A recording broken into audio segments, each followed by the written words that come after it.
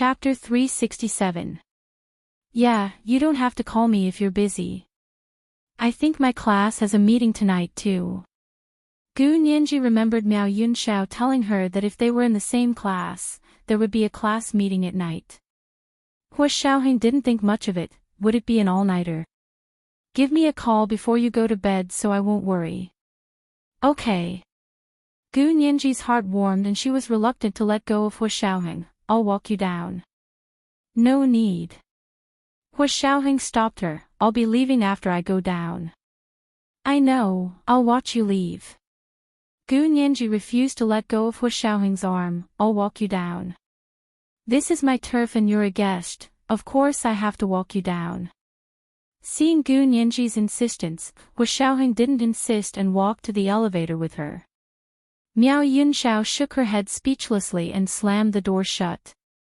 Gu Nianji and Hua Xiaoheng took the elevator down to the first floor. Hua Xiaoheng turned to her. Call Big Xiong if you're not used to it. He's always in charge of contacting the outside world, so he can solve it immediately if there's any trouble. If he can't solve it, he'll transfer it to me. There won't be any trouble. Gu Nianji was very confident in her postgraduate career. I didn't bother Brother Xiong when I was undergrad, let alone postgraduate. That's good. Hua Xiaoheng didn't say anything else and nodded to Gu Nianji before hurrying down the steps and getting into the car. The driver quickly drove away and seemed to be in a hurry. Gu Nianji silently watched Hua Xiaoheng's car drive away, worried that something had gone wrong with Hua Xiaoheng's work. She took out her phone and wanted to call Zhao Liangzi or Yin Shixiang to ask about it, but then thought about it.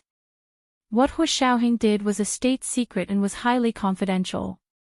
It wouldn't be good if she asked. After thinking about it for a long time, she put her phone away and returned to the dorm with a heart full of worry. When she arrived at the dorm, she pushed the door but it wouldn't open. Gu Nianji could only take out her key but couldn't open it for a long time. She realized the door was locked from the inside. Miao Yunxiao had just opened the door. Did they have to be so obvious? Gu Nianji pursed her lips and reached out to knock on the door.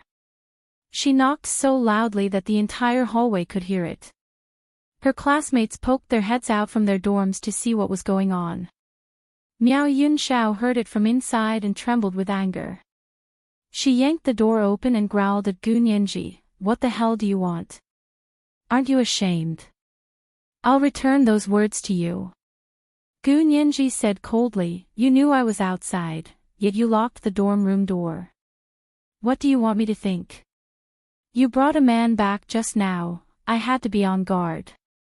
Miao Yunxiao choked back at Gu Nianji's words and couldn't raise her voice. What do you mean by bringing a man back? I clearly went downstairs to send him off. Gu Nianji clenched her fists. Classmate Miao, what's going on in that head of yours? If you shake your head, can you hear the sound of the sea? Miao Yunxiao wasn't a sharp-tongued person and couldn't keep up with Gu Nianji's words. I don't understand what you mean. I shake my head, how can I hear the sound of the sea? We don't live by the sea. So you know we don't live by the sea. Gu Nianji snorted and didn't want to explain to her. If you don't understand, then study more. Don't play dirty tricks. Miao Yunxiao played right into Gu Nianji's hands. She looked up and said, I told you the first time I saw you, it's hard for you to get along with your classmates like this. Since you don't like living in the same dorm as me, you can apply for a dorm change from the faculty. She turned around and the joy on her face disappeared in a flash. She said casually, Building 4 seems to have some empty beds. It's a good choice. Gu Nianji froze. She finally understood why Miao Yunxiao had been so critical of her as soon as they met. So it was to make her move out. Gu Nianji followed Miao Yunxiao into the dorm and asked without batting an eyelid, Where's your former roommate? I didn't have one before. Miao Yunxiao blurted out. She quickly shut her mouth in annoyance and corrected herself.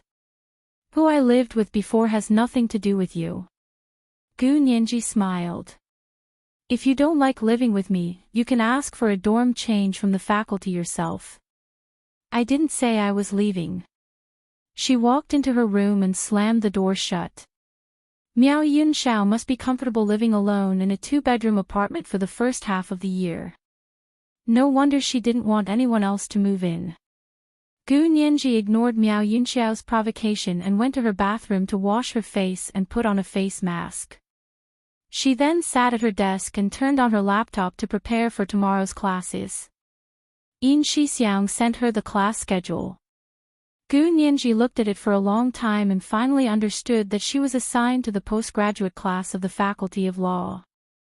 However, her instructor was He Zhichu and she was the only master's student under He Zhichu's tutelage.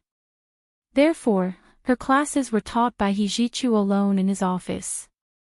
Master's students at the B University Faculty of Law had to take 3 public courses.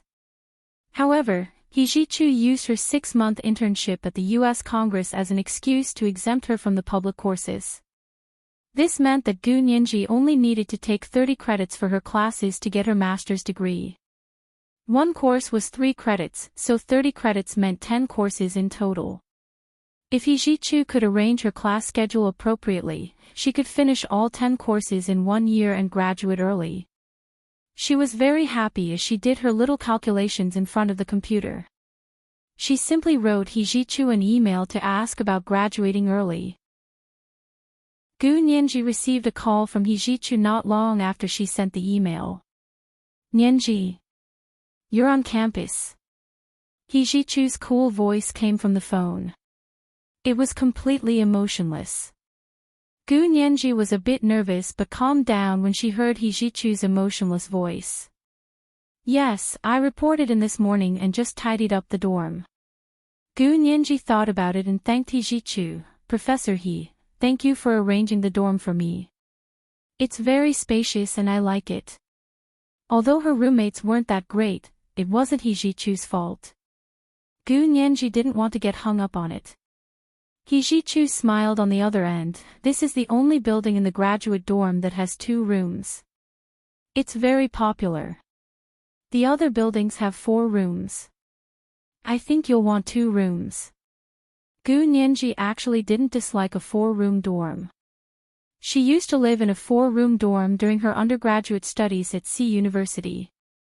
She also got along well with her 3 other roommates. They still kept in touch and had a good relationship.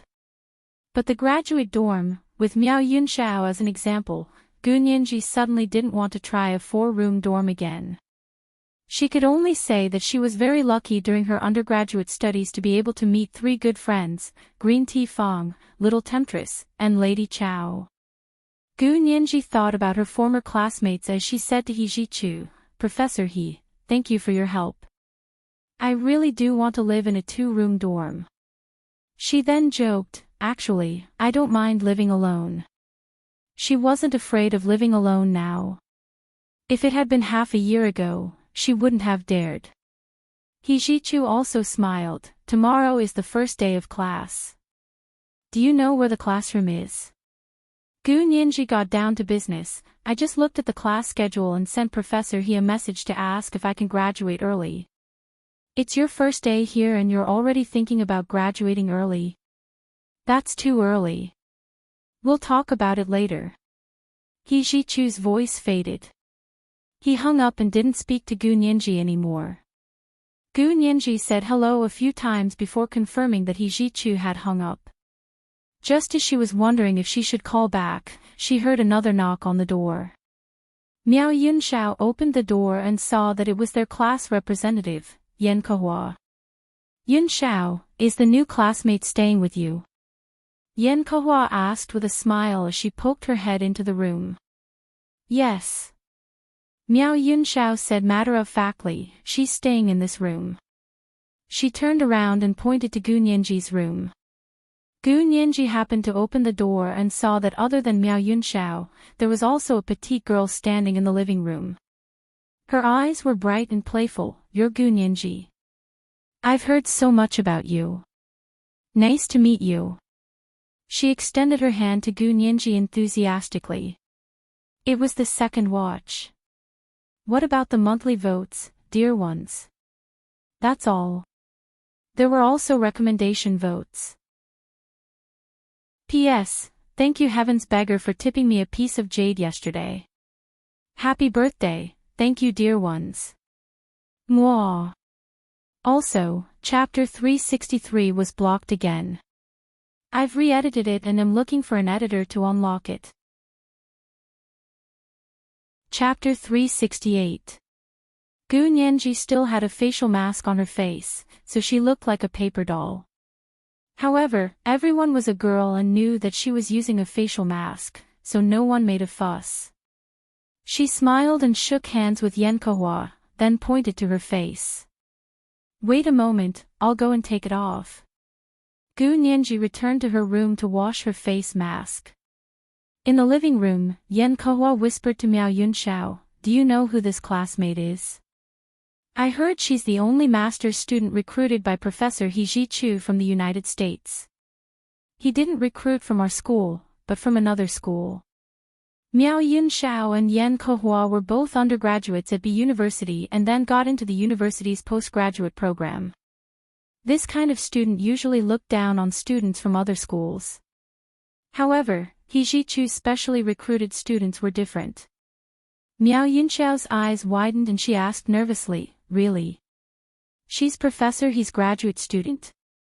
She had heard that Professor He Zhichu from Harvard Law School was coming to teach at B University's Faculty of Law, but he was only recruiting PhD students. Students who had just graduated with a master's degree in B University's Faculty of Law had racked their brains to become his PhD students. Last year, they suddenly announced that they wanted to recruit a master's student, and then the students who had graduated from the bachelor's degree started to fight with each other.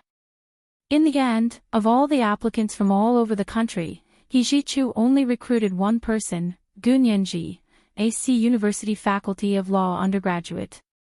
He didn't even recruit a B University Faculty of Law graduate. B University's Faculty of Law were ranked first in the entire Huaxia Empire, while C University's Faculty of Law were ranked second at most. Therefore, there were many law students at B University who were not convinced. Miao Yunxiao and Yan Kehua had both applied for He Zhichu's master's program at the time, but they didn't pass. In the end, they went to other master's programs taught by other professors. Yan Kehua nodded solemnly and said in a low voice, how can this be wrong? I've heard about it from a teacher in the faculty. Gu Nianji doesn't even go to class with us. Professor He makes all the arrangements. You're not even going to class with us. Why? Miao Yunxiao's face darkened. How can she be special? B University isn't an ordinary school. Even the officials and nobles in imperial capital wouldn't dare to give our principal a hard time, right? How can she ignore the school rules? Yan Kehua choked and looked at Miao Yunxiao strangely. What are you talking about? How could she ignore the school rules? We are graduate students. Graduate student. We're not undergraduate students. Our tutors can take full responsibility for our studies, and the faculty can't control us. Everyone is like that, so why do you think everyone is fighting to be He Zhichu's graduate student? Miao Yunxiao puffed up her cheeks and said angrily after a while, what about the class meeting tonight? She's not going. Yan Kehua laughed. I'm here to talk about this. Brother Huang from Professor He asked me to pass on a message. He asked Gu Nianji to attend the class meeting with them tonight. She won't be coming with us. Miao Yunxiao's hands gripped the sofa so tightly she almost dug a hole in the fabric seat. When Gu Nianji came out after washing her face, she still didn't know that her admission to He Zhichu's postgraduate program had already been discussed in the living room. Yan Kehua was about to say something when she heard the door open. She looked up to see that Gu Nianji had already come out. She quickly stopped herself and stood up sheepishly. Classmate Gu, I'm Yan Kehua. I'm the class representative for postgraduate class 1. Gu Nianji was supposed to be in class 1 according to the class allocation. She nodded to Yan Kehua. Hello, classmate Yen. May I ask why you were looking for me?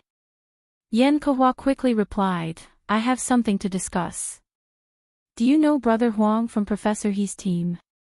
Gu Nianji froze before remembering that Brother Huang had interned with her at the U.S. Congress last year. Oh. Brother Huang. But isn't he a PhD student? Gu Nianji was confused. I'm a master's student.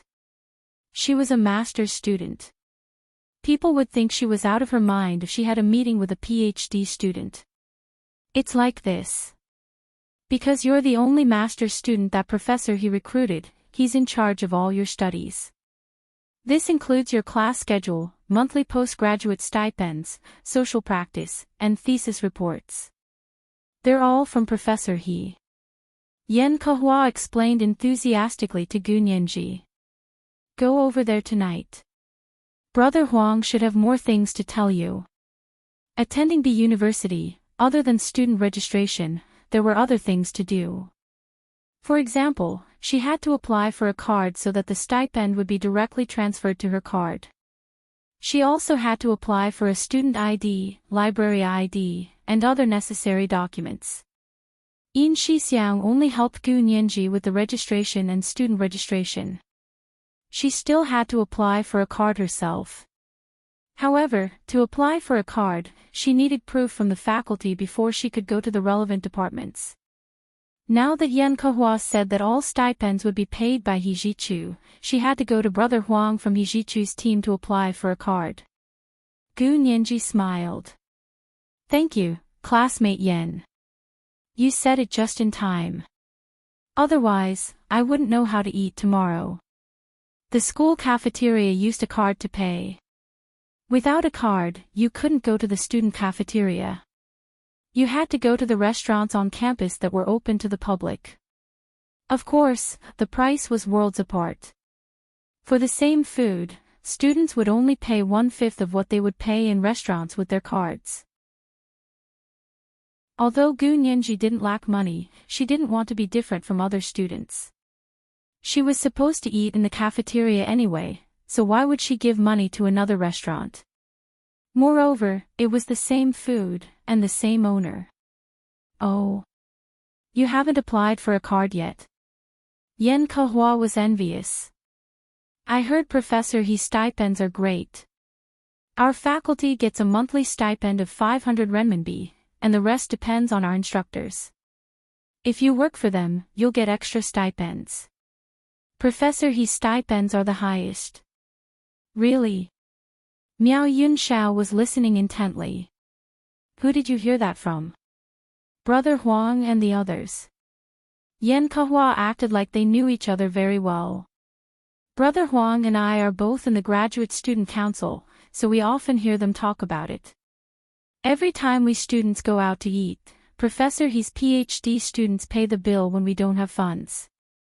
They're really rich. I heard helping Professor He with cases can earn tens of thousands of RMB a month. That much? Even Gu Nianji was shocked. You don't have a job yet. You're just doing a part-time job. She couldn't wait to get started. Although Hu Xiaoheng treated her very well and was very generous, Gu Nianji still wanted to rely on her own ability to earn money. Moreover, she was only dating Hu Xiaoheng. She wasn't his family yet, so she couldn't let him spend too much money on her. Gu Nianji had the ambition to find a good job, get promoted, get a raise, become a partner in 5 years, marry Hu Xiaoheng, and reach the pinnacle of her life. At that time, no one would say she wasn't good enough for Hu Xiaoheng. Deep down, Gu Nianji was still worried that others wouldn't approve of her relationship with Hu Xiaoheng. She didn't want to be a burden to Hu Xiaoheng. She was proud of Hu Xiaoheng, and she wanted him to be proud of her. It's not really a part-time job, right? Yen Kehua saw Gu Nianji's eyes suddenly light up. She looked very interested and couldn't help asking, Oh. You want to do a part-time job? Are you really short on money? Gu Nianji nodded with a smile. Yeah, I'm short on money, so I want to start working early. Oh right, classmate Yen, do you know about early graduation? Does our school have a rule about that? I think so, you can check the department's website. I've seen it before. Yen Kahua said casually. She glanced at Gu Nianji again and secretly thought about what she was wearing. She was wearing a cashmere sweater. He couldn't tell what brand it was and the style was very low-key. However, the quality and cut were obviously very good. It definitely wasn't from a street stall. Her pants were also very fitting. The dark gray trousers accentuated her legs from the waist down. They were probably made of pure wool. Looking at her skin and hairstyle, she didn't look like she was short on money at all. Miao Yunxiao suddenly asked, Gu Nianji, can I see your watch? Gu Nianji glanced at her. Do you want to know what time it is? She lifted her wrist to look at it. It's almost 4:30 in the afternoon. Miao Yunxiao narrowed her eyes and looked at it again before saying, what brand is your watch? The style looks familiar. Vulgari, it should be this brand. It was a women's watch that Hu Xiaoheng had specially asked Vulgari to make for her. It was a couple's watch with Hu Xiaoheng's limited edition men's watch. It was one of a kind in the world. I think my uncle also has a watch like that, but it looks a bit different from yours. Miao Yunxiao said dryly. That's why I wanted to see it, but it's fine if you don't want to show it to me. Gu Nianji retracted her hand and smiled. I can show my things to whoever I want. Classmate Miao, what do you mean by that? This was the first night watch. A reminder about the monthly and recommendation votes. Especially the recommendation votes on Monday. The second night watch was still 1 p.m. Tomorrow at the third night watch, 10,000 words to thank Huaishuan, my dear friend, for the immortal fate. Mwah. Chapter 369. Miao Yunxiao clicked her tongue and turned to look at their class representative, Yen Kahua. Kahua, did you see that? Professor, he specially recruited students are just different, they don't care about us at all. Yen Kahua glanced at Gu Nianji, then at Miao Yunxiao. Although she didn't think much of it, she still smiled and said, Classmate Gu was just joking with you. Yunxiao, you're a magnanimous person, so don't take it to heart with a little classmate. She winked at Gu Nianji as if she knew what was going on. What do you mean by little classmate? Miao Yunxiao mimicked Gu Nianji's tone and winked as well. Yen Kahua patted her shoulder, you don't know. Gu Nianji is only 18. She's already a master's student. Everyone just saw her information in the faculty's office, it's already spread. Gu Nianji's brows furrowed slightly. She didn't understand how everyone could see her information in the faculty's office. It was clearly a personal matter and only the teachers who managed the information had the right to see it. Gu Nianji rested her hand on the sofa armrest and asked with interest, Oh? You saw my information in the faculty's office? Who else saw it? Our student council was having a meeting in the small office over at the faculty's office today. Our class counselor, Professor Gue Suyao, saw your information when she came to the department's archives to look up your information. She was full of praise. Yen Kahua clapped her hands with a smile and said enviously, Brother Huang was also there and said he already knew you. You interned with him at the U.S. Congress last year, right? Gu Nianji breathed a sigh of relief. Oh, so the counselor saw it. Fortunately, as their class counselor, it was her duty to look up the students' information. Yeah, Teacher Gue saw it. After she saw it, she was shocked. When she told us, we didn't believe it, so she took out your file and showed it to everyone. Yen Kahua said with a smile and made an okay gesture. Well, I've passed the message. Yunxiao, our class meeting tonight is in Building 4, Room 324. Nianji, you have to go to Professor He's office for a meeting with his PhD students. Where's Professor He's office? Gu Nianji asked tactfully. She only knew that He Zhichu lived in the professor's building at B University, but she didn't know where his office was. Yen Kehua gave her an address, and Gu Nianji raised an eyebrow. That address was He Jichu's residence. Doesn't Professor He have a special office? Gu Nianji was confused. He doesn't even come to the faculty. He's a professor and a lawyer hired by a top foreign school. How could he work like a normal teacher? Miao Yunxiao scoffed at her argument. Look at who he is. Yes, our Yunxiao knows the most. Look at how capable you are. Yen Kehua smiled as she put her arm around Miao Yunxiao's shoulder, treating her like she was trying to please her. Gu Nianji looked at them calmly. Miao Yunxiao naturally accepted Yen Kehua's flattery and didn't feel uncomfortable at all. She said to Yen Kehua, Professor He is preparing his lectures at his place, right? Yes, I heard from Brother Huang that Professor He's house is incredibly big. There are 4 of them, so it's more than enough for a classroom. Yen Kehua nodded with a smile and said to Gu Nianji, Nianji, you're lucky. We're not as lucky. Miao Yunxiao glanced at Gu Nianji and pulled Yen Kehua into her room. Come, let's talk inside.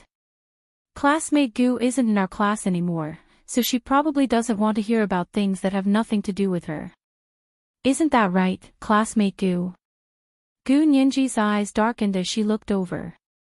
Her pupils were as black as the sun, like 2 polished obsidian stones.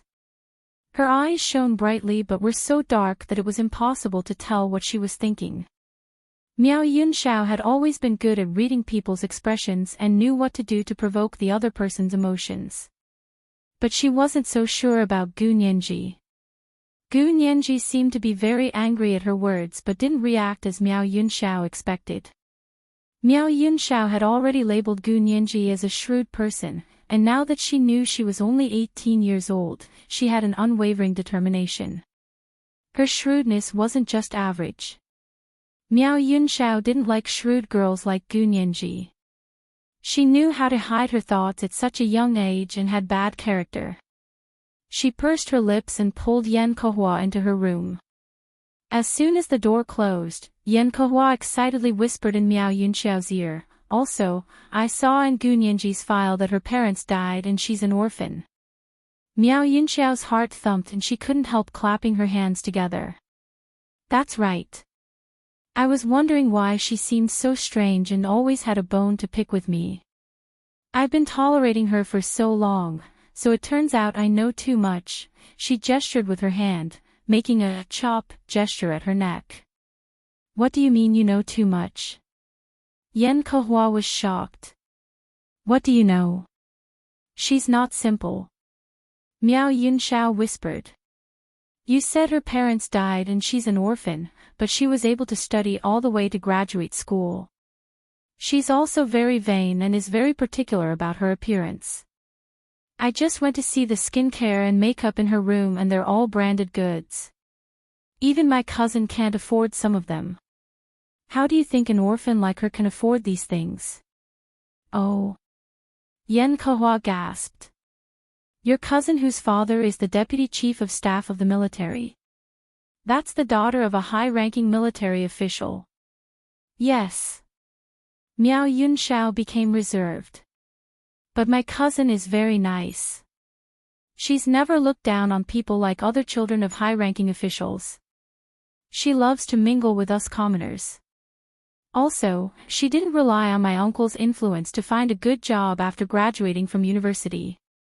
Instead, she went to work as a civilian police officer. Your uncle's family is really nice. Yen Kehua praised from the bottom of her heart. Especially your cousin. You should invite her over when you have time in the future. My cousin came to be university once and I walked around with her for most of the day. Later, she invited me to her house for dinner. You have no idea how heavily guarded that place was. There were sentries every few steps. Miao Yunxiao began to tell Yen Kehua about the time she went to her uncle's house for dinner. Although she recounted it many times and Yen Kehua listened to it many times, neither of them grew tired of it. Every time they talked about that dinner, there would always be something new. Gu Nianji shook her head speechlessly when she saw the man closing the door in her face. She returned to her room. She went to the bathroom to clean up and suddenly noticed that a few of her skincare bottles were placed the wrong way. Influenced by Hu Xiaoheng, she always placed her things in the right order from front to back and left to right. She even remembered which side of the bottle was facing the outside. It was obvious that several bottles were placed the wrong way on the sink. Gu Nianji had been in a hurry to take off her mask and wash her face, so she didn't notice the change. Now that she began to pack her things, she realized something was different. She looked at it with a sullen expression for a while before finally walking to Miao Yunxiao's room and knocking. "Classmate Miao, are you in there?" Miao Yunxiao and Yan Kehua were whispering and exchanging opinions about Gu Nianji when they heard her knock. They couldn't pretend they weren't there and could only open the door. Miao Yunxiao asked Gu Nianji sternly, "Classmate Gu, what do you want? Don't you know that it's rude to knock like that? We were talking in the room when you knocked on the door and gave us a fright. If it's rude to knock, then why are you touching my things in the bathroom of my room?" Gu Nianji grabbed all the skincare and makeup products on the sink. "You've already touched these things. I don't need them anymore." She loosened her grip and the bottles fell into the trash can by Miao Yunxiao's door. Yan Kehua's jaw dropped when she saw the brands. LoveLore threw them away just like that. Yan Kehua squatted in front of the trash can and counted the brands. Miao Yunxiao's face flushed and she sneered, "What do you mean? I'm just taking a look. Why are you acting like this? Who knows if you only looked or added something to my makeup and skincare products?" Gu Nianji retorted without hesitation, "I don't want to risk disfigurement." "You're slandering me." Miao Yunxiao's eyes widened and her face paled. "Why would I add something to your makeup? Who do you think I am? Who knows who you are?" "I don't care and don't want to know," Gu Nianji said coldly.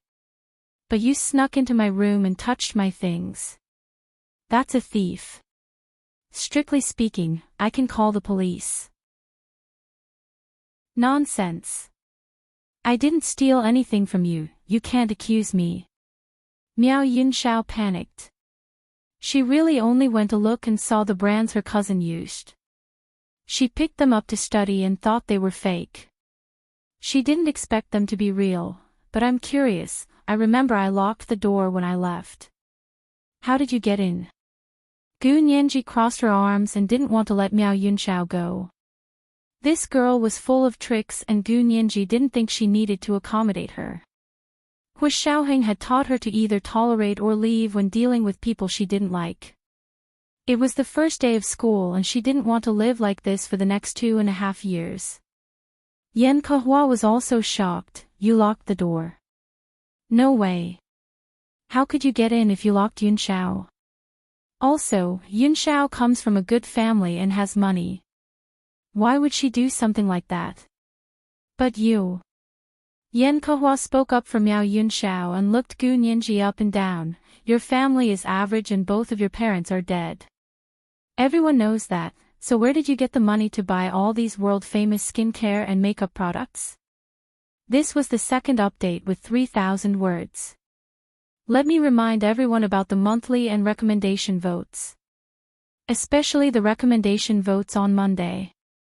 P.S. Chapter 363 has been released. Everyone can read it again. Moi. O, N_N, O. Chapter 370. Gu Nianji crossed her arms and coldly blocked the door. She first said to Yan Kehua, "Classmate Yan, please take back what you just said. Otherwise, I'll sue you too." As she spoke, her eyes moved from Yan Kehua to Miao Yunxiao and then back to Yan Kehua. She then asked Miao Yunxiao, "You still haven't answered me, how did you get into my room?" Miao Yunxiao's eyes flickered, not daring to meet Gu Nianji's eyes. She had lived in this house alone for half a year, so of course she had the keys to 2 rooms. Gu Nianji had just moved in today, so Miao Yunxiao hadn't had time to hand over the extra keys to the faculty yet. Don't dare to say. Do you also have a key to my room? Gu Nianji had already guessed what was going on. She pointed at Miao Yunxiao and Yan Kehua and said, "Great, I can sue both of you now." Sue me? Are you sure?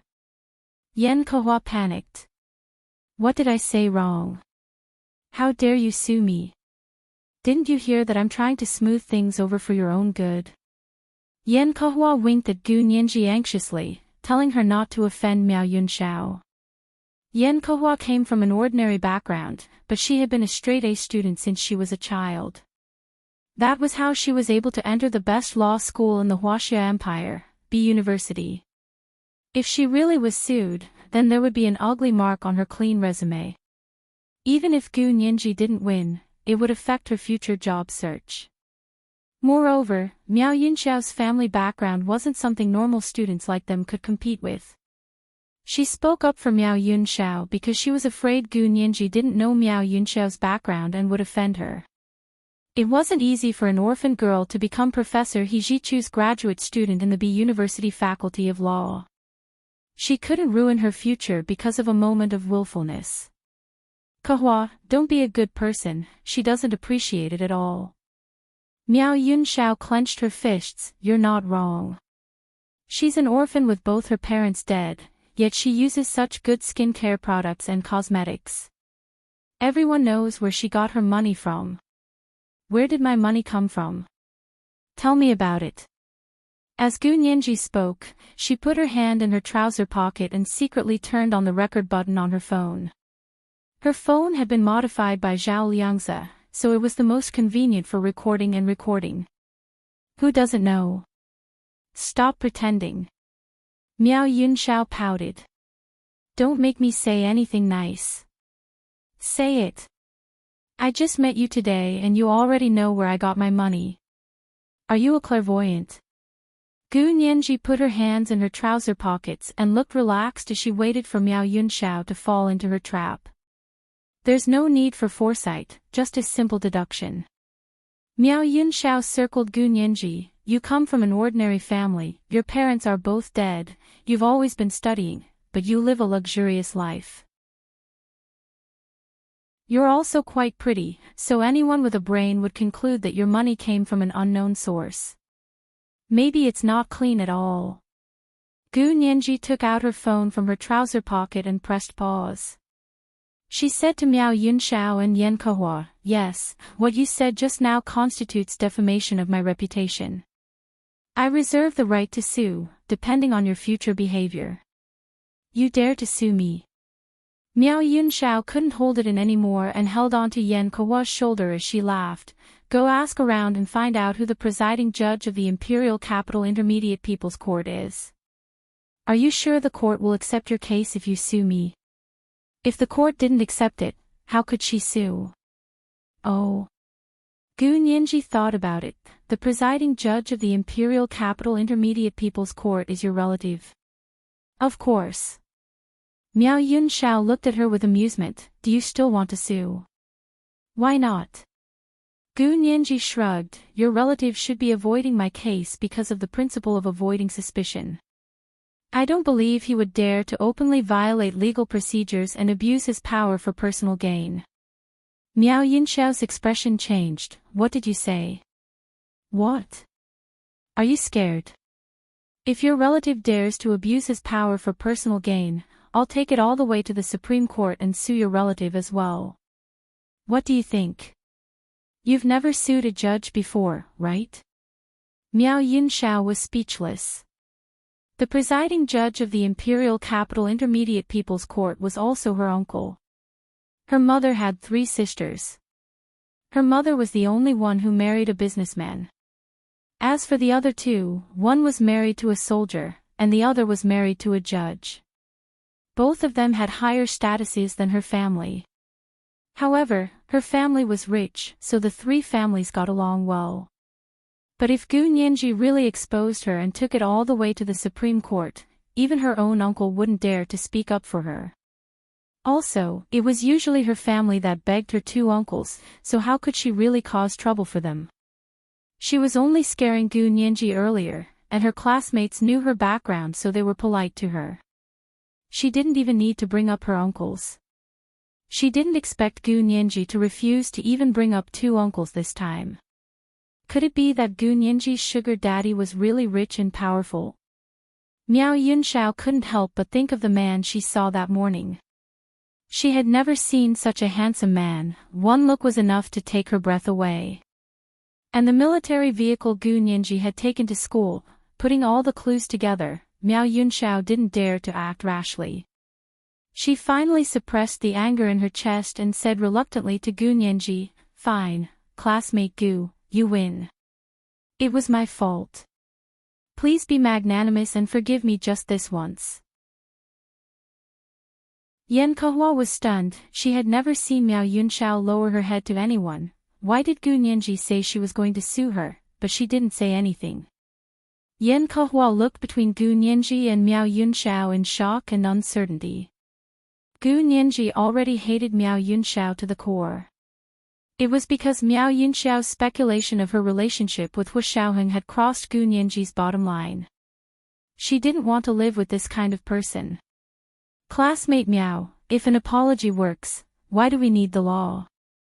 Gu Nianji cocked her head, "I'll give you two choices. 1. Move out of this dorm. 2. I'll go to court and sue you for defamation and attempted theft."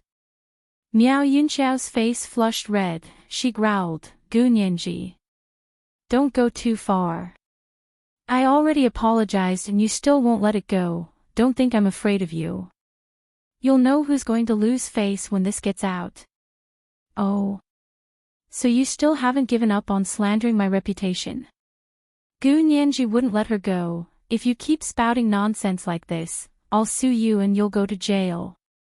It was because they were all law students that they looked down on the law but also took it seriously. They looked down on it because they knew what was going on and weren't like normal people who had never come into contact with the law and would be scared out of their wits at the mention of being sued. They took it seriously because they knew the serious consequences of the law. If an innocent person got involved in a lawsuit and was sentenced, then their entire life would be ruined. Yan Kehua and Miao Yunxiao watched Gu Nianji's aggressive and unyielding attitude and gradually grew timid. They didn't dare to argue with Gu Nianji anymore. Yan Kehua tugged on the corner of Miao Yunxiao's shirt and whispered, "Yunxiao, forget it. It's not right for us to speculate about our classmates."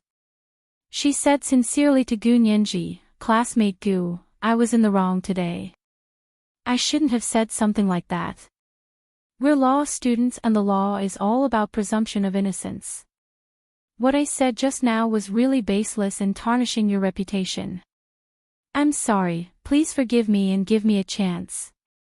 Gu Nianji wasn't an unreasonable person, and Yan Kehua and Miao Yunxiao were different in nature. Her mind raced as she nodded and said gently, "Classmate Yan is willing to correct her mistakes, that's the best. Today's incident ends here and I won't hold you accountable. You're also the class representative, so I'm willing to give you a chance to see what happens in the future." Her words were soft but firm. She said she wouldn't pursue the matter this time, but she didn't completely let it go. She said, "See what happens in the future," to prevent any possibility of Yan Kehua betraying them in the future. Yan Kehua also understood what Gu Nianji meant. She was truly afraid and didn't have a family background like Miao Yunxiao's. She didn't dare to argue with someone like Gu Nianji, who was willing to sacrifice herself to bring down the emperor. "Thank you, classmate Gu. My message has been conveyed, so remember to go to Professor He's for the meeting tonight." "Alright, Yunxiao, I'll be going now. Come to our class meeting tonight." Yan Kehua hurriedly left Miao Yunxiao and Gu Nianji's dorm and returned to her own. Yan Kehua's dorm wasn't a two-person dorm, but a four-person dorm. After she left, only Gu Nianji and Miao Yunxiao were left in the dorm. Miao Yunxiao rolled her eyes and put her hand on the door handle. "Go, I'm closing the door."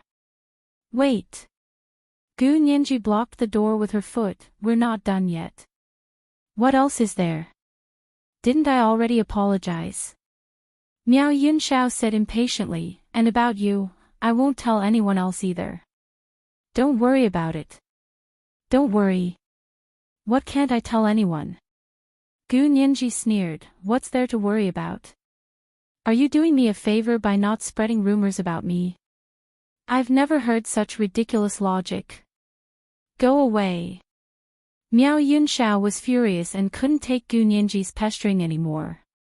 She pulled the door with all her might and tried to close it. Gu Nianji reacted quickly and kicked a stool from the wall over to block the door. Classmate Miao, I'm not joking. Gu Nianji looked at the trash can. This is evidence of you trying to steal from my room. Do you want to get the police to check your fingerprints? Miao Yunxiao was shocked and angry, but also a bit timid. She didn't dare continue to lose her temper with Gu Nianji. She was only a law student, unlike Gu Nianji who had gone to court for real. Whether it was her words or attitude, Gu Nianji had completely crushed her. What do you want? I've already apologized. Miao Yunxiao's nose twitched and she was about to cry. I've never embarrassed myself like this in my life. What more do you want? It's not what I want, it's what you want. Gu Nianji looked at her calmly. I just said you have two choices. First, move out of this dorm and I won't pursue it for now.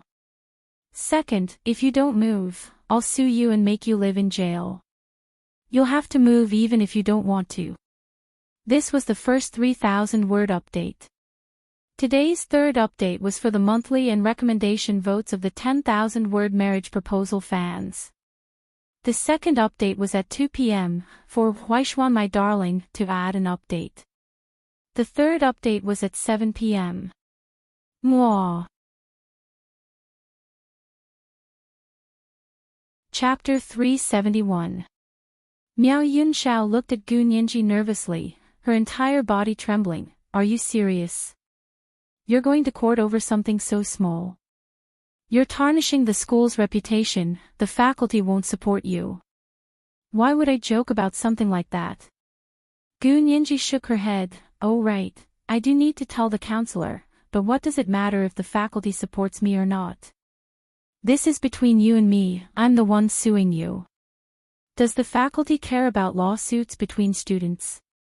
Miao Yunxiao gripped the door handle tightly to keep herself from falling to the ground. Gu Nianji's expression made Miao Yunxiao feel like she could really do something like that, but what did she do wrong? Who told her to have so many loopholes? Classmate. Classmate Gu, I'm begging you, I was wrong this time and I won't do it again. Let's be good classmates and roommates, okay? Miao Yunxiao was in Gu Nianji's shoes and had to bow down. Gu Nianji shook her head with a smile. No. Don't be so unreasonable. Miao Yunxiao was a bit annoyed that Gu Nianji wouldn't budge no matter how she begged. When people were angry, they became more courageous. Gu Nianji, you have to be reasonable. It's the first time we've met and we're classmates from the same faculty. Do you have to be so extreme? Miao Yunxiao's expression darkened. If you insist on me moving out, fine, we'll call the counselor first. Call the counselor. Sure. Gu Nianji calmly sat down on the sofa and moved the trash can to the side. Propping up her hand, she said, do you have the counselor's phone number? Call her right now. It's already very late, can't we do it tomorrow? Miao Yunxiao began to stall. She hadn't figured out who the man behind Gu Nianji was, and her logic and intuition told her to stop messing around with Gu Nianji. Gu Nianji's attitude was so resolute. Either she had a very powerful backer, or she was just a naive girl who didn't know her place. Neither type of person was easy to deal with, and it would be very troublesome to mess with them. Miao Yunxiao couldn't help frowning at her bad luck. Originally, living alone in this big house with 2 bedrooms and 1 living room was quite good. However, halfway through, a roommate came and was not easy to get along with. If he was not careful, he would get into big trouble. Gu Nianji stared intently at Miao Yunxiao and didn't miss a single expression on her face. Is it that late? Gu Nianji raised her wrist to look at her watch. It's not even 5. But the counselor has her own business and we can't keep troubling her, Miao Yunxiao said tactfully. I thought a counselor's job was to take care of us students. That's her real job. How can you say it's troublesome for her to do her job? Gu Nianji laughed and picked up her phone. Forget it. I'll look up her number myself. Okay, I'll call her. Miao Yunxiao had no choice but to give in. She went back to the house to get her phone and called their counselor, Gue Suyao. Miss Gue, it's Miao Yunxiao. We've got some stuff going on in the dorm, can you come over? Miao Yunxiao asked carefully. Gue Suyao, the counselor for B University's post-grad Class 1, was in the law department office preparing for the evening meeting. She was the counselor for Class 1, so she had to attend the meeting. However, she was also a PhD student in the B University Faculty of Law. She had just been admitted as an in-service PhD student last year and had spent a lot of effort and even used her family's connections to officially become the PhD student of Harvard Law School's Professor He Zhichu. He Zhichu's students also had a meeting that evening and she didn't want to be absent. He Zhichu had only had 4 PhD students in the B University Faculty of Law before, 3 male and 1 female. The female was Gue Suyao. But now that He Zhichu had recruited a female master's student, the male-to-female ratio had gone from 3:1. Gue Suyao was curious and went to the faculty today to ask for Gu Nianji's file. She read it carefully several times but couldn't figure out what was so good about Gu Nianji. Over 1,000 students had applied to be He Zhichu's master's student, but he had only chosen one person. It was Gu Nianji, who had no family or background and both her parents had passed away. Gu Nianji didn't even have a B University Faculty of Law degree. The Hua Xia Empire's legal profession valued school rankings and peer groups the most. The B University Faculty of Law was where the top people in the legal profession came from. Other universities were inferior, such as C University Faculty of Law, which was second only to the B University Faculty of Law. Graduate students from B University had always looked down on graduate students from other schools. Gu Nianji's actions this time had shocked a lot of people. Gue Xiao typed out what she was going to say to Class 1 students that evening and planned to email it to them first. That way she could leave early and still make it to He Zhichu's meeting. She was in the middle of her work when Miao Yunxiao called. She didn't want to pick up at first, but when she glanced at the caller ID and saw it was Miao Yunxiao, she had no choice but to pick up. Yunxiao, what happened? Gue Xiao frowned. Did you get into an argument with your roommate? Miss Gue, you're so smart. I did get into an argument with my roommate. Miao Yunxiao paused and looked at Gu Nianji sitting on the sofa. Gu Nianji, the new student who moved in today, had a misunderstanding with me. Miss Gue, could you come over and help me sort things out? Gue Xiao's interest was piqued when she heard it was Gu Nianji. She also wanted to meet Gu Nianji and see what kind of person this girl who made He Zhichu look at her in a different light was. She had seen the 1-inch photo on the file, and although she was a very picky person and had seen many stunning beauties, she had to admit that Gu Nianji was a rare beauty. But that was all. Graduate students in the law faculty couldn't just rely on their looks to graduate. They also needed brains, hard work, and real skills. Gue Xiao hurriedly wrote an email about the evening meeting and sent it to Class 1. She said to Miao Yunxiao on the other end of the phone, "Okay, I'll be right there, give me 10 minutes." 10 minutes later, Gue Xiao arrived at Miao Yunxiao and Gu Nianji's dorm and knocked on the door. Miao Yunxiao opened the door with an obvious sigh of relief. "Miss Gue, you're so punctual." Gue Xiao smiled. "Punctuality is God's virtue.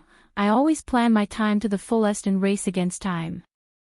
Miao Yunxiao led Gue Xiao inside. Gu Nianji stood up from the sofa.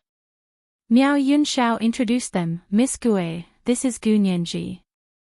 Gu Nianji, this is our counselor, Miss Gue.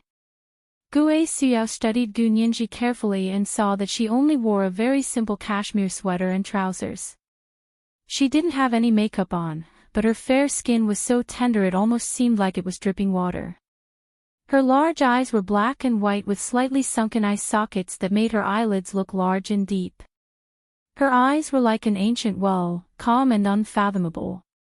This girl was not simple. Gue Xiao also labeled Gu Nianji in her mind the same way Miao Yunxiao did. Hello Miss Gue, I'm Gu Nianji. Gu Nianji gracefully extended her hand to Gue Xiao. Gue Xiao shook her hand and smiled. Hearing about you is not as good as meeting you in person. Classmate Gu is much prettier than this profile photo. Gu Nianji felt a bit awkward. It was this young female counselor who took out her file from the department's archives and passed it around for everyone to see. Gu Nianji felt like her privacy had been severely violated. It was as uncomfortable as being stripped naked in broad daylight. Miss Gue, we asked you here today to discuss classmate Miao's moving to the dorm. Gu Nianji suppressed her displeasure and tried to be polite and objective about what had just happened. Miao Yunxiao listened in silence, her face flushed red. Gue Xiao listened to Gu Nianji's account and looked at Miao Yunxiao in surprise. Yunxiao, is that so? You can't just keep quiet. She already said it, what else can I say? Miao Yunxiao looked away, her eyes red. If I've said anything wrong, you can add or correct. Gu Nianji thought Miao Yunxiao was too dramatic. She had just compared her family background with her and now she was acting pitiful. Gue Xiao patted Miao Yunxiao's back. Okay, we're all in the same class. What a coincidence to live in the same dorm. In my opinion, it's not a big deal. Both of you should take a step back and turn a big problem into a small one and a small one into nothing. That's it, okay. Miao Yunxiao looked down and nodded lightly. I'll listen to Miss Gue. That's right. Gue Xiao was very satisfied with Miao Yunxiao's attitude and turned to Gu Nianji. Gu Nianji, you should take a step back too. Yunxiao has already apologized to you and you didn't lose anything. Just let it go. Gu Nianji raised a brow and pointed to the trash can next to the sofa. Didn't lose anything. Miss Gue, it's my first day at school and I lost so many skincare and makeup products. You're saying I didn't lose anything?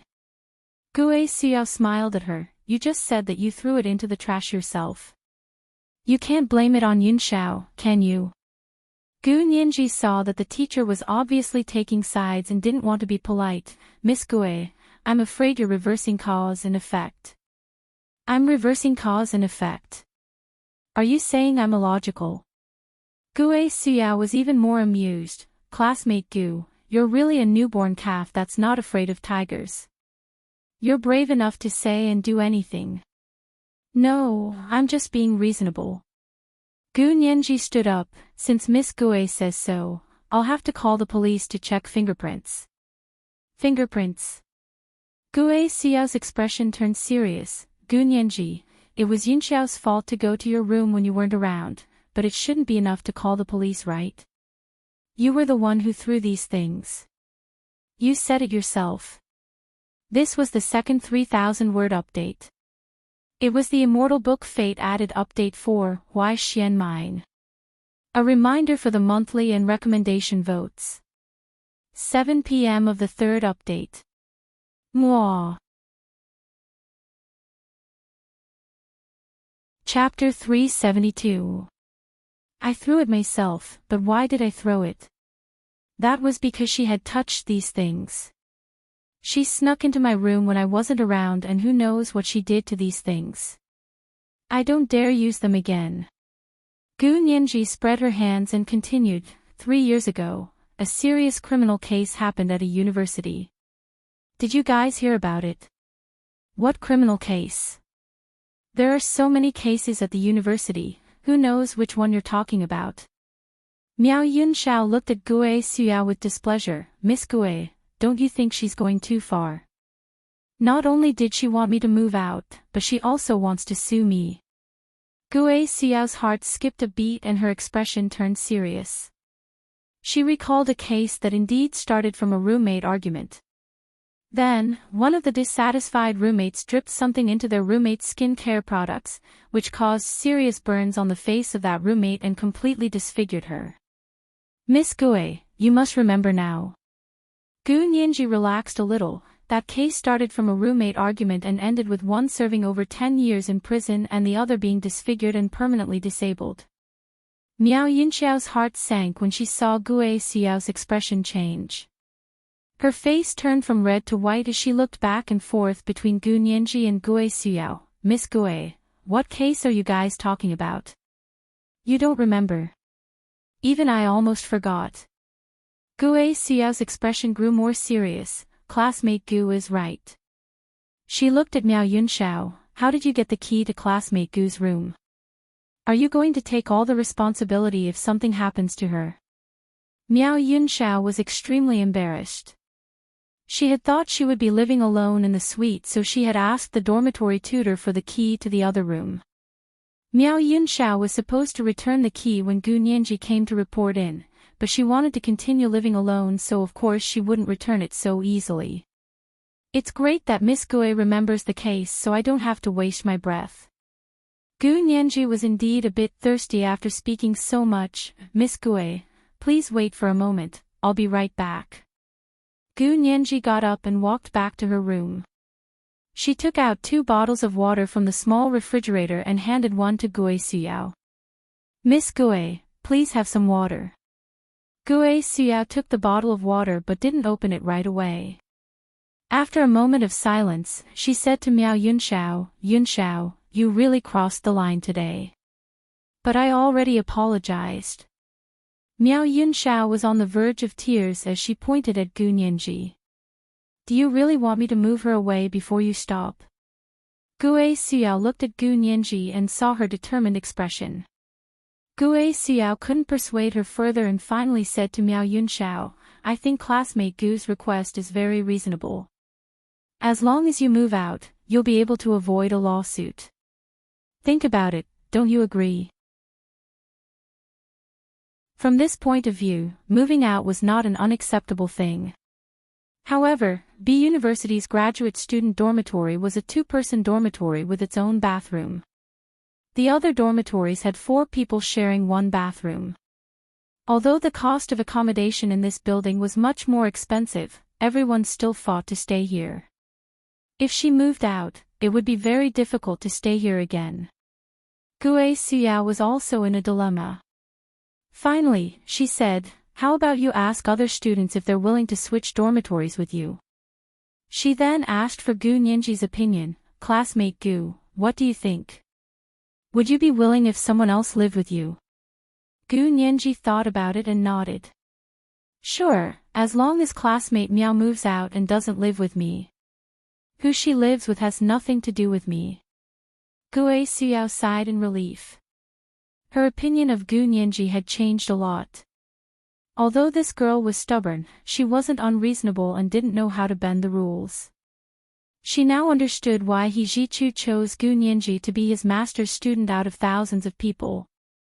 Okay, go ask who's willing to switch dormitories with you now. Gue Xiao said to Miao Yunxiao, hurry up and find someone. We'll move tomorrow. No, I'll move tonight. Gu Nianji didn't want to stay with Miao Yunxiao for even one night. Since Miao Yunxiao couldn't control her mouth or legs, Gu Nianji would help her by reminding her not to be too nosy and stick her hands too far into other people's pockets. This would also be a lesson for Miao Yunxiao. Gue Xiao sighed and said to Miao Yunxiao, you move today. Don't delay it anymore. You have to move anyway. But who am I supposed to find to switch dormitories in such a short time? Miao Yunxiao's nose turned sour and she actually started crying. The 3 people in the living room didn't speak for a while. Only Miao Yunxiao's occasional sobs could be heard. Gue Xiao waited for a while before asking Gu Nianji, classmate Gu, no, she has to move today. Gu Nianji said firmly, based on what she's done, it's more than enough to sue her in court. I'm only asking her to move now. If she's going to make excuses, then why should I back down? Her words were so convincing that Gue Suya was almost speechless. Miao Yunxiao wiped her tears and was about to speak when someone knocked on the door. She turned around to see Gu Nianji already saying, "Come in." The door opened and the other girl Gu Nianji had seen in the elevator poked her head in to ask, "Do you guys want dinner?" She then saw Gue Suya was also there and stuck her tongue out mischievously. "Oh, I didn't see Miss Gue here too." "Chi-Chi, come on in." Gue Suyao's heart skipped a beat and called her in. "Yunxiao wants to switch dormitories. Are you willing to switch with her?" "Oh. Why would I want to switch dormitories all of a sudden?" Ma Chi-Chi looked at Miao Yunxiao and then at Gu Nianji to see one was crying and the other had a sullen expression. She instantly understood. If you guys don't mind, I don't mind either." Ma Chi-Chi smiled as she took Miao Yunxiao's hand and then Gu Nianji's. Okay, if you guys don't want to stay together, you can switch with me. My room is diagonally across from here." Miao Yunxiao and Gue Suya were very happy that Ma Chi-Chi agreed to switch dormitories without hesitation. Gu Nianji had a good impression of Ma Chi-Chi and her straightforward personality suited her, so she didn't object and only reminded her, "You have to finish moving before going to bed tonight." Then she asked Miao Yunxiao for her room key. Miao Yunxiao said coldly, "I have to return the key to the faculty. If I didn't mention it, you wouldn't have remembered to return the key. I don't want to worry every day about whether someone has snuck into my dorm." Gu Nianji looked at Gue Suyao. "Miss Gue, I want to change the lock. The faculty is so lax in their management that I'm worried about my safety." This time it was 100% Miao Yunxiao's fault and no one could clear her name. Miao Yunxiao couldn't keep her face straight anymore and embarrassed herself in front of Ma Chi-Chi again. She burst into tears and ran to her room. Gu Nianji called after her, "You have to remember to move even if you're crying." Ma Chi-Chi giggled and said to Gu Nianji, "I didn't think you'd be so interesting. I'm looking forward to living with you now." Gu Nianji took her hand. "New roommate, let's have a good time living together." Gue Suyao saw that the two of them were already friends and couldn't help being amused. "You still have to go to the faculty to complete the paperwork to change dormitories. Chi-Chi, you and Yunxiao can come to my office tomorrow to get the paperwork, then go to the faculty office to reapply for the dormitories." "Okay, Miss Gue, I'll go tomorrow." Ma Chi-Chi went to pack her things. Gue Suyao also said, "That's all, I'll be going now." She and Ma Chi-Chi left the dorm together. Gu Nianji looked at Miao Yunxiao's tightly shut door and bent down to pick up the trash can and put it in her room. Miao Yunxiao began packing as soon as she returned to her room. Luckily the two dorms were close so she and Ma Chi-Chi helped each other and finished moving everything by 6 p.m. Ma Chi-Chi was now living in Miao Yunxiao's old room and Miao Yunxiao was living in Ma Chi-Chi's old room. When Gu Nianji came back from dinner, she saw that her roommate had changed from the lifeless Miao Yunxiao to the energetic Ma Chi-Chi. Ma Chi-Chi was about the same height as Gu Nianji at around 1.7 meters with slender eyebrows and handsome eyes. Her hair was combed into a ponytail and she had an indescribable heroic air about her. "Oh. You finished moving already?" Gu Nianji greeted her with a smile and asked, "I have some snacks, do you want some?" "I'm going to eat dinner, so I won't eat these snacks. But you can keep some and we can eat together when you come back tonight." Ma Chi-Chi took a small piece of pea cake from Gu Nianji's hand and put it in her mouth to take a sip. The cake almost melted in her mouth and was delicious. She hummed and closed her eyes to enjoy the delicious taste. It was only a small piece of pea cake, but she looked drunk from the way she ate it. Gu Nianji laughed and asked her, "You like pea cake too?" "I like all kinds of glutinous things." Ma Chi-Chi expressed that not only pea cake, but she also liked rolling donkey, bean cakes unique to the Northeast, and sticky bean buns. Gu Nianji listened intently. Sticky bean buns. It sounds delicious just from the name. You like to eat glutinous things too? Gu Nianji nodded. I like it, but I can't eat too much. It'll make my stomach hurt. Pfft.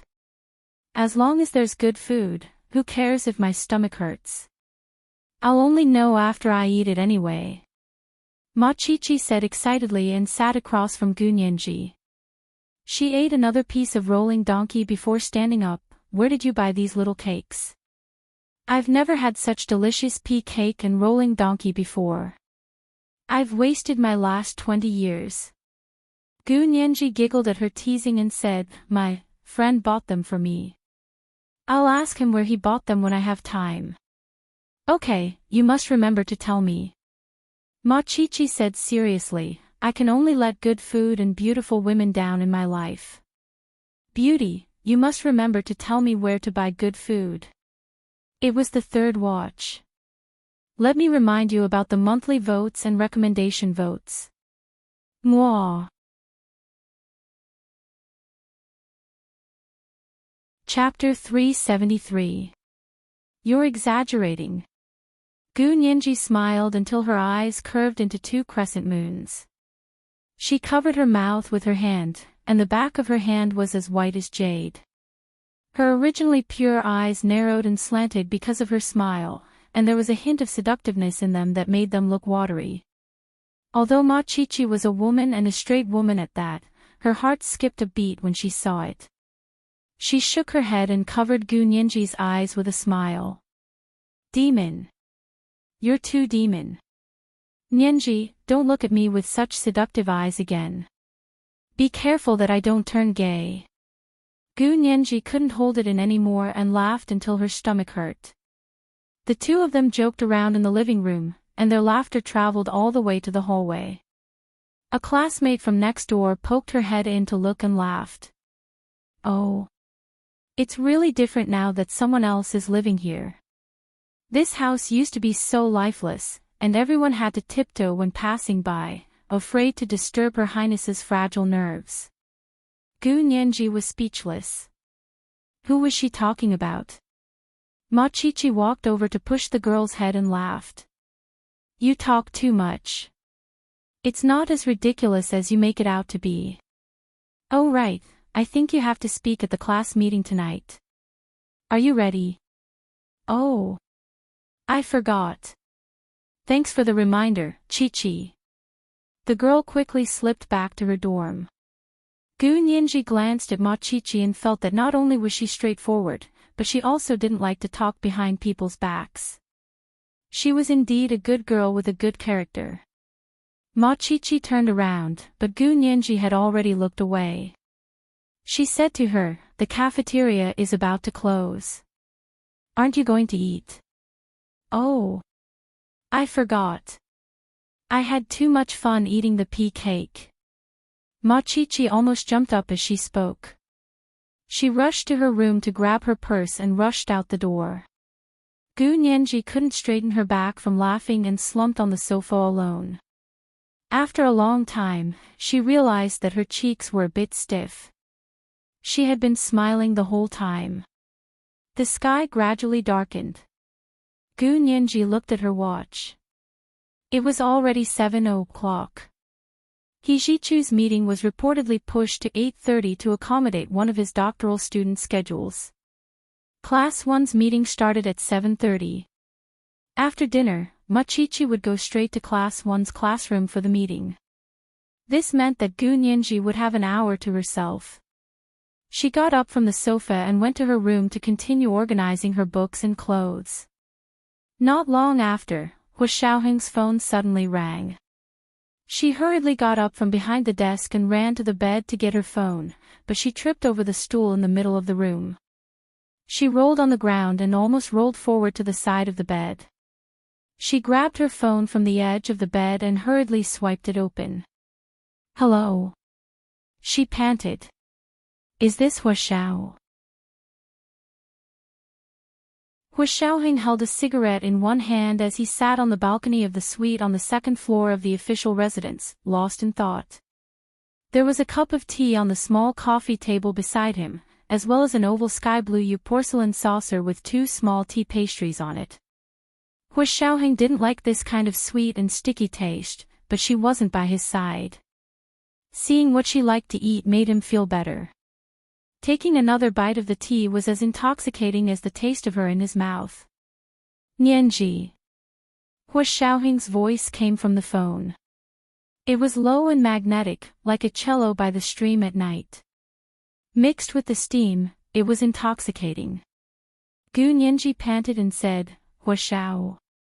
Have you had dinner? Yes, have you eaten? Hu Xiaoheng rubbed his fingers around the sky blue porcelain saucer and listened carefully to Gu Nianji's voice. He realized she was slightly panting. What's wrong? Did you just exercise? No, I was in a hurry just now and tripped. I'm sitting on the floor now to call you. Gu Nianji laughed and sat cross-legged on the corner of the bed. Hurry. What's the hurry? Hu Xiaoheng held a cigarette in his hand and shook the ash in the ashtray. If it's urgent, then I'm hanging up. No. Gu Nianji panicked.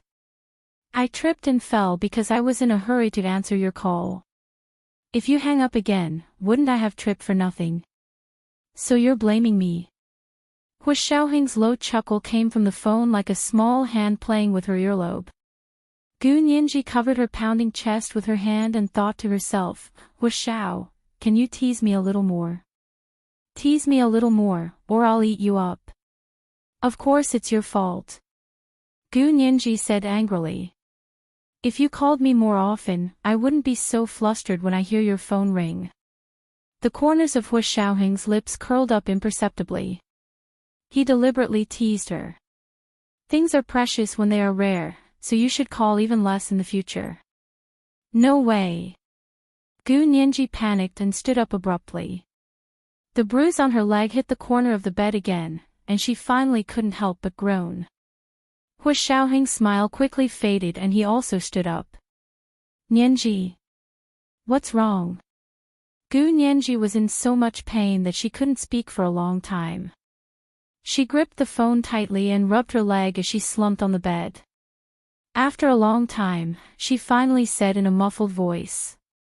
The bruise just now hit again. Hu Xiaoheng was speechless for a long time before reprimanding her quietly. Looks like your training will have to resume again.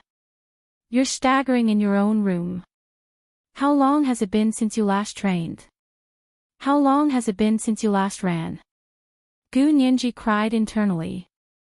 She wanted to hang up, but she couldn't bear to. Her expression was very conflicted. She simply clutched the bruise on her leg and whimpered. It hurts. My leg hurts so much. Sob, sob, sob. It's bruised and swollen. Hu Xiaoheng understood Gu Nianji's little trick very well. She was deliberately changing the topic and exaggerating the pain to make his heart ache. It really hurts. It really hurts. It hurts so much. Look, it's all swollen. Gu Nianji rolled up her trousers and revealed her fair calf. The bruise in the middle of her calf was very obvious.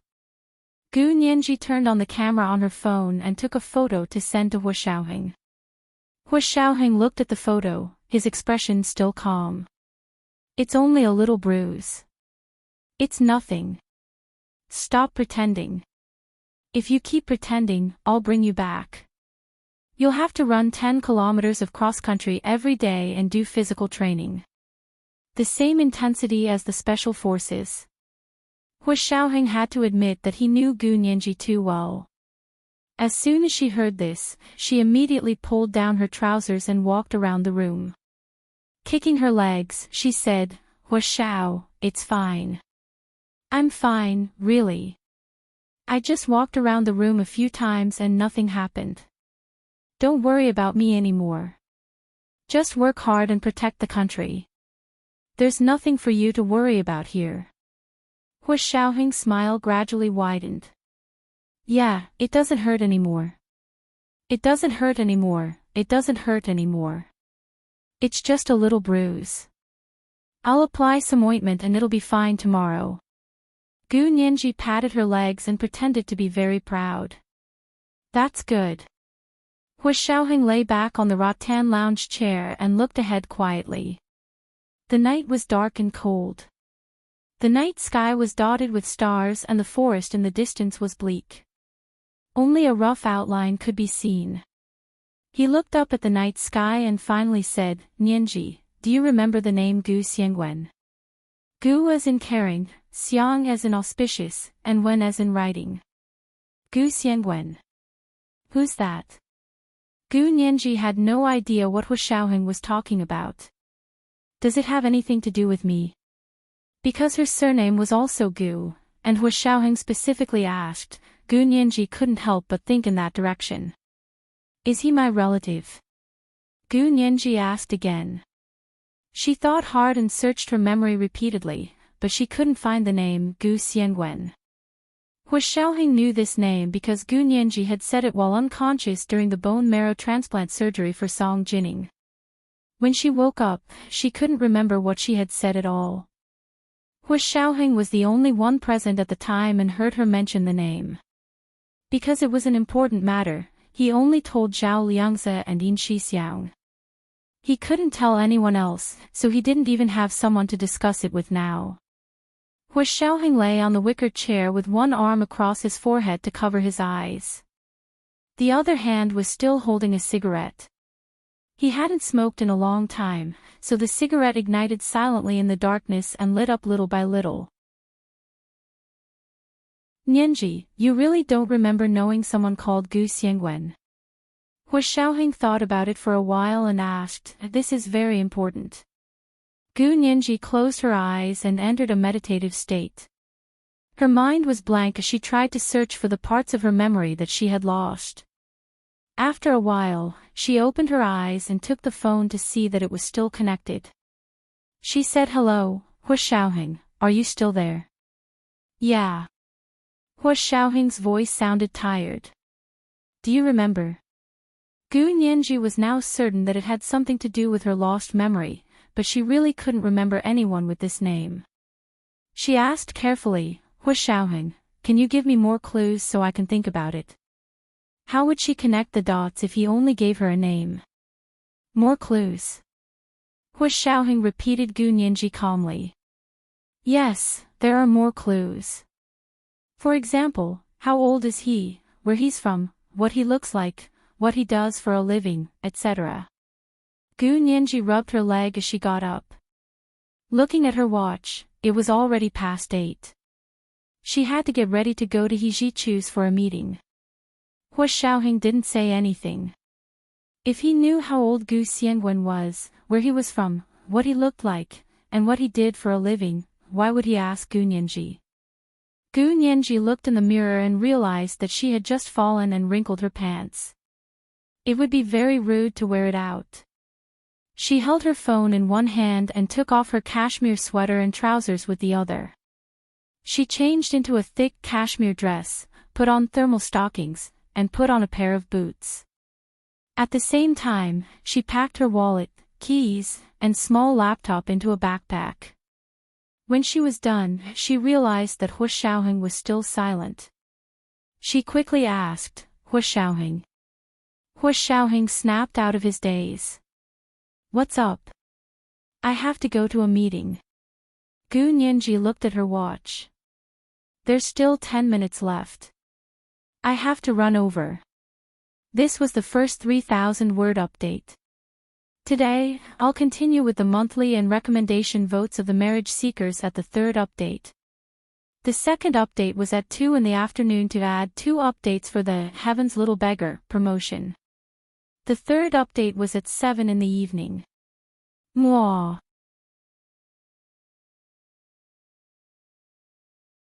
Chapter 374.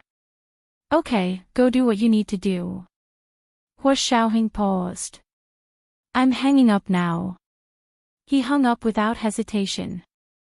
Gu Nianji anxiously said hello a few times, but when she realized that Hu Xiaoheng had hung up without hesitation, she sighed speechlessly. For Hu Xiaoheng, relationships really weren't his forte. Gu Nianji smiled as she put her phone in her backpack and carried it downstairs. Hu Xiaoheng put his phone on the small coffee table beside him and closed his eyes as he lay on the wicker chair, lost in thought. It wasn't even the 15th of the first month yet, so the nights in the imperial capital were extremely cold. However, Hu Xiaoheng didn't feel cold at all. He lay on the wicker chair and closed his eyes to rest. The cold air calmed his mind and allowed him to think without any external disturbances. A lot of things circled around in his mind. They seemed random and unrelated, but he always vaguely felt that there was an invisible thread that connected seemingly unrelated people or things together. However, he couldn't figure out what this connection would lead to. But he didn't have much time left. If he still didn't have a clue, everything about Gu Nianji might no longer be under his control, and he might have no choice but to hand her over. His fingers unconsciously tapped on the wicker chair, and the tapping sound echoed rhythmically in the night air. Gu Nianji carried her backpack and hurried through the streets of B University. She recognized the location of He Jichu's professor's building, so she arrived in less than 10 minutes. She told the guard He Jichu's name, and the guard had her sign before saying, "Professor, he is waiting for you for a meeting." Gu Nianji was shocked and asked, "He's waiting for me alone?" "Yes, he just called to ask if you're here." Gu Nianji rushed into the elevator and thought to herself, didn't he postpone the meeting because of a PhD student? Why is everyone here before 8:30? What a scam, Gu Nianji muttered to herself as she took the elevator to the 28th floor. He Jichu's room was to the left of the elevator. When Gu Nianji came out of the elevator, she saw He Jichu on the phone in the hallway. He stood with his side facing the elevator. He was wearing a very casual light blue cashmere pullover, revealing the white collar of his shirt and dark brown trousers. The seams of his trousers were so straight that they looked like they had been cut with a paper knife. He had one hand in his trouser pocket and the other holding his phone. The expression on his face was very cold, and his thin lips were tightly pursed. He had a stern aura. Gu Nianji smiled sheepishly and greeted him softly. "Professor He." He Jichu saw Gu Nianji as soon as she came out of the elevator. He hung up the phone and turned to look at her. His shimmering peach blossom eyes were calm, and there was no longer the hostility they had when they last met. Gu Nianji calmed down a little and said, "Professor He, I'm not late, am I?" She raised her wrist and looked at her watch. "It's only 8:30.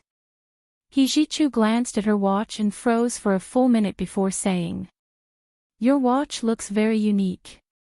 Gu Nianji touched her wrist and discreetly pulled down the sleeves of her dress to cover her watch. "It's all right. It was a gift from someone. I only accepted it because it looked very elegant." A sharp look flashed across He Jichu's eyes. Before Gu Nianji looked up, He Jichu's eyes had already returned to their usual coldness. He turned to walk to his room. "Come in. We were waiting for you." Gu Nianji jogged to catch up to him. She was neither too close nor too far away from him. Her smile was bright and clear. He Jichu quietly turned his head away and opened the door to enter. As soon as the door opened, voices could be heard from inside. "Is Professor He here? I rushed over after the class meeting. I didn't think I would be the last one." The first voice was a woman's. Gu Nianji thought it sounded somewhat familiar. "Where's little sister? Didn't you say she was coming today?" The second voice was a forthright man's. His voice was a bit rough, but his voice was deep and not unpleasant. "You don't want little sister this and little sister that. Do you think you're Ling Hu Chong?" Gu Nianji recognized Brother Huang's voice immediately. She pursed her lips and smiled. He Jichu's cold expression happened to turn around. When he saw Gu Nianji smile, he couldn't help but smile as well. He quickly realized it was inappropriate and turned to walk straight into the room. He crossed his legs and sat down on the large single-seater sofa. There was a circle of sofas in the middle of the living room. Hijichu's large sofa was at the head. There were corner sofas on both sides and a rectangular coffee table in the middle. Two people sat on the sofas on either side of the coffee table. They must be Hijichu's doctoral students. On the left were two men. One was Brother Huang, whom Gu Nianji was familiar with. On the right was a man and a woman. The woman was the counselor Gu Nianji had met in the afternoon, Gue Suyao. Gu Nianji didn't bother to greet Brother Huang. She stared at Gue Suyao with a blank expression. Hijichu shifted on the large single-seater sofa and crossed his legs. He said to Gu Nianji, "What are you standing there for? Come and sit." But where was she going to sit? Gu Nianji didn't know whether to enter or leave the room. She awkwardly raised her hand in greeting. "Hi, hello." Brother Huang stood up and introduced Gu Nianji to the other three. "This is the little junior sister I told you about, Gu Nianji. She just turned 18 last November. She's smart and quick-witted. She's a true genius, and most importantly, she's beautiful. That's rare." Yes, yes. She could have made a living with her face, but she had to compete with her IQ. "Little sister, I feel like I don't deserve to live after seeing a fairy sister like you," the man sitting next to Brother Huang said exaggeratedly. He was the first man Gu Nianji heard when she entered the room.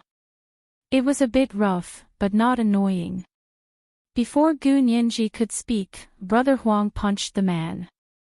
"Wipe your saliva off your face. Not every man with the Duan surname has the right to be Duan Jingchen. I don't want to be Duan Jingchen. Can't I be Duan Yu?" The man leaped over and extended his hand to Gu Nianji. "Hello, little sister. I'm Duan Chen. Not the flirtatious Duan Jingchen, but the mellow Chen. I'm honest and reliable. I'm a PhD student at the B University Faculty of Law. I'm a practicing lawyer at the JD Law Firm. The firm is considering promoting me to senior. I'm 28 this year. Little sister, do you have a boyfriend?" The man spoke like beans from a bamboo tube. He didn't wait for the others to speak before spilling the beans. Gu Nianji couldn't help laughing. The awkwardness and restraint from earlier were all gone. She shook the man's hand. "Hello, Brother Duan. Please take care of me in the future." "No problem, no problem. Of course I'll take care of you. But little sister, you're really good at changing the subject. I clearly asked if you have a boyfriend. You should at least give me a definite answer." Brother Duan teased. "Don't tell me I scared you. Get out of my way."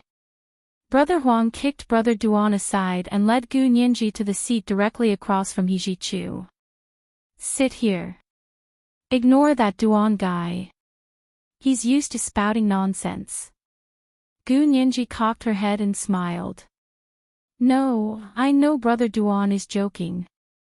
I won't take it seriously." They joked around for a while. The man sitting next to Gue Suyao also introduced himself. He said his last name was Wei. Gu Nianji greeted him. "Brother Wei." She nodded at Gue Suyao, who had been studying her the whole time. "I didn't think Miss Gue was also Professor He's student." "Oh." Brother Huang froze. "What's going on?" "Little Gue, you're Nianji's teacher." "I'm not an official teacher." Gue Suyao explained with a smile. "I'm a counselor for the postgrad class in the Faculty of Law. Nianji happens to be in that class." "Oh, I see." Brother Huang nodded. "That's good. Otherwise, how would the seniority be calculated?" "Ha ha ha ha. That's right. Nianji is both our professor, his student and his disciple." "Ha ha ha ha." Brother Duan let out an even louder burst of laughter. Gu Nianji thought this person was very interesting. He didn't have the usual restraint and self-discipline of a lawyer. Instead, he was very unrestrained. Of course, this was all just a facade. He wasn't actually what he looked like on the inside. As they studied Gu Nianji also studied them. When they were done, He Jichu said to Gu Nianji, "We're all classmates now. Don't be shy. If there's anything you don't understand, you can ask them if I'm not around." Gu Nianji nodded. "Okay, Professor He." He Jichu then turned to his doctoral students. "Two of you are graduating this year. We already finished the topic for your graduation thesis last year. The first draft must be ready before February." He was referring to Brother Huang and Brother Duan. The two of them stopped laughing and nodded solemnly. "Professor He, we're already working on it. We'll definitely have the first draft by the end of February." He Jichu then looked at Brother Wei. "You're in the second year. You should also start choosing the topic for your doctoral thesis. Don't wait until next year." "Got it." The man nodded. He Jichu finally looked at Gue Suyao. "You're in the first year. I'll have little Huang and little Duan give you a few cases. You can make a plan first."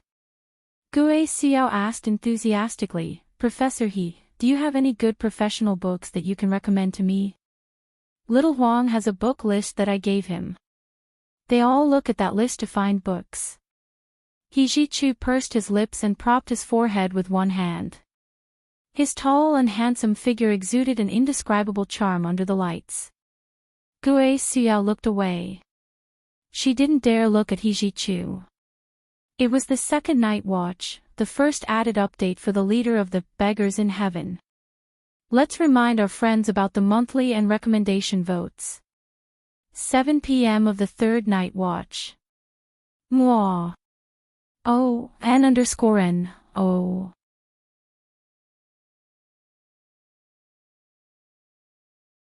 Chapter 375.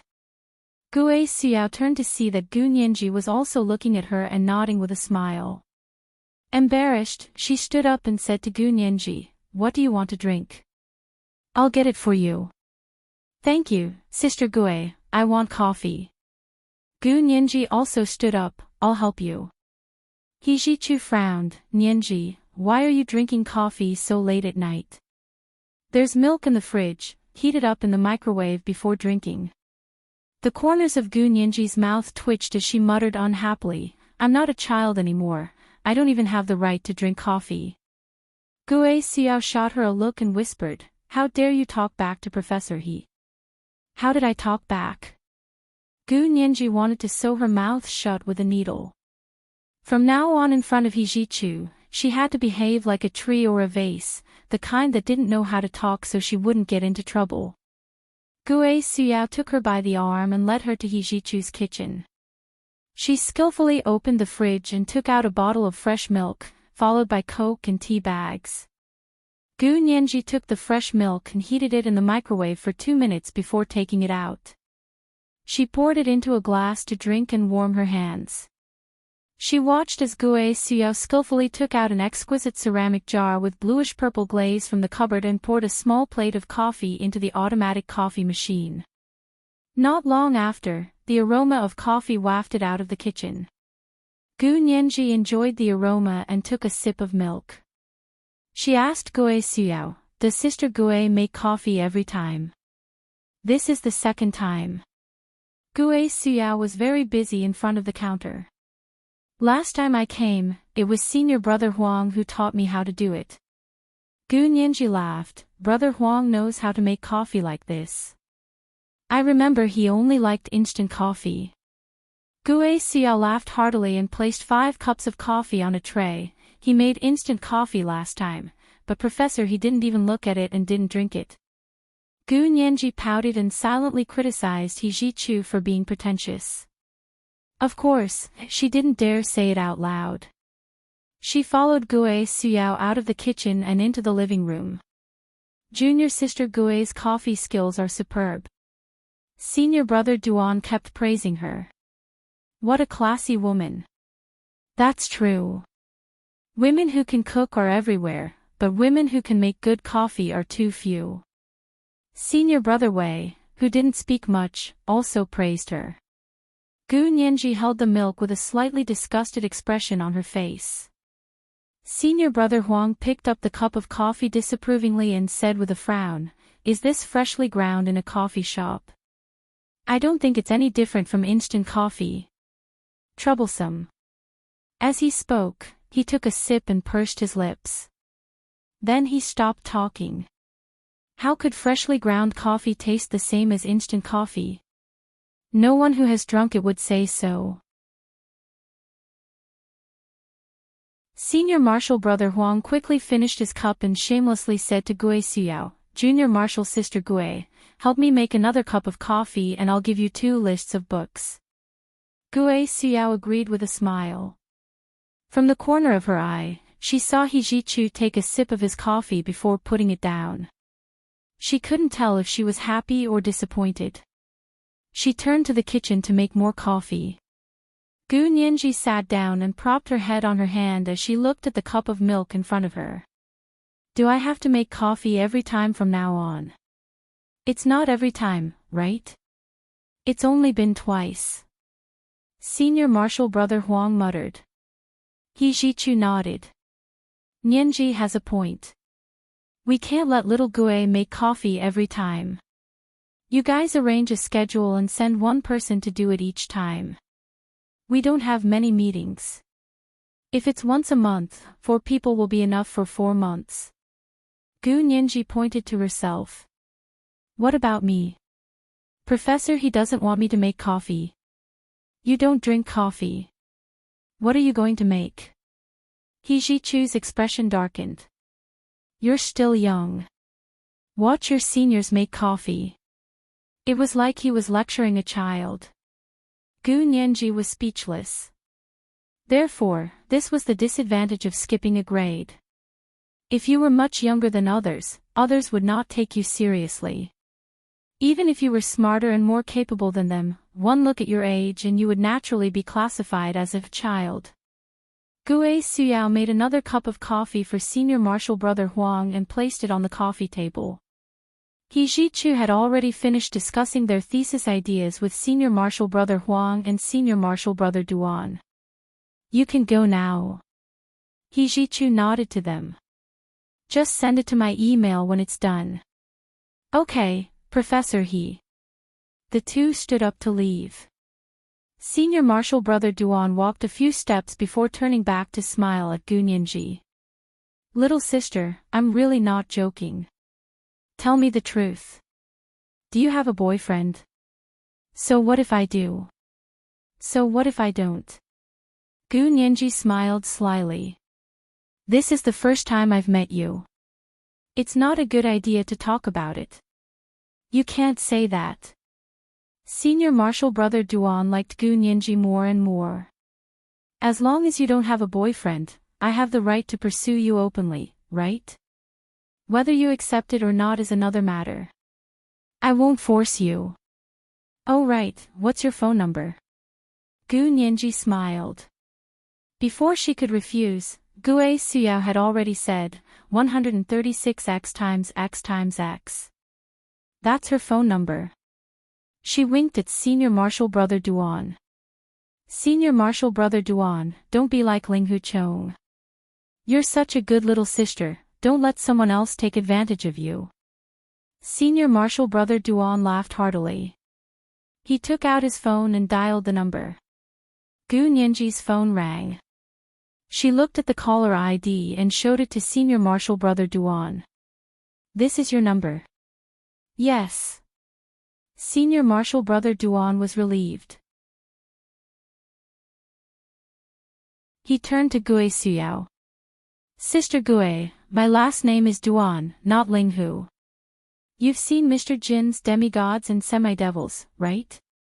What kind of person is Duan Jingchen? He's a true winner in life. All the famous women and demigods and semi-devils are either his women or his daughters. Pfft. Senior Marshal Brother Wei almost spat out his coffee. Senior Marshal Brother Huang grabbed Senior Marshal Brother Duan. Go, don't embarrass yourself here. After the two left, Senior Marshal Brother Duan became serious. He said to Senior Marshal Brother Huang, I really want to pursue Gu Nianji. What do you think? This is your first time meeting her. Did you really fall in love at first sight? Senior Marshal Brother Huang looked at him speechlessly. I never knew you were the impulsive type. No, I'm not impulsive. Gu Nianji fits my requirements for a wife. Senior Marshal Brother Duan counted on his fingers. Look, she's smart. She graduated from university at 18 and started her master's degree from one of the top universities in the country. Secondly, she's beautiful. She has a slim waist and long legs. Not only is she smart and beautiful, but her parents are both dead. She doesn't have a troublesome mother-in-law to deal with. You know my family situation. I don't need to think about benefits when I marry a wife. It was the third watch. Let me remind you about the monthly votes and recommendation votes. Mwah.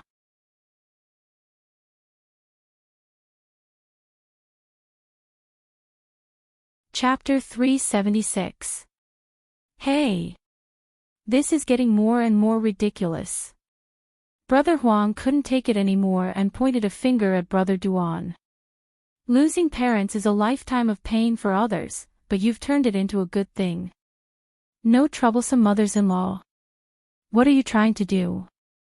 Are you even human? Brother Duan shrunk his neck, realizing he'd gone too far.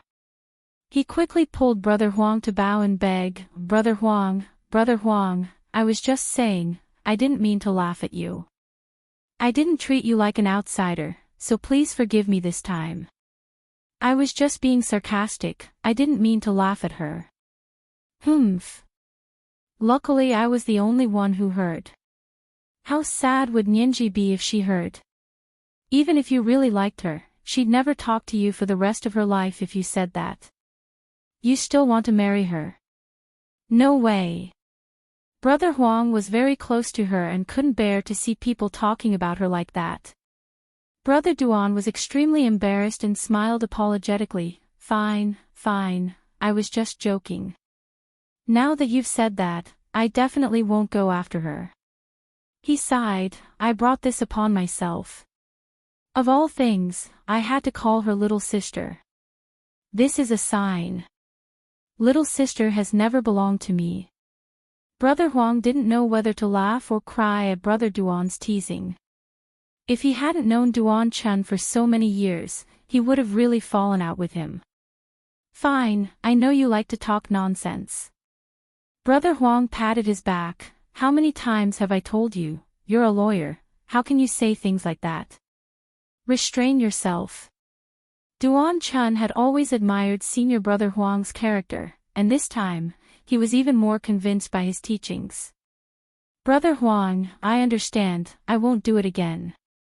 He cupped his hands at Brother Huang, it was my fault today, I'll treat everyone to a meal at Jiulo Fengyue, what do you think? Brother Huang rubbed his chin and chuckled, Jiulo Fengyue. The restaurant at Sion Square, right? I heard it's the most expensive place in town. I don't know if it's the most expensive, but it's the most classy. Senior Brother Duan was thick-skinned. After a while, he quickly recovered. It's best to treat Professor He and my juniors to a meal. The most stylish. Senior Brother Huang looked at him suspiciously. Is it the Jiulo Fengyue that I know of? Haha, there's only one Jiulo Fengyue in Sion Square. It must be her. When Senior Brother Duan heard the elevator, he walked in with Senior Brother Huang. He smiled and said, actually, it's just a restaurant for acting cool. Forget it. It's fine as long as the food is delicious. You're the only one with so many tricks up your sleeves. Senior Brother Huang scolded with a smile and didn't mention the matter again. Not long after Brother Huang and Brother Duan left, the door to He Jichu's suite opened again. Brother Wei and Gue Xiao also walked out. Xiao Gue, what's your mailbox? I'll send you the book list when I get back. Senior Marshal Brother Wei pressed the down button. Gue Xiao's mind was still on He Jichu. She snapped out of her daze and asked, Brother Wei, do you usually have a lot of classes with Professor He? We don't really have classes. He's the one who assigns the homework. We just finish it and hand it in. As they spoke, the elevator arrived. Brother Wei walked in first and reached out to block the elevator door. He waited for Gue Xiao to come in and said, You're new here this year. You can ask me if you have any questions.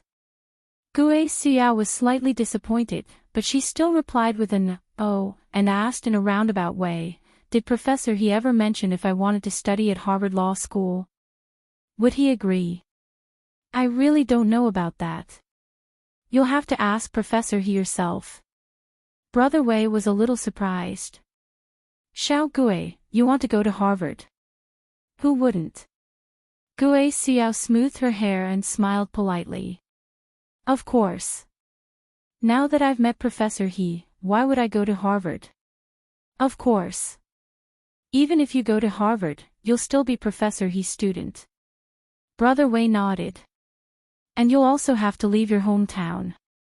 It's really not worth it. Gue Xiao only smiled and didn't say anything else. The two of them sat in the elevator in silence for a while until the elevator dinged to the first floor. When they stepped out of the elevator, Gue Xiao casually asked, Senior Wei, do you know why Professor He suddenly wants to recruit master's students? I heard in the faculty that Professor He's mentored PhD students were invited over and over again by the university, and that he would only be mentoring 5 PhD students. In the end, he only recruited 3 PhD students. I only transferred this year, and Gu Nianji can be considered the first student Professor He personally recruited. Whether it was Brother Huang, Brother Duan, or Brother Wei, all of them actually had mentors before. They were only transferred to He Jichu after He Jichu agreed to teach at the university's faculty of law. Of course, it wasn't easy to transfer. They had to go through a difficult selection test before the 3 were finally selected. Brother Wei shook his head. I'm not sure about that. But, he glanced at Gue Xiao. You didn't take the test and directly transferred from another professor to Professor He. You're quite capable. Gue Xiao had no intention of hiding it from Brother Wei. She said honestly, my relatives helped me. My uncle's family knows a lot of people and is well connected. Professor He is doing my uncle a favor. Your uncle? Brother Wei looked at her in surprise. That's not bad. To be able to find someone to have a direct relationship with Professor He, this person must have a lot of power. Gue Xiao smiled. My uncle's surname is Dou. Dou. Brother Wei frowned and thought for a while. The first person he thought of was Prime Minister Dou. But if Gue Xiao's uncle was Prime Minister Dou, then he really wasn't an ordinary person. Did she have to be an insignificant university counselor? It's not the Dou I think it is it? Brother Wei asked tentatively. Then I must have been blind. Brother Wei, you're exaggerating. My uncle was originally an ordinary person. He only became the prime minister because he was good at his studies. Gue Xiao said casually, we didn't have much contact after he became the prime minister, but I asked him for help for the first time in order to become Professor He's student. That's why I never told anyone. It really is Prime Minister Dou. Brother Wei gasped. Little Gue, it's rare for you to be so approachable. You flatter me, Brother Wei. Gue Xiao couldn't help turning around to look at the 28th floor as she spoke. That was He Jichu's room. The lights were still on. The furnishings were simple and understated, but Gue Xiao was a knowledgeable person. She knew that the simpler the furniture, the more expensive it was. Professor He's wealth was indeed extraordinary. Meanwhile, in He Jichu's room, Gu Nianji had already stood up. She shouldered her backpack and was about to leave. He Jichu waved at her. Nianji, sit for a while and tell me about your plans. My plans? Gu Nianji frowned. I told Professor He before. But Professor He didn't want to talk about it, so I didn't. He Jichu propped his head on his hand and leaned against the sofa. He wasn't looking at Gu Nianji, but somewhere else. After a while, He Jichu finally said, Is it about you wanting to graduate early? Yeah. Gu Nianji nodded. I really wanted to know about it, but Professor He didn't want to talk about it, so I didn't ask. It's not that I don't want to talk about it. He Jichu looked at her. Sit down and talk. Gu Nianji saw He Jichu's tone soften. She finally sat down and said very sincerely, Professor He, I'm really thinking about it. If there's even the slightest possibility, can you tell me?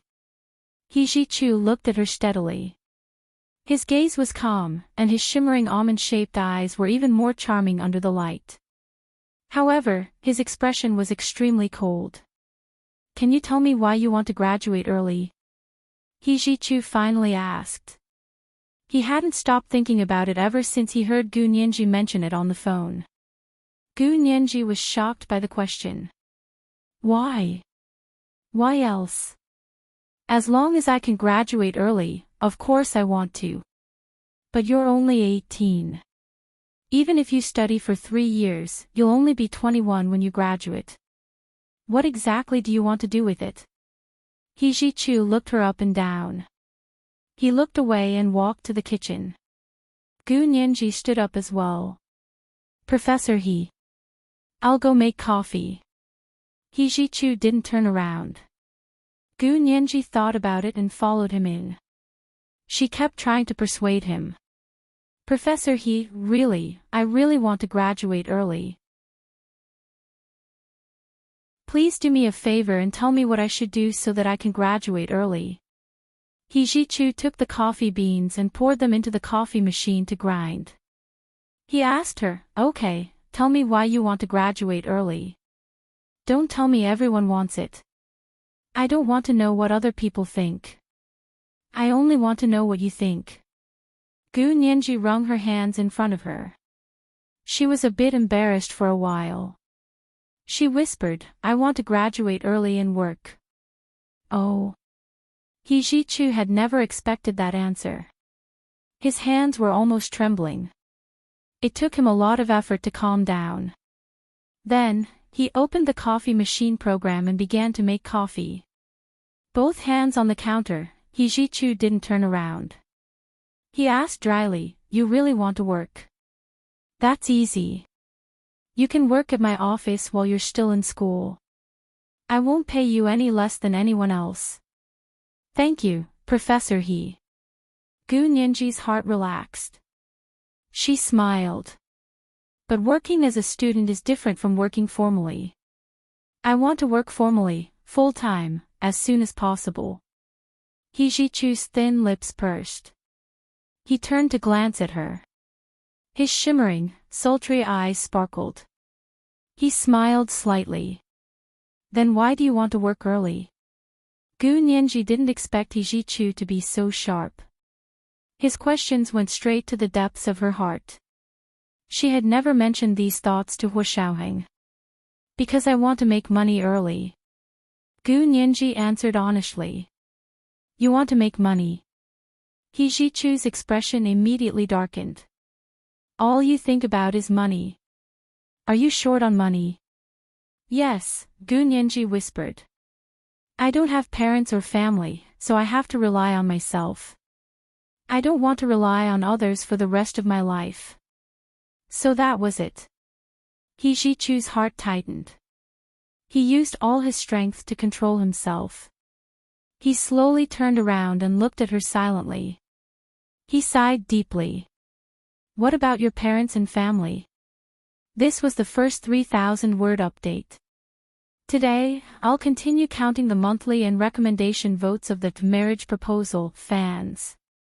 The second update was around 2:00 p.m. It was the second update for the Heaven's Beggar, who was promoted to the leader of the alliance.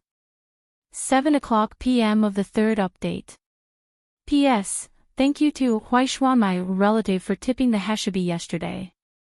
Mwah. Oh, intersection. Oh.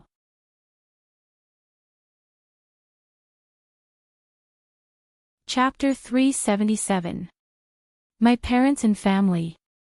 Gu Nianji shook her head helplessly and smiled wryly. Didn't you see my information? I'm an orphan whose parents passed away. Your parents are really gone. He Jichu took a step forward to get closer to Gu Nianji. Then where are your parents buried? Have you paid your respects to them? Gu Nianji looked at He Jichu in shock, and the resistance she had against him disappeared. Other than Hu Xiaoheng, He Jichu was the first person to care about her parents' real situation. He even mentioned paying his respects to her parents. This was a form of respect. As a child, it was difficult for her to resent him for having such a respectful attitude towards her parents. Gu Nianji looked at He Jichu and thought about lying or remaining silent for a long time. In the end, she shook her head and said honestly, No, I don't know where my parents are buried. Didn't your parents pass away? How can you not know where they are buried? He Jichu's voice was close to a sneer, but Gu Nianji was no longer disgusted. She thought about it silently for a while and said with difficulty, Actually, I'm just guessing that they're probably gone. Why do you say probably? Because I don't remember the past. Gu Nianji gripped the straps of her backpack tightly, feeling very uneasy. I don't know if my parents are gone or if they're still alive somewhere. But if they're still alive, why didn't they come looking for me? Her expression was somewhat stubborn as she finally said the words she had hidden in her heart for a long time.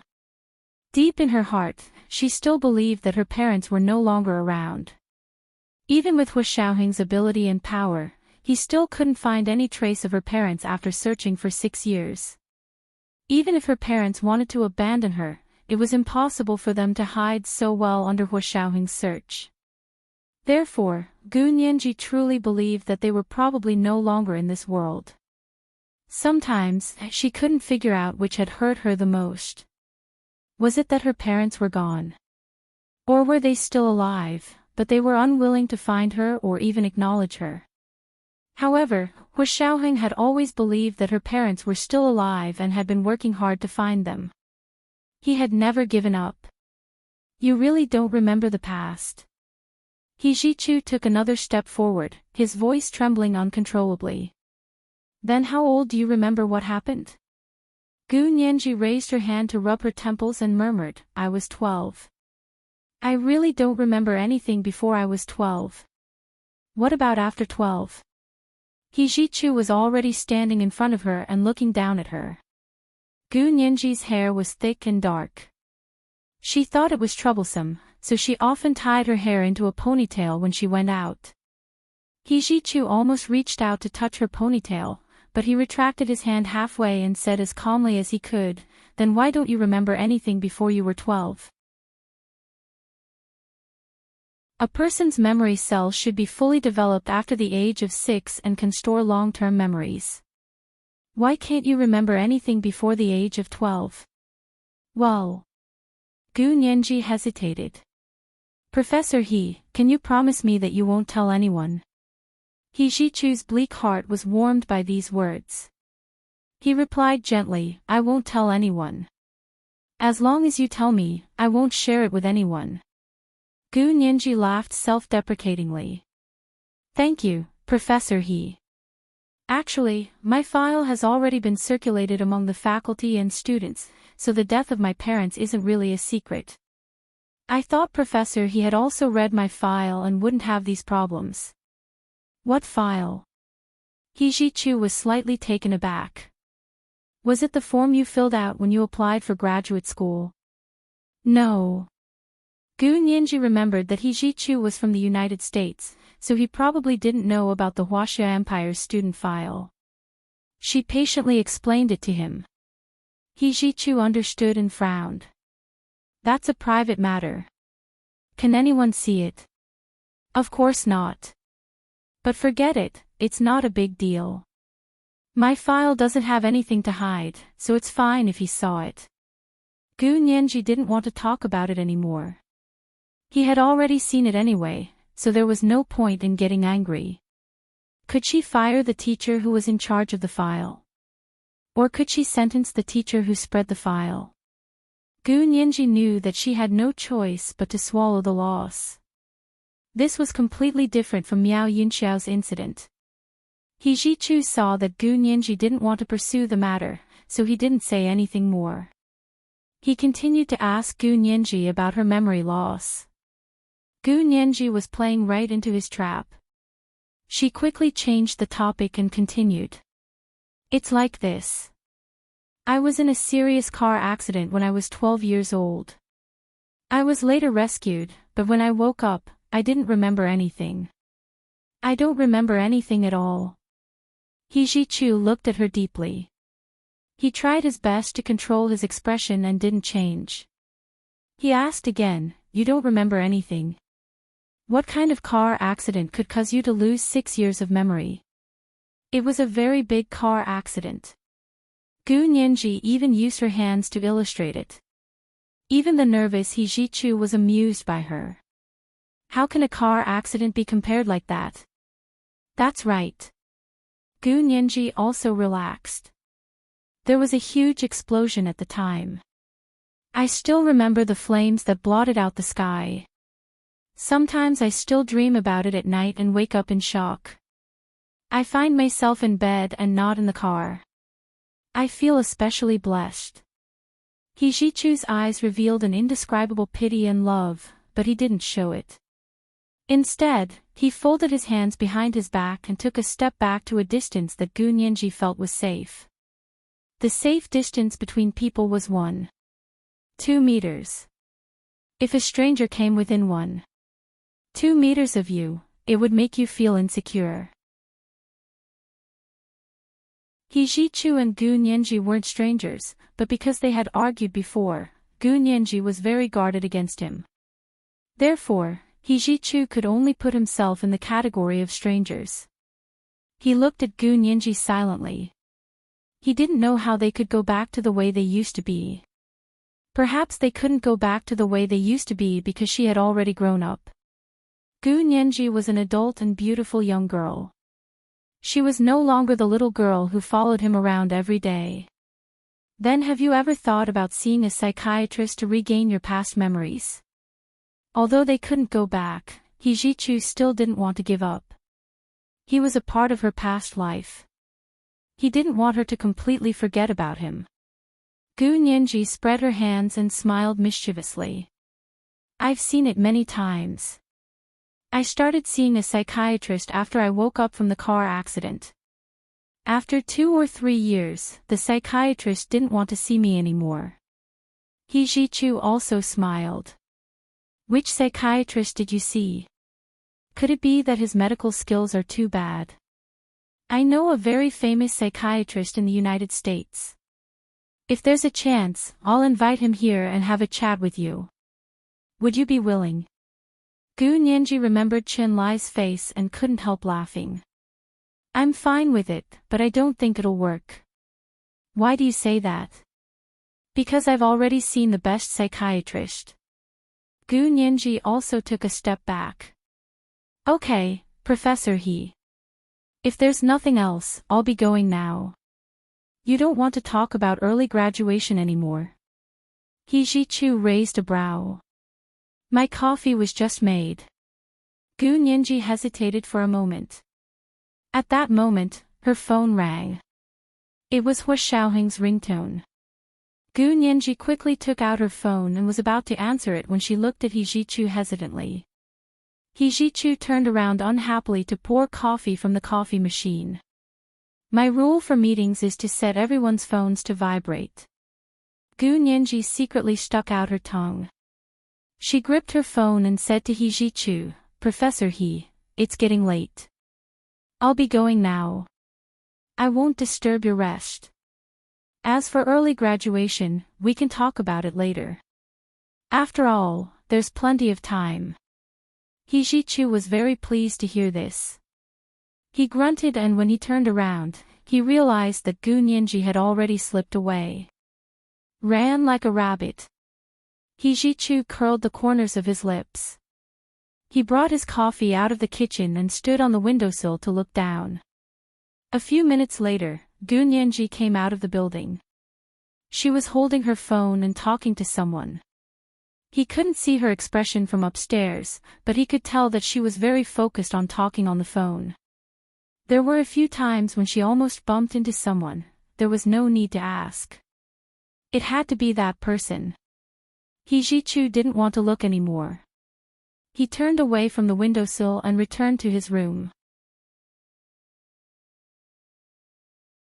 Gu Nianji came out of the elevator and jogged to talk to Hu Xiaoheng.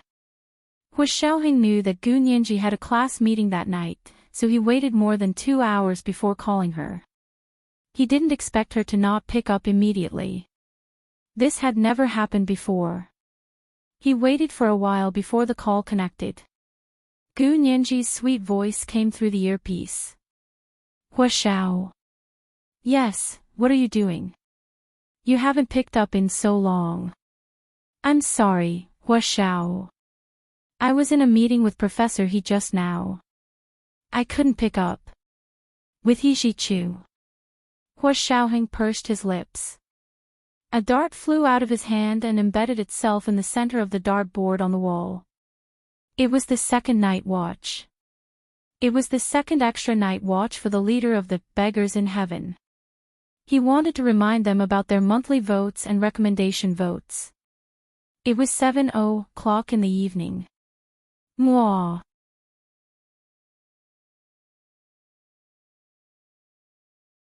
Chapter 378. Yeah, I told you it was Professor He. Gu Nianji laughed. Her footsteps were practically skipping as she walked along the campus road. It was almost 9:30, and there weren't many people on the road. It was everyone's first day of school, so there weren't any classes yet.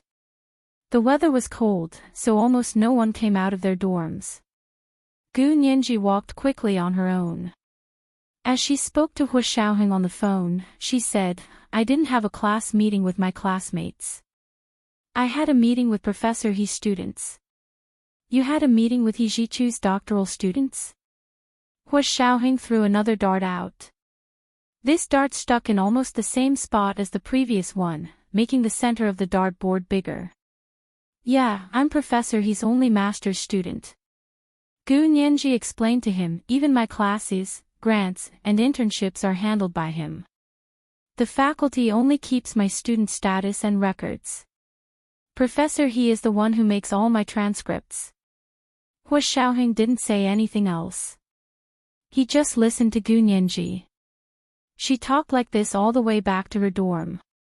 Hu Xiao, I have to hang up. I'm about to enter the elevator. The signal is bad inside. Okay, that's it for today. Hu Xiaoheng only wanted to make sure Gu Nianji had returned to her dorm. He didn't have much desire to chat. Go back and rest. Classes start tomorrow. Are you ready? Gu Nianji still hadn't looked at her schedule, but she said to Hu Xiaoheng, it's about time. I'll go back and look at the schedule. Okay, good night. Hu Xiaoheng said good night to her and hung up. Gu Nianji looked at her phone speechlessly. Once again, Hu Xiaoheng hung up before she did. Hu Xiaoheng didn't go home when he called Gu Nianji. Instead, he stayed in his office. Zhao Liangzi was running the program he wrote day and night to gradually narrow down the scope of inspection. He didn't sleep or rest for several days and finally couldn't take it anymore.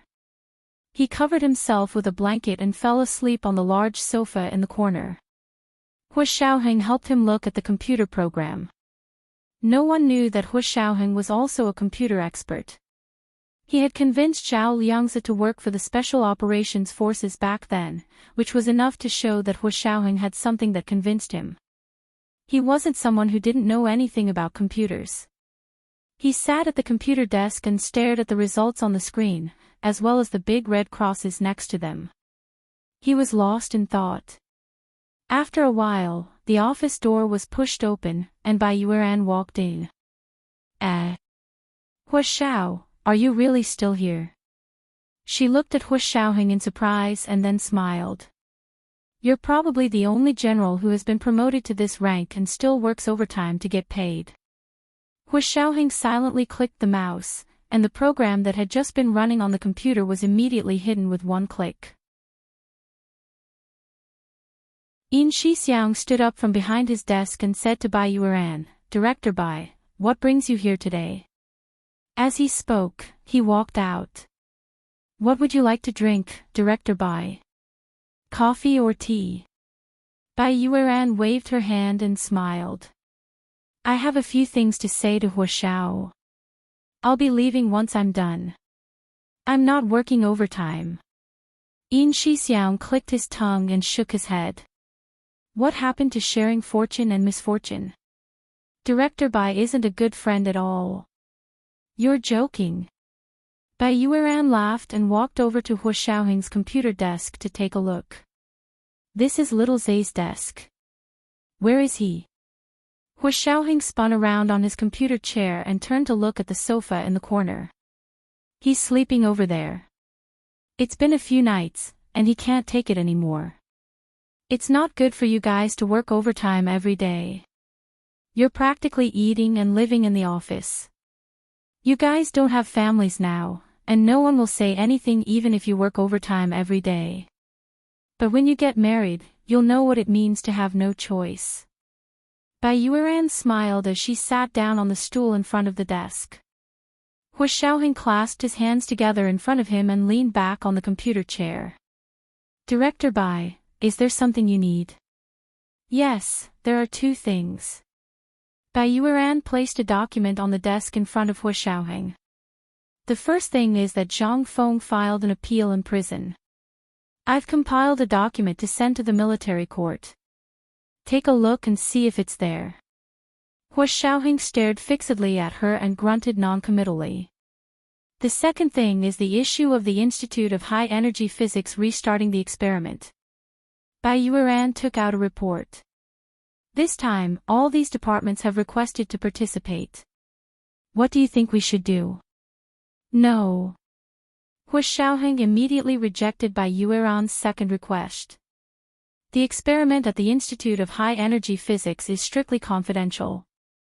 No more people can participate. We can't satisfy these departments' requests. Hu Xiao, in politics, they won't back down just because we can't satisfy their requests. Bai Yueran sighed. Our country is a society that values relationships. You can't be so heartless. Hu Xiaoheng walked out from behind the desk and rubbed his forehead. Let me think about it. He picked up the darts and threw them again. Bai Yueran sat for a while and saw Zhao Liangzi sleeping soundly on the sofa in the corner, but the military blanket on him had fallen off. She quickly walked over and picked it up from the ground to cover him gently. Zhao Liangzi was still groggy from sleep and opened his eyes to see Bai Yueran's beautiful face. He was instantly wide awake. Director. Bai. Why are you here? He struggled to sit up. His head was a little dizzy. Bai Yueran comforted him. Sleep a little longer. I'll leave after talking to Hu Xiao. Oh. Zhao Liangzi's voice carried a subtle hint of disappointment. He lifted the blanket. I should get up too. I slept all night. It's only been 2 hours. What do you mean by all night? Yin Shixiang gave Zhao Liangzi a look. Go back and sleep tonight. Hu Xiao and I will stay here and watch. Zhao Liangzi picked up his jacket from the other side of the sofa and put it on. He looked at Bai Yueran inquiringly. Bai Yuan thought about it and said, then let's go together. Okay. Zhao Liang's heart suddenly relaxed. He put on his jacket again before leaving the office with Bai Yuan. The night sky outside was beautiful.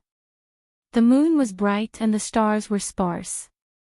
The two chatted as they walked. Zhao Liangse asked tentatively, it's Valentine's Day in a few days. How does Director Bai plan to celebrate it? Bai Yuan laughed. I don't have a lover. Why would I celebrate Valentine's Day? No way. Director Bai doesn't have a boyfriend. Zhao Liangse couldn't hide the excitement in his voice. That's hard to believe. It's the truth. Actually, other people don't like me. Bai Yuan said seriously, but her eyes darted around mischievously. Zhao Liang's heart was thumping wildly, but he remained calm on the outside. He smiled and said, Director Bai is too humble. Being overly humble is equivalent to being arrogant. Director Bai's standards must be too high, and you don't like those ordinary people. Little Zay, you're so funny. I really don't have high standards. Actually, I'm too busy. I had a boyfriend before, but I only saw him a few times a year. Eventually, he couldn't take it anymore and broke up. Bai Yuan sighed. I don't care anymore. Zhao Liangze glanced at her. Director Bai is such a good person. I'm sure you'll find a good partner.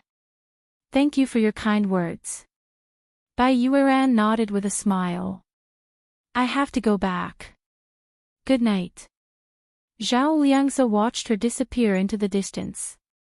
He planned to try asking Bai Yuan out for dinner on Valentine's Day. After a few days, Zhao Liang's program was almost finished. He had narrowed down the targets from a few hundred to a few dozen and could officially report it to the Supreme Military Council. Hu Xiaoheng immediately brought the list to the Supreme Military Council and requested authorization from them and the Senate to allow the Special Operations Forces to operate within the country. General Ji looked at the list and smiled with satisfaction. Xiaoheng, you really didn't disappoint me. It's been 6 years, and this matter can finally be resolved. We never gave up. Hu Xiaoheng also breathed a sigh of relief. This matter had come to an end. All that was left was to wait for authorization to bring these people to the imperial capital. He was about to ask for a vacation when he heard General Ji say, "Oh right, the girl from the Su family happened to be at my house for dinner today and bumped into you. After dinner, you can take her home." It was the third watch. Let me remind you about your monthly votes and recommendation votes. Moi. O, N_N, O.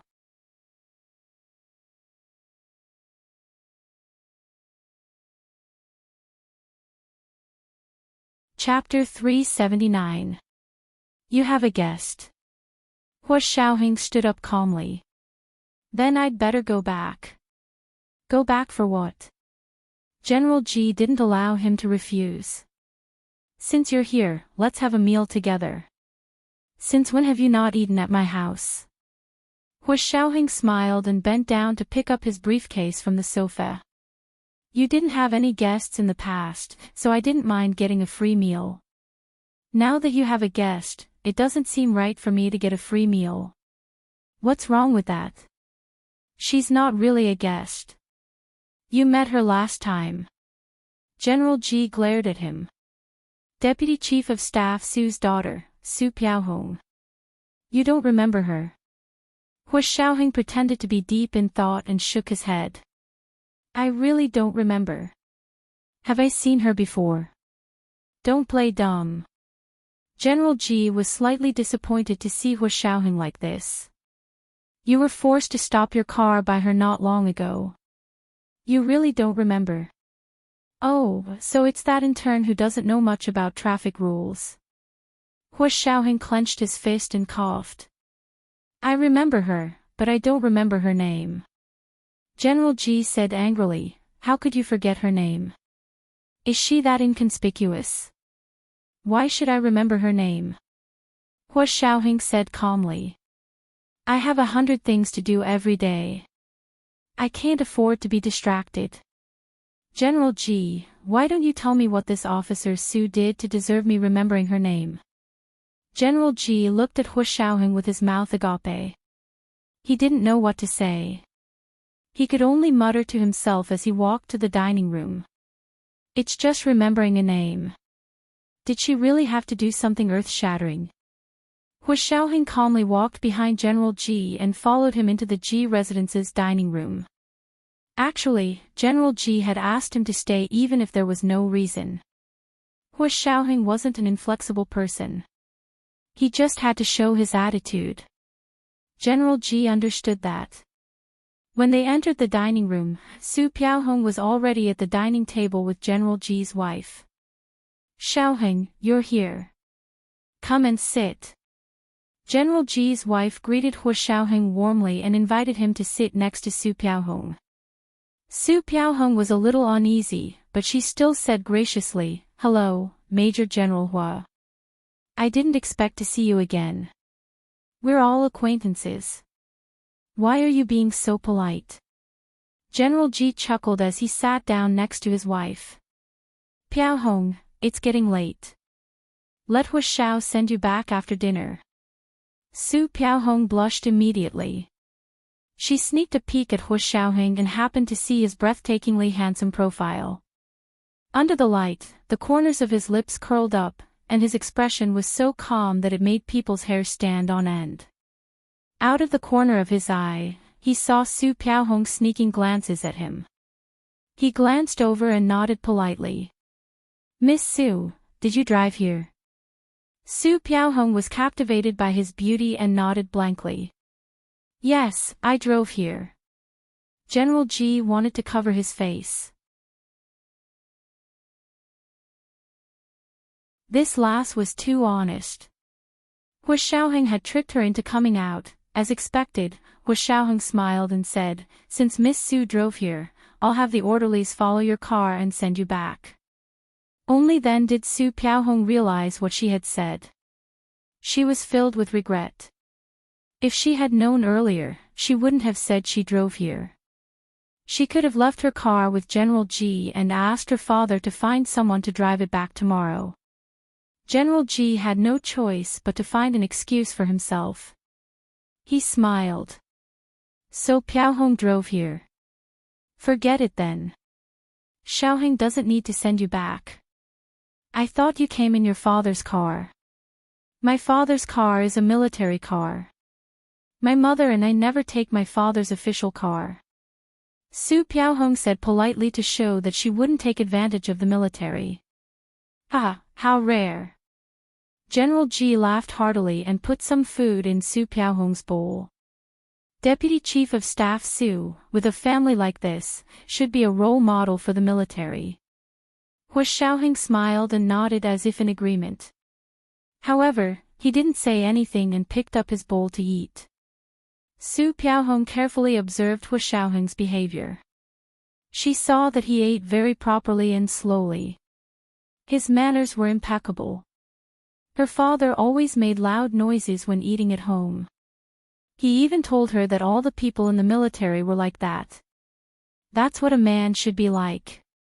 But Hua Xiaoheng was different from the soldiers on her father's side. So it wasn't just eating rough that people could be called men. Su Piaohong couldn't help but ladle a bowl of soup for Hua Xiaoheng. She placed it on his right hand and smiled. Major General Hua, this is Codonopsis and wolfberry lamb soup. It's very nourishing. My mother said that we should have nourishment in the winter. Hua Xiaoheng paused. Seeing that General Ji and his wife were smiling at him, he couldn't refuse and could only take it. Thank you, Miss Su. The soup was very small, so Hua Xiaoheng didn't mind. He finished it in 2 gulps and put it aside. He didn't expect Su Piaohong to see him finish it so quickly. She thought that he liked it and quickly filled another bowl for him. Hua Xiaoheng quickly said, You're welcome, Miss Su. I've had enough. This is the last bowl. Major General Hua, please eat. Su Piaohong pushed the soup to Hua Xiaoheng. General Ji's house has good things. I even said that I wanted to learn cooking from Mrs. Ji. Major General Hua, what do you like to eat? Hua Xiaoheng replied calmly, I like to eat everything. Saying that he liked to eat everything was equivalent to saying that he wouldn't tell her what he liked to eat. Su Piaohong choked and understood what Hua Xiaoheng was implying. She didn't ask further. However, she couldn't taste the food. She picked up her chopsticks and took a few bites. Seeing that Hua Xiaoheng had finished his meal and was drinking tea, she stopped eating. Hua Xiaoheng blew on the cigarette and asked her calmly, Miss Su, you're not eating anymore. No, I'm full. Su Piaohong patted herself exaggeratedly. Auntie's food is really delicious. Hua Xiaoheng looked at the remaining food in Su Piaohong's bowl and smiled. He didn't say anything else. He finished his tea and got up to leave. General Ji couldn't urge him to send Su Piaohong off anymore. He could only give her a look. Su Piaohong mustered her courage and chased after him. Major General Hua, are you going to the parking lot? Hua Xiaoheng shook his head. My car is at the entrance. Oh. Su Piaohong was a little disappointed. My car is in the parking lot. This is the residence of the members of the Supreme Military Council. It's very safe. Hua Xiaoheng said politely. But if Miss Su still doesn't dare to go, I can get my orderly to take you there. No need. No need. I didn't mean it that way. I know it's very safe here. Su Piaohong quickly waved her hand. Then Major General Hua, you can go first. I just remembered that I left my things at General Ji's house. All right, I'll go first. Hua Xiaoheng nodded at her and got into his car. Fan Jian started the car in the driver's seat and quickly drove out of the residential area of the Supreme Military Council. Hua Xiaoheng sat in the car and rubbed his forehead. He closed his eyes to rest. After a while, he felt a little hot. He wasn't sure if it was because he drank too much mutton soup. Looking up at the road outside, he seemed to be passing by the entrance of B University. He said to Fan Jian, drive to B University. I'll go see Nianji. This was the first watch. A reminder for the monthly votes and recommendation votes. The second watch was around 2 in the afternoon. There was no third watch today. Wax.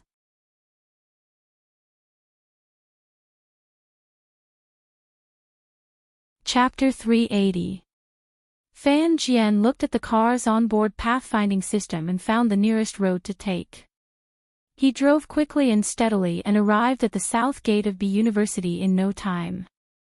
After showing his pass, Hua Xiaoheng's car drove directly into the campus. It was already dark, but there were more people on campus. After entering the campus, they slowed down and drove towards Gu Nianji's graduate student dormitory. Hua Xiaoheng called Gu Nianji in the car. Gu Nianji had just returned from studying at the library and was about to shower and put on a face mask. When she heard Hua Xiaoheng's personal ringtone, she was instantly excited. Hua Xiao. She swiped open the phone and asked in surprise, why are you calling me so late at night? Hua Xiaoheng sat in the car and looked out the window. I'm already on campus. I'll be at your dormitory soon. Really? Gu Nianji was ecstatic. I'll be right down. Or do you want to come up? Hua Xiaoheng propped his head on his hand and said calmly, I'll park the car downstairs. You can come down. It was already past 9 p.m., so it wasn't convenient for Hua Xiaoheng to go to the female dormitory so late at night. Gu Nianji was also worried about this problem, so she immediately said, okay, I'll be right down. She looked in the mirror and saw that she had just washed her face.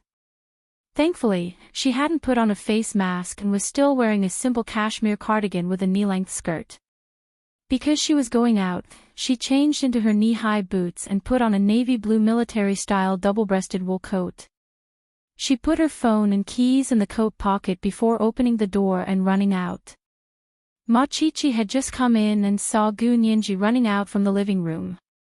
She called out to her, "It's so late, where are you going?" "I'm going out to buy something." Gu Nianji didn't even look back as she opened the door and headed towards the elevator. As soon as Machichi heard that she wanted to buy something, she quickly said, "Help me buy some supper. It'd be best if it's the pancakes from the little store around the corner from campus. Remember to add 2 eggs too." "Got it." Gu Nianji turned around and waved. She smiled. "You only know how to eat. Be careful you don't gain 1.5 kilos overnight.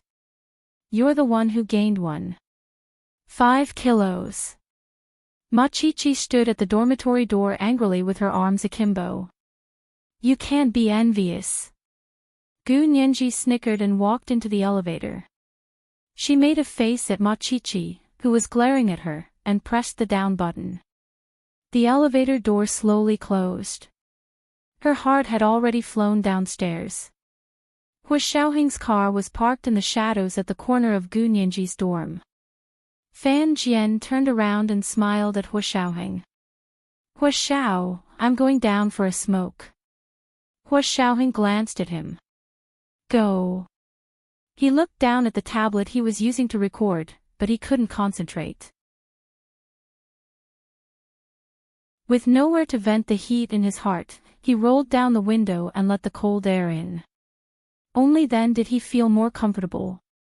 Gu Nianji went downstairs and looked around. She didn't see a car, but she did see Fan Jian smoking under a big tree in front of the building. She walked over with a smile and patted Fan Jian's shoulder. "Brother Fan, where's Hu Xiao?" Fan Jian turned around and saw her. He pointed to the shadow on the other side of the building. "Over there." "Thank you, Brother Fan." Gu Nianji followed the direction Fan Jian had pointed and found Hu Xiaoheng's car. It was hidden in the shadows like a beast, full of predation. Gu Nianji was even more excited. She quickly ran over. The night wind was cold, but her cheeks were flushed. Her heart was warm because Hu Xiao had come to see her. He'd taken the initiative to see her. Only she knew how difficult it was for Hu Xiaoheng to get to this step. Hu Xiaoheng sat in the car and saw a young girl wearing a double-breasted military-style coat run over from a brightly lit area. Her long ponytail fluttered behind her head. Her tall figure was complemented by the double-breasted military-style coat, making her look valiant and valiant. It was a stark contrast between softness and toughness. He looked at her in a daze. His eyes were deep and calm as he hid in the darkness of the car. He didn't move. He was like a cheetah in the dark, waiting for his prey to come to him. Gu Nianji came to the car and called out into the darkness, "Hu Xiao?" The car was too quiet. It didn't seem like anyone was inside. She wondered if Hu Xiaoheng had gotten out to smoke like Fan Jian. Just as she was debating whether to open the door, it opened from the inside. Hu Xiaoheng reached out to her and said in a low voice, "Come in." Gu Nianji was overjoyed.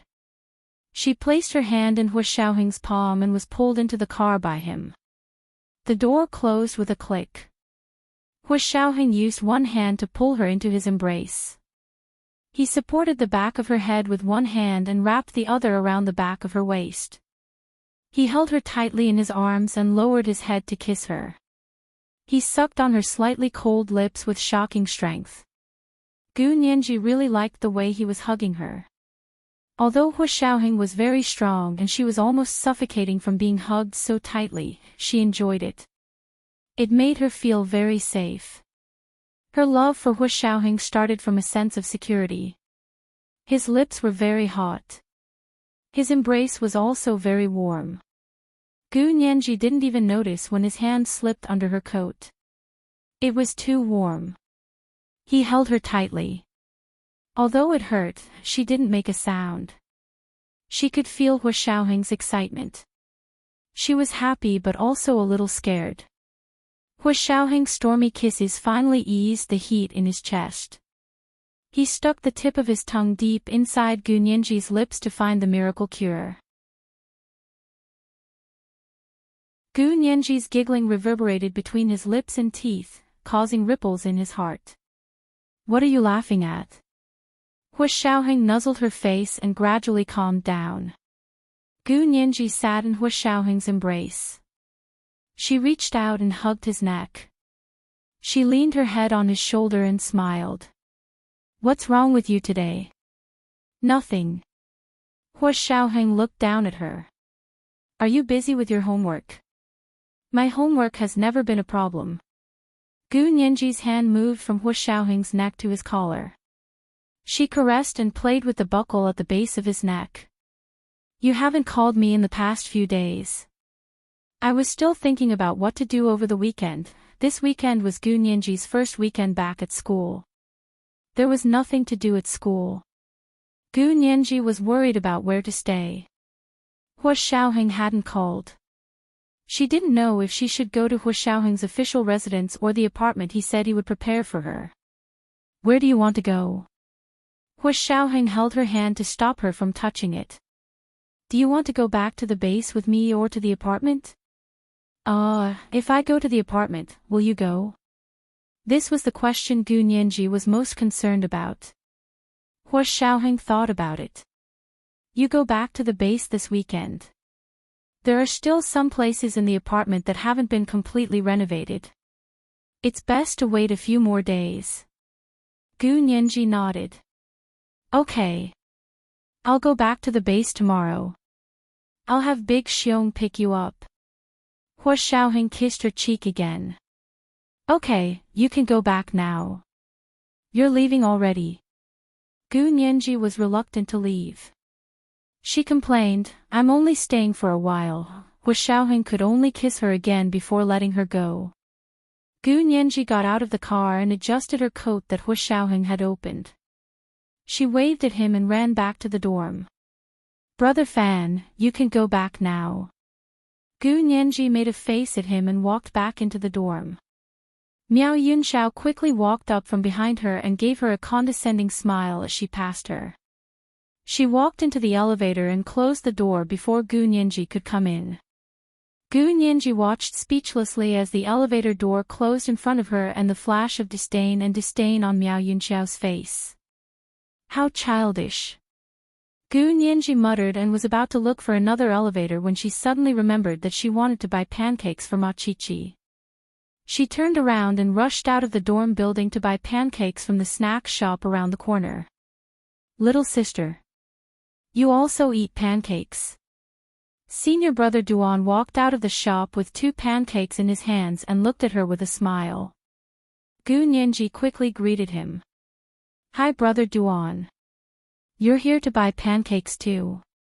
Yeah, I'm buying them for brother Huang. I lost a bet with him, haha. Brother Duan laughed heartily. Gu Nianji's pretty face almost glowed in the soft light. He was dazzled and couldn't help asking, Nianji, next weekend happens to be Valentine's Day. Do you have any plans? It was the second watch. A reminder for my friends' monthly votes and recommendation votes. There was no third watch today. Mwah.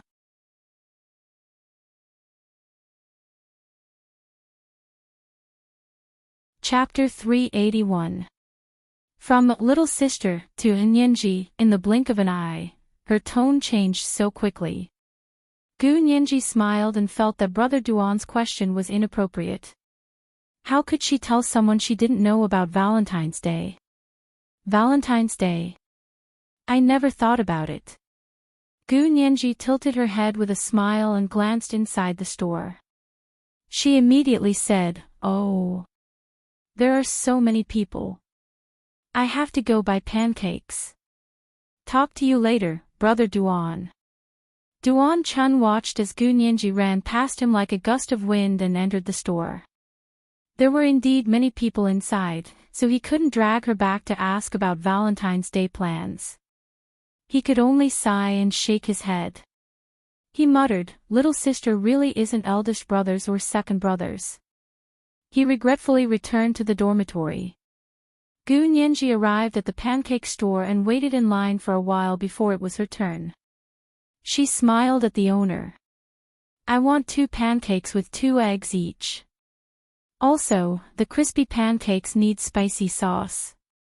The owner skillfully made the pancakes and handed them to her in 2 small paper boxes. He chuckled. "Xing Hui, 16 yuan.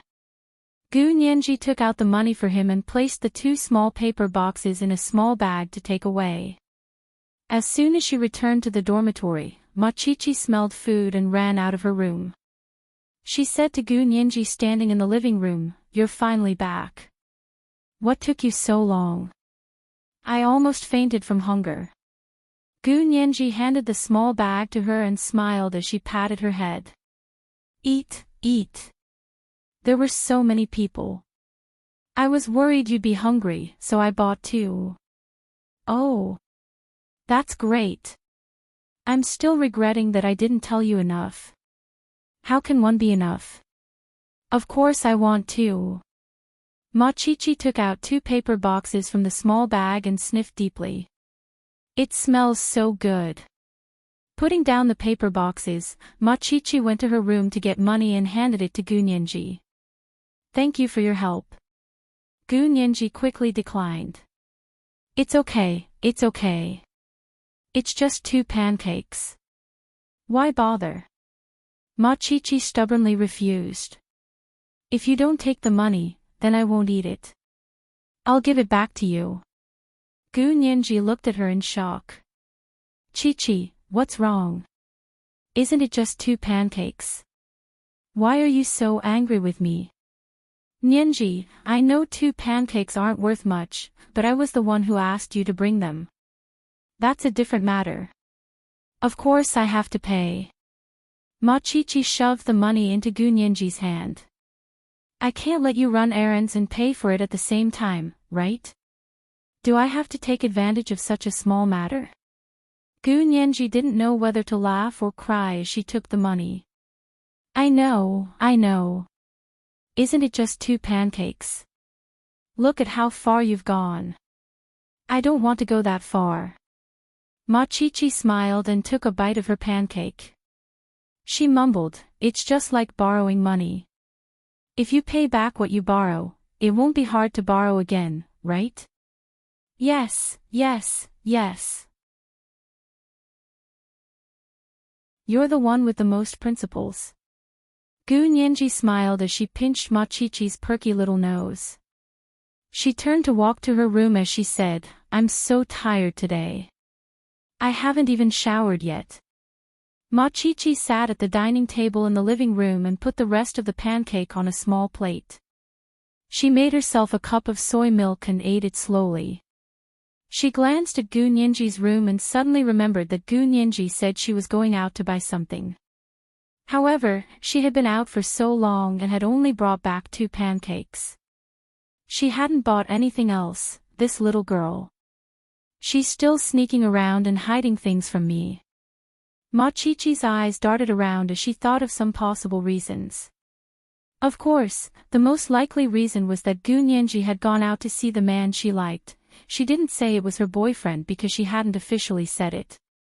From Ma Qiqi's perspective, any relationship that couldn't be made public wasn't considered a relationship. Therefore, she wouldn't ask if Gu Nianji didn't say it. It was her privacy. Gu Nianji returned to her room and took off her coat to throw it on the small 2-seater sofa by the wall.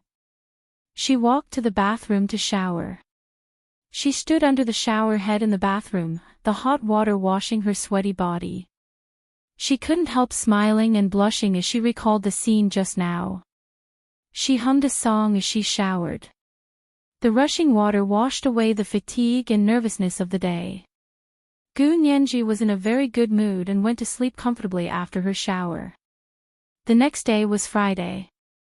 Gu Nianji hadn't eaten at the library all day and finally finished the thesis He Jichu had assigned at 5 p.m. She emailed it to him. Her stomach growled as she packed her bag. Gu Nianji hurriedly walked out of the library. She originally wanted to go back and shower before calling Hu Xiaoheng to ask about the car. However, her phone was already ringing. It wasn't Hu Xiaoheng's exclusive ringtone. Gu Nianji took out her phone and saw it was Fan Jian calling. She quickly said, "Brother Fan, where are you? I'm already downstairs from your dorm. Where are you?" Fan Jian's voice came from the phone. He sounded a bit anxious. Gu Nianji quickly said, "I'm in the library. I just came out and was about to go back to the dorm. I'm already downstairs from your dorm." Fan Jian sighed in relief. "Come back soon, little miss." Gu Nianji giggled. "I'll be right back. Wait for me." She left the library and found her bike. She quickly rode it back to the dorm. "Nianji, this way. Get in." Fan Jian stood in front of the car door. His posture was straight. He had a well-built body and regular features. He had the word righteousness written all over his body. "I'm not going back to the dorm." Gu Nianji locked her bike in the bike shed downstairs and walked out with her bag. "I haven't taken my things yet." "Your things are already there. What else are you going to take?" Fan Jian quickly opened the door. "Hurry up and go back. Hu Xiao has been so busy these past few days that he doesn't even have time to eat. We're hoping you can hurry back and give him a good meal." "Oh. Why aren't you eating?" Gu Nianji was also anxious. "Okay, I'll go now." She took out her phone and left a message for Ma Chi-Chi. "Chi-Chi, I'm going home. I won't be going back to the dorm. Have a good weekend." Gu Nianji had just fastened her seatbelt when she got into the car. She looked up and saw Miao Yunxiao standing not too far away. She was staring at her, but she didn't know if she was looking at her or the car. Gu Nianji didn't mind and said to Fan Jian, "I'm done. Let's go." Fan Jian started the car and quickly drove out of the south gate of B University. He headed to the official residence of the Special Ops headquarters in the imperial capital. Has Hu Xiao been busy lately? Why can't he even eat? Gu Nianji was curious. Is there a need for that with his current position? Hu Xiaoheng was already a major general. This meant that he was more in charge of people and not doing things himself. He could only be more useful if he gathered a group of capable subordinates. He couldn't do everything himself. It's a long story. We're just subordinates. It's not our place to persuade him. Nianji, if you have the heart, help persuade Hu Xiao. Fan Jian smiled and looked at her in the rearview mirror. Hu Xiao will still listen to you. Gu Nianji's heart was filled with sweetness, but she also felt a bit embarrassed. She leaned forward and rested her arm on the back of the seat in front of her. I should be the one listening to Hu Xiao. Why would he listen to me? You have a point. Of course Hu Xiao listens to you. Fan Jian looked at her again. Nianji, you and Hu Xiao. Gu Nianji's face instantly flushed. She retracted her arm and leaned back in her seat.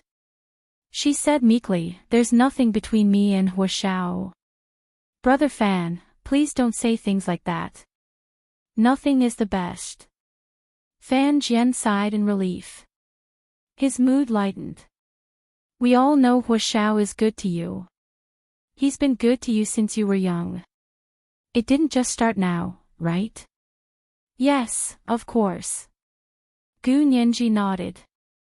I only knew Hu Xiao when I was young. I remember it all. The two chatted and laughed. Soon, they arrived at Hu Xiaoheng's headquarters. Hu Xiaoheng had just been called away by Speaker Long. His car and Gu Nianji's car almost brushed past each other. Gu Nianji sat in the car and didn't know, but Fan Jian knew Hu Xiaoheng's whereabouts from the central control system.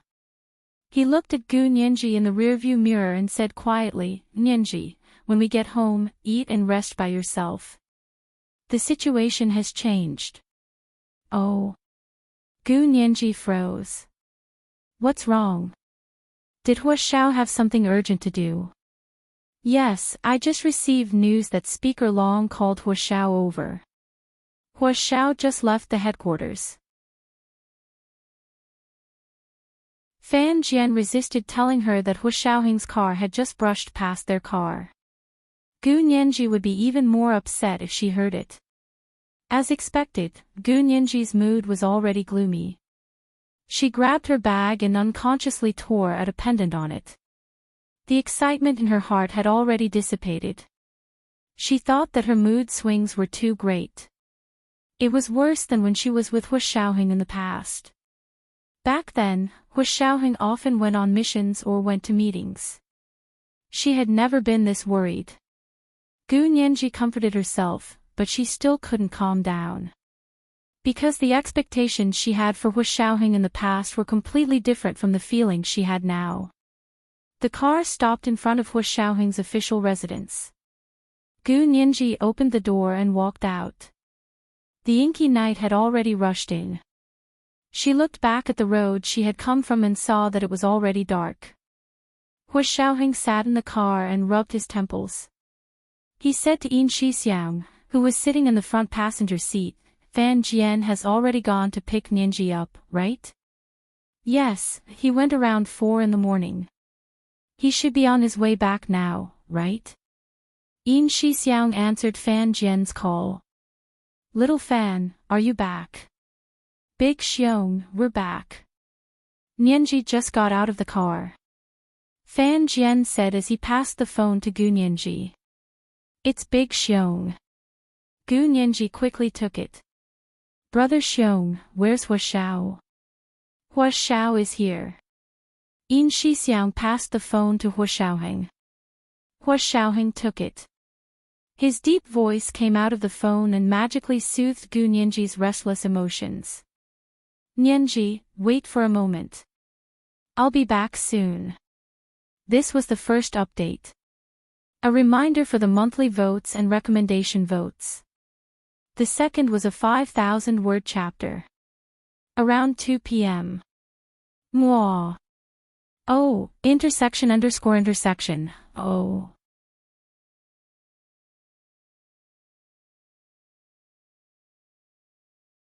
Chapter 382. Gu Nianji's fluttering heart finally calmed down. Hua Xiaoheng's voice was emotionless over the phone. He was simply stating a fact to her calmly. But ordinary words sounded different to the ears of a lover.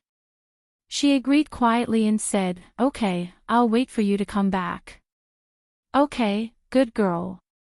Hua Xiaoheng hung up and passed the phone back to Yin Shixiang, who was in the front passenger seat. He sat alone in the back seat with his elbows on the side of the window. He was deep in thought. For the past few days, they had been searching for the actual situation of the people named Gu Xiangwen without rest, but it seemed that they had reached a dead end.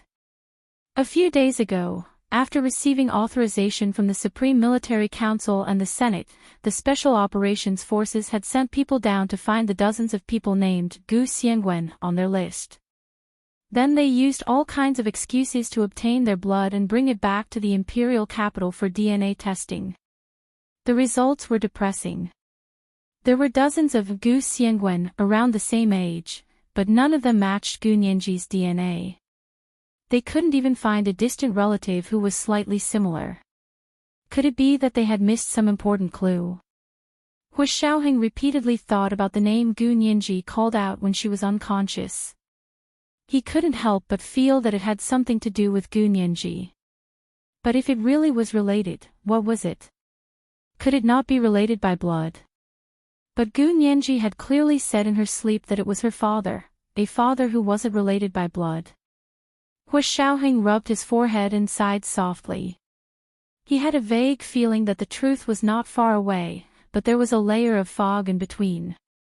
If the fog didn't dissipate, they wouldn't be able to see the truth. No matter how he thought about it, they must have missed something important. Yin Shixiang played with his phone for a while and turned to ask Hua Xiaoheng, Hua Xiao, did Speaker Long say anything to you? Do you want to make arrangements in advance? Hua Xiaoheng propped his chin on his hand and turned to look at the night sky flying by outside the window. He said calmly, what could it be? We are the military, and they are the Senate. We have our own rules. That's true. Yin Shixiang nodded. However, we've always had a good relationship with the upper house of parliament. The military allocations are approved by the upper house every year. Hua Xiaoheng glanced at Yin Shixiang. We'll apply according to the rules, and they'll allocate funds according to the law. There's no question of who's begging whom. Of course, he would not take the initiative to sour his relationship with the parliament. In fact, every problem in this world has a solution. It's up to you to find it. Half an hour later, Hua Xiaoheng's car finally stopped in front of Speaker Long's house. Because it was a weekend night, everyone was very relaxed. Senior Speaker Long's house was very lively. People came and went, and luxury cars filled the parking lot not far away. There were songs and laughter everywhere, as if they were having a party. When he got out of the car, he immediately smelled the aroma of roasted meat in the air. For Hua Xiaoheng, who had been starving and full for several days, the temptation of this kind of food was the most unbearable. He clenched his fists and coughed lightly, then said to Yin Shixiang, go ask what happened. He thought it was official business, but from the looks of it, it seemed to be a private matter. Hua Xiaoheng leaned against the car door unhappily, bent one of his long legs, and lit a cigarette. After 2 puffs, someone walked up to him and reminded him softly, Sir, this is a non-smoking area. You can't smoke here. Please put out your cigarette. The voice sounded strangely similar to Gu Nianji's voice, and he could almost look forward to Gu Nianji's mature and moving voice. Hua Xiaoheng looked up. The light shone from the door, and the person stood with her back to the light. Her face was a bit dark, but it wasn't completely invisible. The light seemed to be specially soft, and it illuminated the woman in front of him. Her skin was as white as jade, and her facial features were 40 to 50% similar to Gu Nianji's. Perhaps this was what Gu Nianji would look like when she was fully grown. Hua Xiaoheng took a second look. Speaker Long's voice quickly came from behind. Xiaoheng. Xiaoheng. You're here. Why aren't you going in? Speaker Long walked to the woman and stood face to face with Hua Xiaoheng. He glanced at them with a smile. Ha! You guys are already talking. I was just about to introduce him to you. Hua Xiaoheng bowed slightly. Speaker Long patted him on the shoulder and introduced the woman to him. This is Xie Qingying, my niece. Oh yes, her father's surname is also Xie. Speaking of which, he's from the same family as your grandmother, the Xie family. Then he introduced Hua Xiaoheng to Xie Qingying. This is Hua Xiaoheng. He's the youngest general we were talking about. Xie Qingying finally saw Hua Xiaoheng's face clearly. Hua Xiaoheng was standing against the light. When he lowered his head to smoke earlier, the woman only thought that his figure was tall and straight, and he looked especially handsome when he smoked. But no matter how handsome he was, he couldn't smoke in a non-smoking area. It was a matter of principle. But now that he looked up and saw his face clearly, Xie Qingying only thought in her heart that with such a handsome face, he would be forgiven no matter what he did, right? Not to mention it was just smoking. Xie Qingying secretly laughed at herself for being infatuated. She gracefully extended her hand to Hua Xiaoheng. You're Major General Hua. Nice to meet you. Hua Xiaoheng held a cigarette in one hand and shook her hand with the other. Nice to meet you. His hand was wide and warm, and the center of his palm was especially hot. Xie Qingying could feel it as soon as she shook his hand. She was quiet for a few seconds before saying, Major General Huo must be feeling hot recently, right? You should eat some warm soup to balance it out. Huo Xiaoheng smiled. It's all right. I've been busy with work recently. He looked at Speaker Long, who was smiling. Speaker Long, do you want to talk in the study? This meant that he wasn't here to attend a party. He was here because Speaker Long had business to attend to. Speaker Long laughed and rubbed his head. Yes, let's talk in the study. Then he winked at Xie Qingying. Qingying, please grill some meat for us. Xiaoheng and I will talk while we eat. Yes, uncle. The corners of Xie Qingying's mouth curled up into a smile, revealing a pair of dimples. Her smile resembled Gu Nianji's. Huo Xiaoheng didn't say anything and quietly followed Speaker Long into his study. Along the way, people kept greeting him or Speaker Long. He only nodded and smiled along the way and didn't say anything. Just like that, they arrived at Speaker Long's study on the 3rd floor. This was also Speaker Long's office and took up an entire floor. The entrance was guarded by people from the Special Task Force, and the security requirements were very strict. Of course, Huo Xiaoheng didn't need additional security checks because he was already one of the highest-ranking people in the Empire's security system. There were less than 5 people like him in the entire Huaxia Empire. When he sat down in Speaker Long's study, Speaker Long personally made him a cup of tea. Come, try it. It's authentic Dahong Pao tea leaves from the Dahong Pao mother tree in the south. It's been 5 years, and I've only been given 2 ounces of tea leaves. I didn't even give it to my wife when she wanted to drink it. Huo Xiaoheng was about to drink from the teacup when he heard Speaker Long's words. He put it down with a half-smile. Speaker Long, don't trick me. Your wife can't even drink something she wants to drink. If you give it to me, will your wife still look at me in the future? How is that possible? I'm the one who didn't give it to her and only gave it to you. Why would she be angry at you? Speaker Long laughed heartily as he sat down across from him. He first took a sip happily, then closed his eyes to savor the sweet fragrance of authentic Dahong Pao tea. Huo Xiaoheng said, don't tell me that if you really did that, your wife definitely wouldn't hate you. She would only hate me for drinking something she wants to drink but can't. Ha ha ha ha, I really can't outtalk you. Speaker Long laughed heartily. Alright, I was just joking with you. I was just exaggerating. You didn't take it seriously, did you? Huo Xiaoheng finally raised his teacup again and took a sip. He smiled and said, it's good that you're joking. It's my honor to be able to drink Speaker Long's Dahong Pao tea. Look at you, you're joking too. Speaker Long burst into laughter, and his hearty laughter echoed throughout the room. It was very infectious. Huo Xiaoheng raised his teacup to him. Speaker Long, then I'll use tea in place of wine to toast you. Toast me once is enough.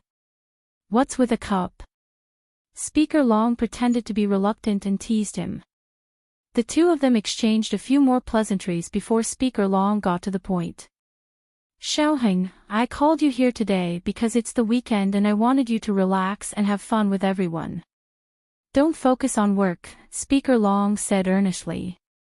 Speaker Long said earnestly, as you know, today the Senate is reviewing the budget expenditure for the next year and the promotion and demotion of personnel. There are so many senior generals in the military, but you are the only single one. This is indeed not good, and it will not be beneficial for your future promotion. Huo Xiaoheng sat leisurely on the sofa and slowly placed the teacup in his hand on the coffee table. He said calmly, I'm thinking about personal matters. Please rest assured, Speaker Long. Before Speaker Long could reply, someone on the intercom at the door said, Is Speaker Long inside? General Ji is here. Invite him in. Invite him in. Speaker Long stood up. The door to the study was pushed open, and General Ji strode in. Old Long, you called Xiaoheng over to cancel the engagement on your own. You didn't even wait for me. General Ji's voice was especially loud. As soon as he spoke, the entire room exploded. Hua Xiaoheng also stood up and saluted General Ji. Hello, Chief. Good, good, good. Sit, don't be shy. As he spoke, he and Speaker Long sat across from Hua Xiaoheng. It was a 2-to-1 ratio. Hua Xiaoheng calmly sat down across from them. His expressionless face was as expressionless as ever. Speaker Long glanced at him and said to General Ji, "Didn't I tell you? Xiaoheng isn't even 30 yet. This kind of bearing is really rare. You have to nurture him well." Of course, that goes without saying. General Ji was very proud of his foresight. He took an envelope out of his pocket and threw it on the coffee table in the middle of the sofa. See, this is also my foresight. Xiaoheng, back then, I deliberately picked you out of so many lieutenants to carry out a special mission. The mission was successfully completed, and your rank rose higher and higher. After so many years, do you think I didn't misjudge you? How was Hua Xiaoheng supposed to answer this? However, he could only bite the bullet and answer, "You definitely didn't misjudge me." Speaker Long was amused by him again and said, "All right, you two can stop acting. Come on, old G, let's talk business." Business is these photos. General G tipped the envelope down, and many photos fell out.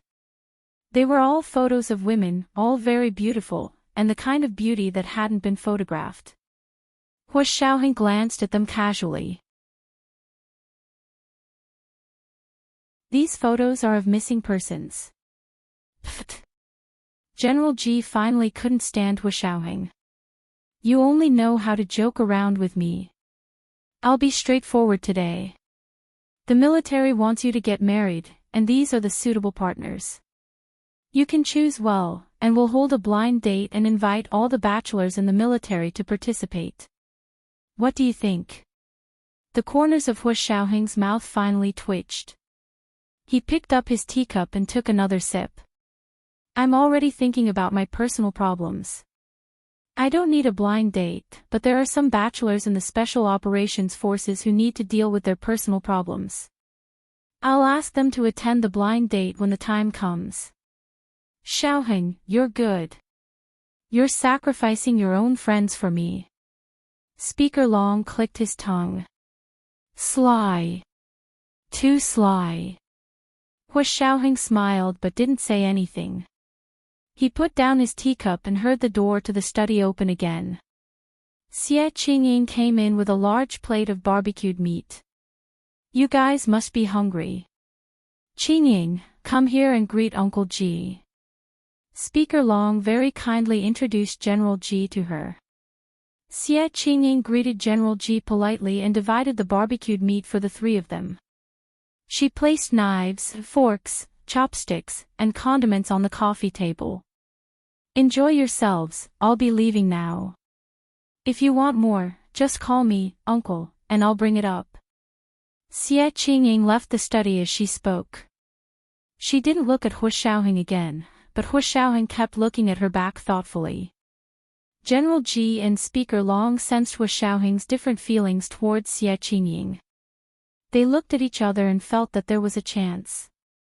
General Ji deliberately asked Speaker Long about Xie Qingying. Old Long, why don't I remember you having a niece with the surname Xie? And she's all grown up. Speaker Long took out his knife and fork to eat a piece of barbecued meat. He finished the skewer before saying, she's actually not my cousin's biological daughter. Oh. Her father is a distant relative of the Xie family. When the Xie family all went abroad to settle down, their branch also moved out. Xie Qingying was born abroad. But her mother passed away early, and her father only recently remarried my cousin. Xie Qingying is my cousin's stepdaughter. Here, this is a photo of their family. Speaker Long explained the complicated relationship and even took out Xie Qingying's family photo at the end. It was obvious that he had come prepared. Hu Xiaoheng took it and looked at it. There were two photos. One was a photo of Xie Qingying's biological parents holding a little girl. The other was a photo of Xie Qingying's father and stepmother. Xie Qingying was already in her current state. She wore a polite smile as she sat next to her father. Hu Xiaoheng's gaze was attracted to Xie Qingying's biological mother. It was obvious that Xie Qingying looked like her mother.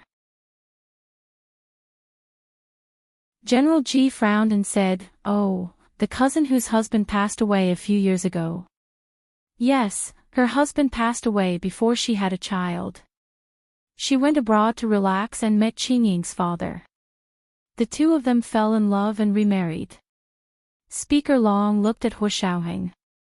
"Xiaoheng, Qingying grew up abroad and returned to the country with her father and stepmother not long ago. Do you have time to take her out for a walk?" General Ji heard this and quickly said, "Oh right, why don't you take Piaohong and accompany Miss Xia around the imperial capital?" Hu Xiaoheng ignored the two old men, whose combined ages were over 100 years old, trying to play matchmaker. He looked at Speaker Long and said, "Miss Xia grew up abroad and is also a foreign citizen.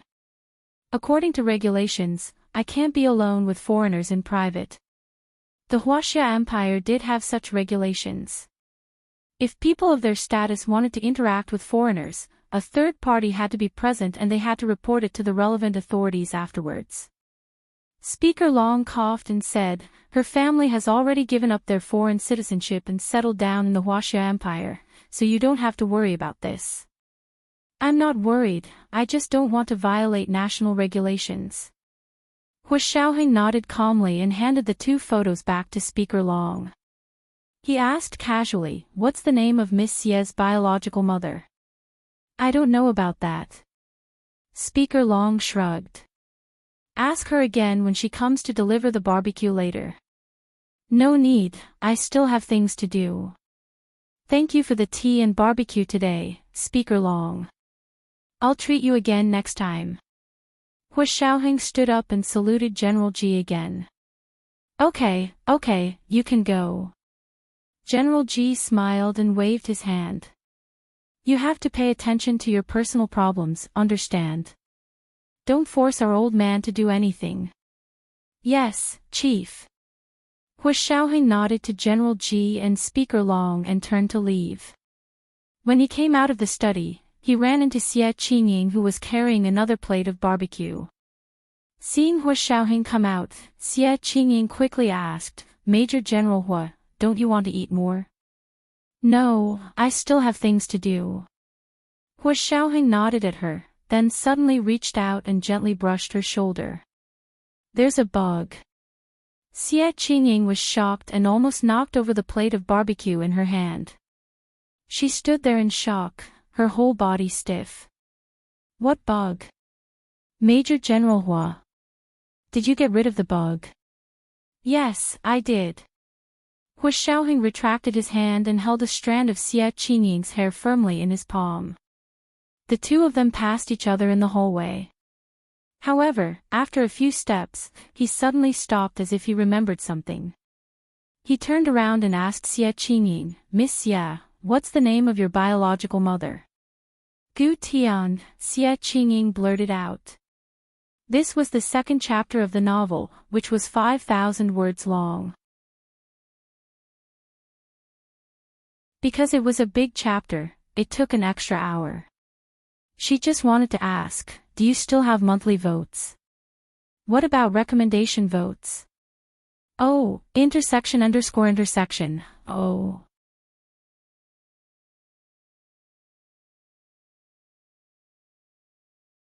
Chapter 383. Hu Xiaoheng thought about it. "So your mother's surname is Gu?" Xie Qingying thought Hu Xiaoheng was talking about her calling Speaker Long uncle. She composed herself and said, "My birth mother's surname is indeed Gu, but my stepmother's surname is Long, so it's not too much for me to call Speaker Long uncle, right? In-law relationships weren't based on blood." Hu Xiaoheng smiled and said, "Of course not." I don't know if Speaker Long told you, but my grandmother was from the Xia family, so maybe we're related. Oh. Xia Qingying was surprised. I didn't know. Uncle hasn't mentioned this yet. I just returned from Europe with my father and stepmother a few days ago, so I'm still jet-lagged. Then rest well, Miss Xia. I won't disturb you any longer. Hua Xiaoheng nodded and strode away. Xia Qingying was still confused. She carried the barbecue plate to Speaker Long's study and said, "Uncle, I just met Major General Hua in the hallway. He asked me what my birth mother's name was. Did you tell him about me?" Speaker Long was overjoyed. He really asked. Yes. Xia Qingying looked at Speaker Long's surprised expression and couldn't help laughing. You're smiling so happily. Did something good happen? Something good. Ah, something good. Maybe something good will happen very soon. Speaker Long looked at the Dahong Pao in front of him and waved his hand. No tea. Old Ji, let's drink. Qingying, go find your aunt and tell her I want Mao Tai. Where did she put it? Xia Qingying stood up with a smile. I'll go find my aunt. After she left, General Ji quietly asked Speaker Long. Do you think there's a chance between these two? Speaker Long's smile disappeared. Actually, I'm both happy and worried if there's a chance between them. General Ji thought about it and muttered to himself, actually, it's not that complicated. Everything starts with a good impression. I think that if it works out, Nianji will be their matchmaker. What are you worried about? Old Ji, you just don't understand people. If they can get together, it means that Xiaoheng has different feelings for Gu Nianji. Otherwise, do you think it's so easy to develop feelings for her? Speaker Long shook his head. However, we will definitely keep an eye on him and make sure he doesn't make any mistakes. General Ji's feelings for Hua Xiaoheng were different from Speaker Long's. Speaker Long was treating Hua Xiaoheng from the perspective of national interests. General Ji had watched Hua Xiaoheng grow up, so his concern for him was more like concern for his nephew. Old Long, to be honest, I still don't think Xiaoheng and Nianji have any special relationship. But if they do, as long as Gu Nianji can find out that her family background is clean, I won't object. You don't object? So what if Gu Nianji had a clean background? She grew up with Xiaoheng at the age of 12. What would outsiders say about Xiaoheng if they found out? Don't you know that gossip is a fearful thing? Speaker Long was so angry that he slammed the coffee table. If you had experienced the ups and downs of the election, you would know what I mean. That's really taking a small black spot and magnifying it with a magnifying glass, and then distorting it to an unbearable degree. Old Long, this is where we have a different view. A clear conscience is not afraid of a crooked shadow. Let outsiders speak. It's not like we can shut people up anyway. When you have a conflict of interest with others, even if you don't have any black spots, others will create black spots for you. So why should we care about what those people say? General Ji waved his hand disapprovingly. All right, Old Long, no matter what, let's not argue. We are all doing this for Xiaoheng's own good. He is a reasonable person and will definitely not let us down. Speaker Long thought about it with a straight face for a long time before nodding reluctantly. All right, Old Ji, you've convinced me this time. But let's get the ugly words out of the way first. Xiaoheng's position is extremely important, so his wife must be approved by the organization. Also, she must go through the most stringent security checks. Do you agree? Agree. Agree. Of course I agree. Xiaoheng knows his priorities. If he doesn't feel at ease, he won't marry her. You can rest assured. General Ji and Speaker Long reached out their hands at the same time and high-fived to seal the deal. Hua Xiaoheng returned to his car, still holding the strand of hair tightly in his hand. His palm was already hot to begin with, and now it was even more damp. He was worried that the DNA test wouldn't be able to be done if the hair was stained, so he asked In Shixiang after getting into the car, "Big Xiong, do you have a small plastic bag for evidence in the car?" "Yes, we have it all in the car." In Shixiang opened a partition and took out a small box. He opened the box and took out a brand new plastic bag. "Give me the whole box." Hua Xiaoheng reached out. In Shixiang handed the whole box over. Hua Xiaoheng opened the box and took out a pair of transparent plastic gloves to wear. He then picked up a pair of tweezers and carefully placed the strand of hair on a piece of white cotton paper to absorb the sweat before placing it in the small plastic bag. In Shixiang looked back but didn't ask anything. He looked ahead silently. Everyone was silent the entire way in the car and quickly returned to the Special Operations Forces headquarters. Hua Xiaoheng didn't return to the official residence first. Instead, he called Chen Lai and asked, "Where are you?" Chen Lai had been busy helping those Gu Xiangwen blood samples for DNA testing the past few days. He had just returned home to sleep for a few hours. Hua Xiaoheng's phone call had woken him up. He felt very uncomfortable, so he closed his eyes and covered himself with the blankets. His voice was muffled as he said, "Hua Xiao, you have something very important to tell me. Otherwise, the consequences of waking me up will be very serious." Hua Xiaoheng said calmly, "I have something urgent to talk to you about." "Speak." Chen Lai replied angrily. "I made some more stuff. You can help me with the DNA test." Hua Xiaoheng paused. His fingers unconsciously tapped on the side of the car window, making a soft tapping sound that was particularly ear-piercing in the silent car. Chen Lai lifted the blankets and sat up. He scratched his messy hair with one hand and was speechless for a moment. He said, "Where did you get this?" "I'm telling you, those people aren't right. They have nothing to do with Nianji. I've tested many pieces of DNA. I'm almost done with all of them. Where did you get the information that the name Gu Xiangwen has something to do with Nianji?" Of course, Hua Xiaoheng couldn't say where he got the information. He said calmly, "According to the country's security laws, I can't reveal my source to you." Chen Lai was speechless. "Fine, you're in the right because you have a higher rank." Chen Lai groaned as he got off the bed. His expression was very unpleasant, but he still said to the phone, "I'll go to the lab right away." "Where's your stuff?" "I can at least ask what it is, right?" "It's a strand of hair." Hua Xiaoheng looked at the small plastic bag in front of him. "Is it enough?" "Of course it's enough. Don't worry about my skills." Chen Lai found some clothes lazily and put them on. He didn't even comb his hair and ran out of the house to the lab at the base. On the way, he met Yi Zidan. She was carrying an insulated lunchbox and was talking and laughing with a tall and handsome man. Chen Lai's heart ached.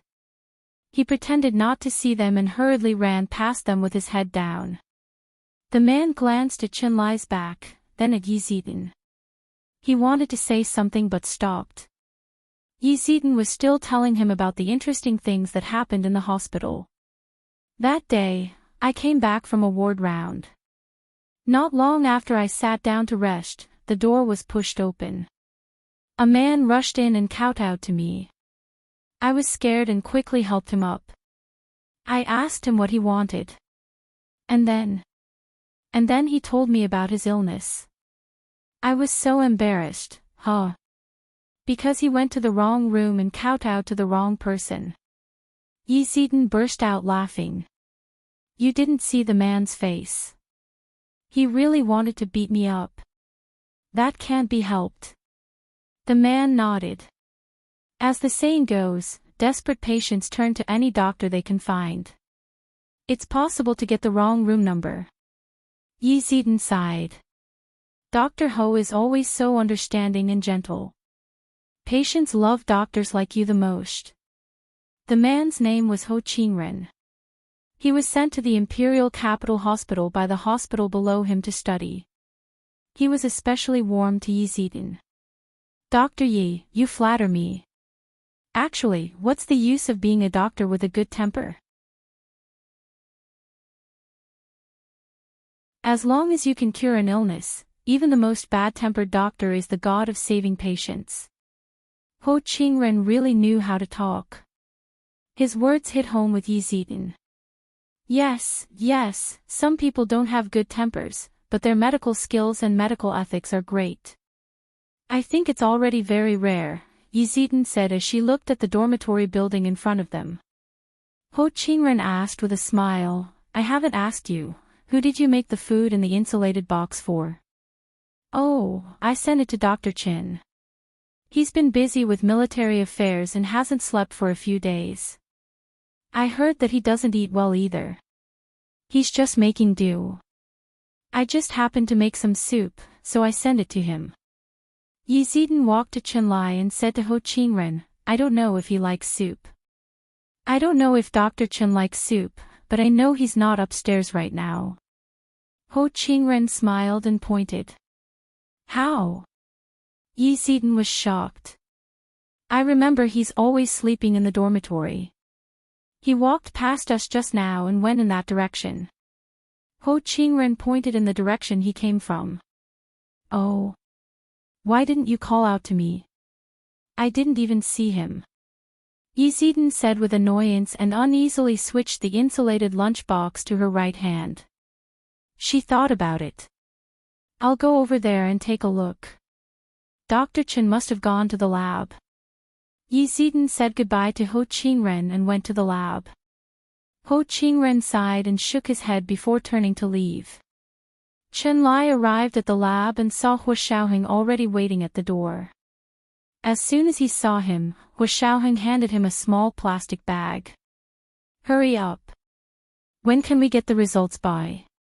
Chenlai accepted the plastic bag and said listlessly, "That depends on what kind of results you want." "What do you mean?" "It depends on what kind of relationship you want to test." Chenlai opened the lab door and walked in. He put on the white lab coat hanging on the wall and turned to Hua Xiaoheng. "What kind of relative is it this time?" "Mother." "Last time, it was to test if those people were Gu Nianji's father. This time, he was taking a strand of hair. Was it probably to test for her mother?" Hua Xiaoheng curled his lips. "No, I don't know what kind of relationship it is this time. Test as much as you can." "Are you kidding?" Chenlai was furious.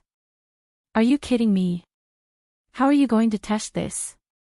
Immediate family relationships were easy to test, but if you didn't know what kind of relationship it was, it would be extremely troublesome to test. Hua Xiaoheng patted him on the shoulder so hard he almost fell to the ground. "Chenlai, I have faith in you. You're so smart and capable.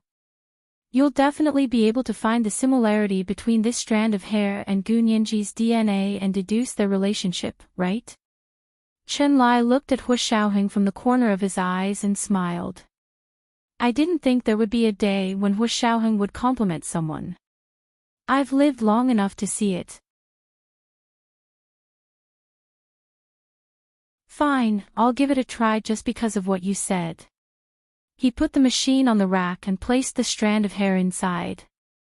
He would first extract the DNA fragments from the hair, then conduct a comprehensive test. Finally, he would compare it with Gu Nianji's DNA. This was the most comprehensive test with the highest accuracy. Because they weren't sure about the relationship this time, they had to do this. They had confirmed the relationship before, so it would be much easier to verify it with DNA. That was because the DNA fragments of immediate family members were 99.5% similar. If it couldn't reach this level, then there would be no immediate family relationship. Hua Xiaoheng reminded him, this isn't an immediate family relationship, but a cousin relationship. If there is a relationship at all. Chenlai waved his hand. No need to say that.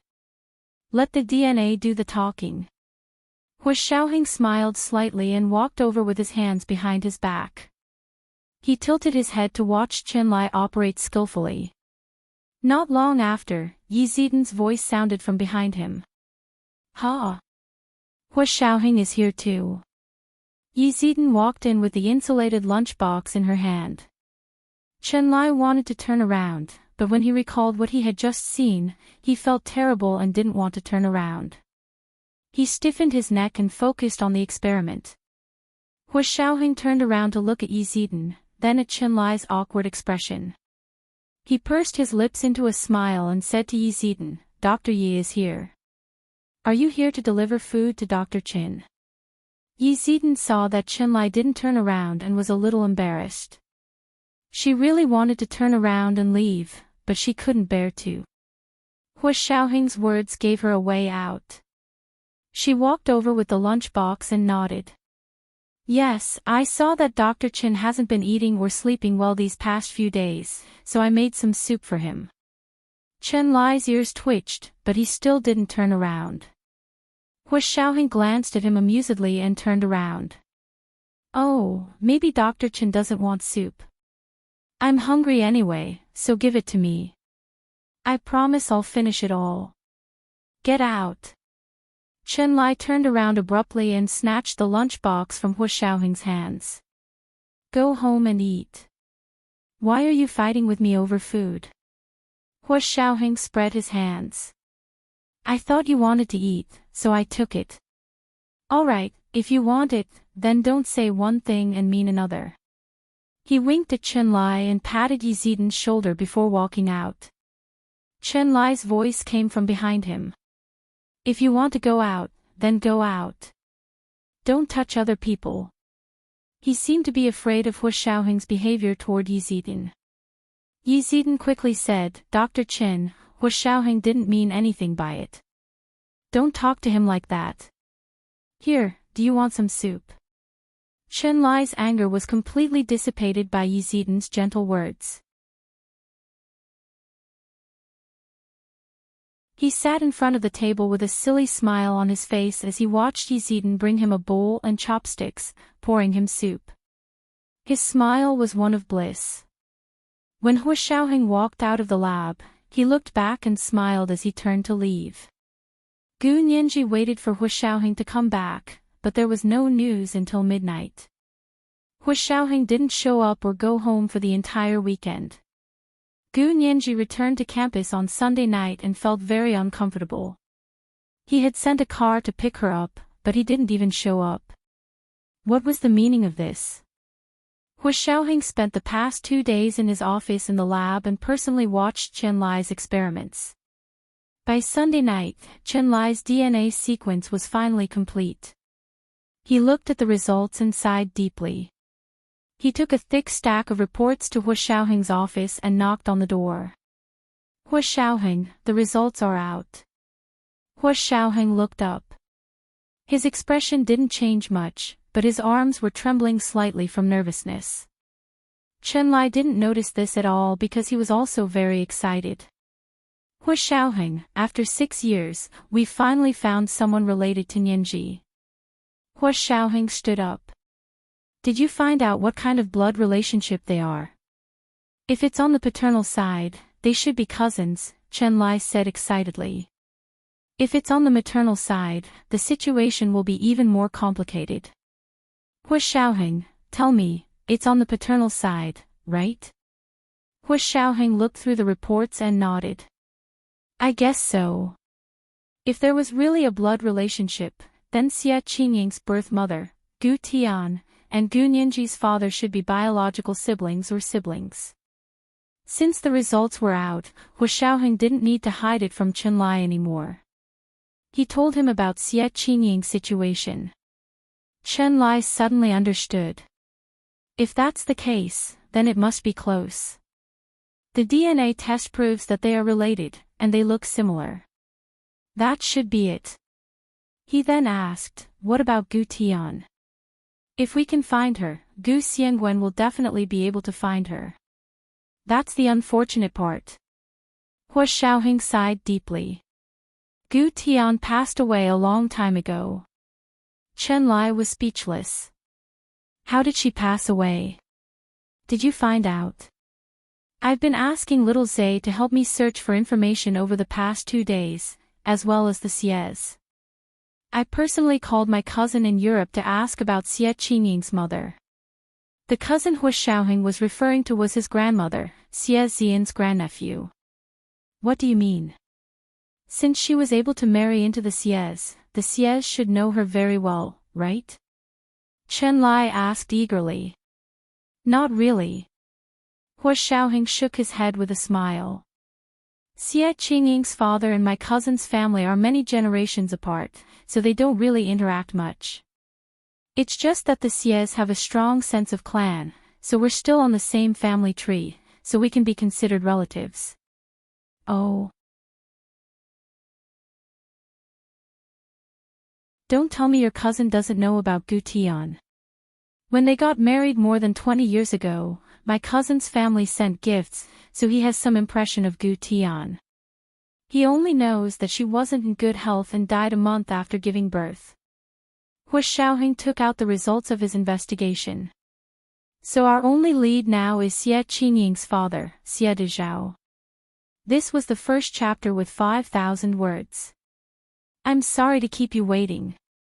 A reminder to you for your monthly votes and recommendation votes.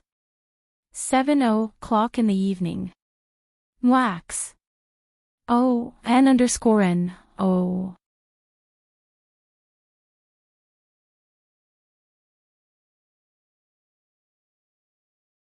Chapter 384.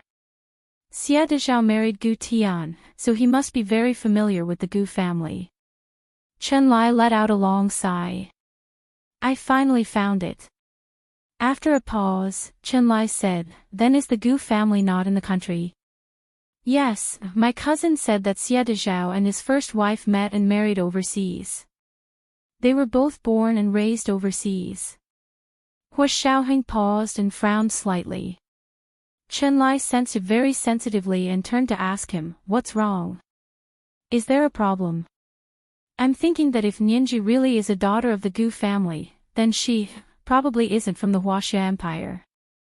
Hu Xiaoheng looked at the stack of documents thoughtfully. She appeared in our country, so it must have been when her family brought her back for a vacation or to visit relatives and friends. But why hasn't anyone looked for her in all these years? Yes, we checked the missing person report records back then. Chen Lai nodded. There was no case similar to Gu Nianji's situation at all. Where were her relatives? If they knew that she was missing, why didn't they come to find her? With Hu Xiaoheng's familiarity and control of the Huaxia Empire's immigration control, if someone really entered the country, I forgot to check one place. Hu Xiaoheng's expression changed. If Nianji is a foreigner, then the immigration office must have her entry and exit records. At that time, we only checked the records of police stations across the country and didn't find her name in the immigration records. Who knew she was a foreigner back then? Chen Lai smiled bitterly. I still remember her. She was like a wary little animal. She didn't speak, but when she did speak, it was fluent Mandarin. There was no sign of her speaking another language. Hu Xiaoheng immediately stood up. Repeat the experiment again and hope to get the same result. I'll go find little Zay.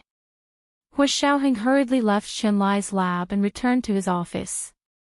He said to Zhao Liangzi, who was waiting for him there, immediately check the customs entry and exit records before Nianji appeared 6 years ago. Find out if there's anyone named Gu Nianji. Zhao Liangzi gasped and stood up abruptly. Mr. Hua. You found Nianji's family? Not yet. But I hope it will be soon. Hu Xiaoheng walked in front of him. Investigate carefully. Don't let a single one go.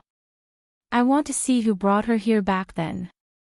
Gu Nianji had only been 12 years old 6 years ago, so it was unlikely that she had entered the country alone. Even if a person entered the country alone, there must be a letter of entrustment from his family to entrust to the stewardess to take care of him. This was also documented. Zhao Liangzi was excited. I'll check right away. He had a special software that could search for a person's name in a sea of data. It was fast and would not miss anything. It was much faster and more accurate than searching by hand. Zhao Liangze and Qinlai worked together on both sides, with Hu Xiaoheng in the middle. No matter what support they needed, he would give them the green light. From the entry and exit administration of the customs to the temporary registration office for foreigners and the local authorities, they gave him whatever materials he wanted. If the other party showed any signs of shirking responsibility, Hu Xiaoheng would personally call their leader. Just like that, layers of green lights were turned on, and everyone's work progress was very fast.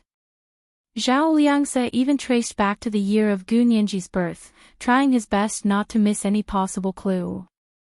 Hu Xiaoheng personally arranged for a meeting with Xie Qingying's father, Xie Dezhao. When Speaker Long received Hu Xiaoheng's call to see Xie Dezhao, his jaw dropped and he couldn't close it for a long time. "Xiaoheng, you're really swift and decisive." Speaker Long laughed happily. "It's only been a few days, and you're already meeting her parents. You haven't even asked Qingying out, have you?" Hu Xiaoheng knew that Speaker Long had misunderstood. He didn't explain further and only smiled. "Speaker Long, I'm doing this for official business. There are some things that I need Mr. Xie's cooperation with at work. I was wondering if Speaker Long could pass a message for me." He then continued, "There's no need to be too formal. We can just meet at a coffee shop near your house." "Meet at a coffee shop?" "You're asking the wrong person, aren't you? Shouldn't you be asking someone's daughter? Why are you asking her father instead?" Speaker Long was overjoyed and kept slapping the desk with one hand as he laughed heartily. Hu Xiaoheng smiled on the other end of the phone and quietly waited for Speaker Long to finish laughing before saying, "Do you have a way to contact him? I'll have my personal secretary set a time with him." "Is it really official business?" Speaker Long became serious. "Can you tell me what kind of business it is?" Hu Xiaoheng hesitated and felt that it wasn't time to tell Speaker Long yet. Gu Nianji's matter needed to be kept absolutely confidential. He didn't want to say anything without concrete evidence. "This is a routine investigation." Hu Xiaoheng found an excuse. "The Special Forces has the right to meet with any foreigners who come to our country at any time." Speaker Long knew that something was amiss, but it wasn't time for Hu Xiaoheng to tell him yet, so he didn't rush him. Instead, he said, "All right then, I'll pass on the message for you. You can discuss the specific time and place." "Thank you, Speaker Long." Hu Xiaoheng put down the phone and called Yin Shixiang over to help him arrange a meeting with Xie Qingying's father, Xie Dezhao. Yin Shixiang received the order and immediately went to find a way to contact him. Xie Dezhao was a middle-aged man in his late 50s. He had a slender figure and looked very elegant. Although he was old, his skin and figure were well maintained. He was running on the treadmill when he received the call from the Special Forces. "Hello, who's this?" Xie Dezhao frowned and wiped his sweat with the towel around his neck. He got off the treadmill and sat on the sofa in the corner. He drank a glass of saline water to replenish his energy. Yin Shixiang asked politely, "Are you Mr. Xie Dezhao?" "Yes, I am." "Who are you?" Xie Dezhao asked again. He was getting impatient. This kind of random call wasn't another telemarketing call, was it? Xie Dezhao was about to hang up when the person on the other end of the line said, "I'm Yin Shixiang, the personal secretary of Major General Hua of the Special Forces. Major General Hua has something to discuss with you. May I know when you're free? Let's make an appointment." Special Forces. Xie Dezhao immediately remembered what Speaker Long had mentioned to him. He hadn't expected a call so soon. Xie Dezhao felt uneasy for a moment but quickly calmed down. Anyone who was interviewed by an organization like this would be nervous. But thinking about it carefully, he hadn't done anything shameful, so there was no need to be nervous about a meeting like this. He nodded. Okay, I'm free any day. I'll see what Major General Hua has in mind. That's great. Yin Shixiang was relieved. We hope to make an appointment as soon as possible. How about this, are you free tonight? Between 7 and 8. So soon. Xia Dezhao chuckled. He was also curious about what Hua Xiaoheng wanted to say to him. Yes, our chief is usually very busy and happens to be free tonight. Yin Shixiang chuckled and didn't allow Xia Dezhao to refuse. Then let's meet at a European cafe near Speaker Long's house. How about that? Okay, no problem. Xia Dezhao relaxed instantly. The European cafe was a place he often went for breakfast. He would be more at ease meeting Hua Xiaoheng at a place he was familiar with. After hanging up, Xia Dezhao went to the bathroom to shower. He planned to have an early dinner after that. When Xia Qingying returned home, dinner was already on the table. She asked in surprise, Dad, why are you eating so early today? I have something to do tonight. Xia Dezhao nodded at her with a smile. Major General Hua from the Special Operations Forces asked me to meet at a cafe. I don't want to be late, so I ate early and waited at the cafe. Xia Qingying froze. Major General Hua. Is his name Hua Xiaoheng? Yes, you know him too. Xia Dezhao was even more relieved. So it's someone I know. Then I'm not afraid anymore, ha ha ha. Xia Qingying chewed on her chopsticks and thought for a while. She couldn't figure out why Hua Xiaoheng wanted to talk to her father. She also recalled the day Hua Xiaoheng had suddenly stopped her and asked her for her birth mother's name. It felt a little strange. Dad, can you take me with you? I won't show up and will wait for you next door. Xia Qingying made this request after some thought. It was the second watch. He wanted to remind everyone of the monthly votes and recommendation votes every day at mealtime. Oh, N_N, oh.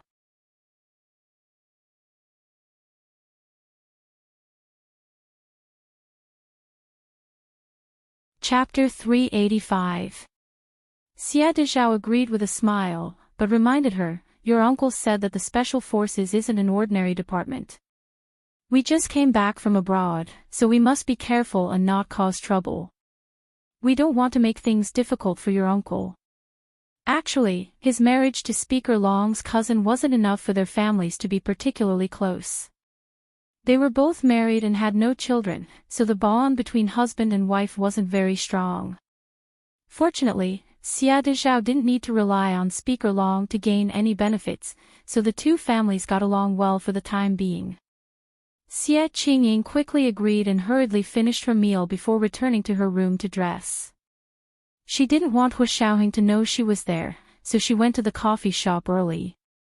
But what she didn't know was that with the nature of Hua Xiaoheng's work, he must have full control of the coffee shop to be able to meet with her father, Xia Dezhao. It was impossible for him to wait there in advance.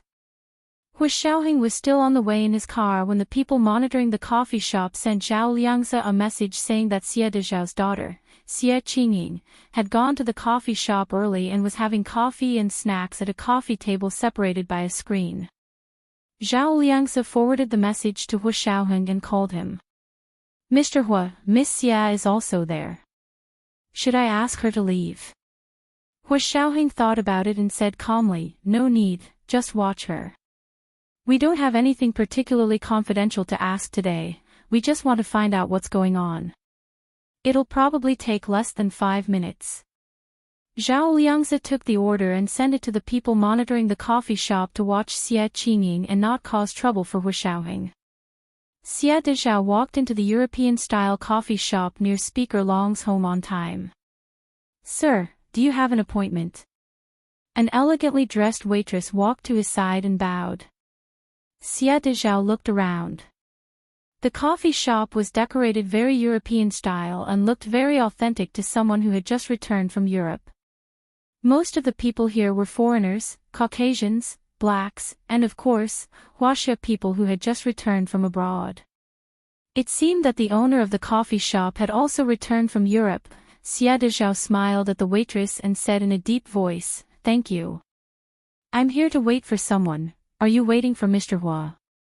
The waitress bowed slightly. "Mr. Hua has made a reservation. Please follow me." Xia Dezhao was a little surprised. He had thought they would be chatting in the cafe's lobby and hadn't expected Hua Xiaoheng to book a private room. Xia Qingying watched as her father, Xia Dezhao, followed the waitress into a private room.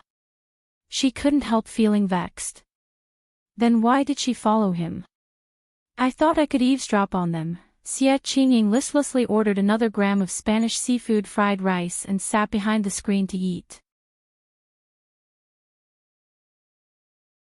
This European-style cafe also served some simple food at night, such as this Spanish seafood fried rice, which was very authentic. It tasted almost exactly the same as the fried rice she had eaten when she traveled to Spain. Hua Xiaoheng had just walked into the cafe when she was gorging herself. He wore a navy blue general's uniform.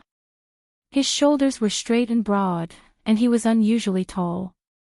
When he walked past a few tall white men, he was not inferior at all. Moreover, his reserved aura added to the sense of mystery. He was like a fascinating book that people could not help but want to get close to him and study him carefully. Xia Qingying looked up from behind the screen to see Hua Xiaoheng's silhouette striding past. Her eyes narrowed and she almost forgot to breathe for a moment. After Hua Xiaoheng walked past, she realized that she was suffocating. She covered her neck with her hand and took a deep breath. Looking at the seafood fried rice in front of her again, it seemed inferior. Hua Xiaoheng pushed open the door to the VIP room in the cafe and saw an elegant man sitting at the coffee table. Judging by his age, he had taken good care of himself.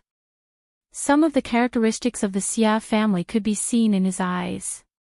For example, he had a tall, thin nose that was very sculptural. His eyes were slightly sunken and his eyebrows were shaped like swords. He was elegant with a hint of sharpness, but his features weren't as handsome as those of the Xia family. Hua Xiaoheng walked in slowly and stood in front of Xia Dezhao. He nodded slightly and asked, "Are you Mr. Xia Dezhao?" "Yes, I am." "Are you Major General Hua?" Xia Dezhao suddenly felt nervous when he saw Hua Xiaoheng. Hua Xiaoheng's attitude was very amiable and his eyes were calm and gentle without a trace of aggression.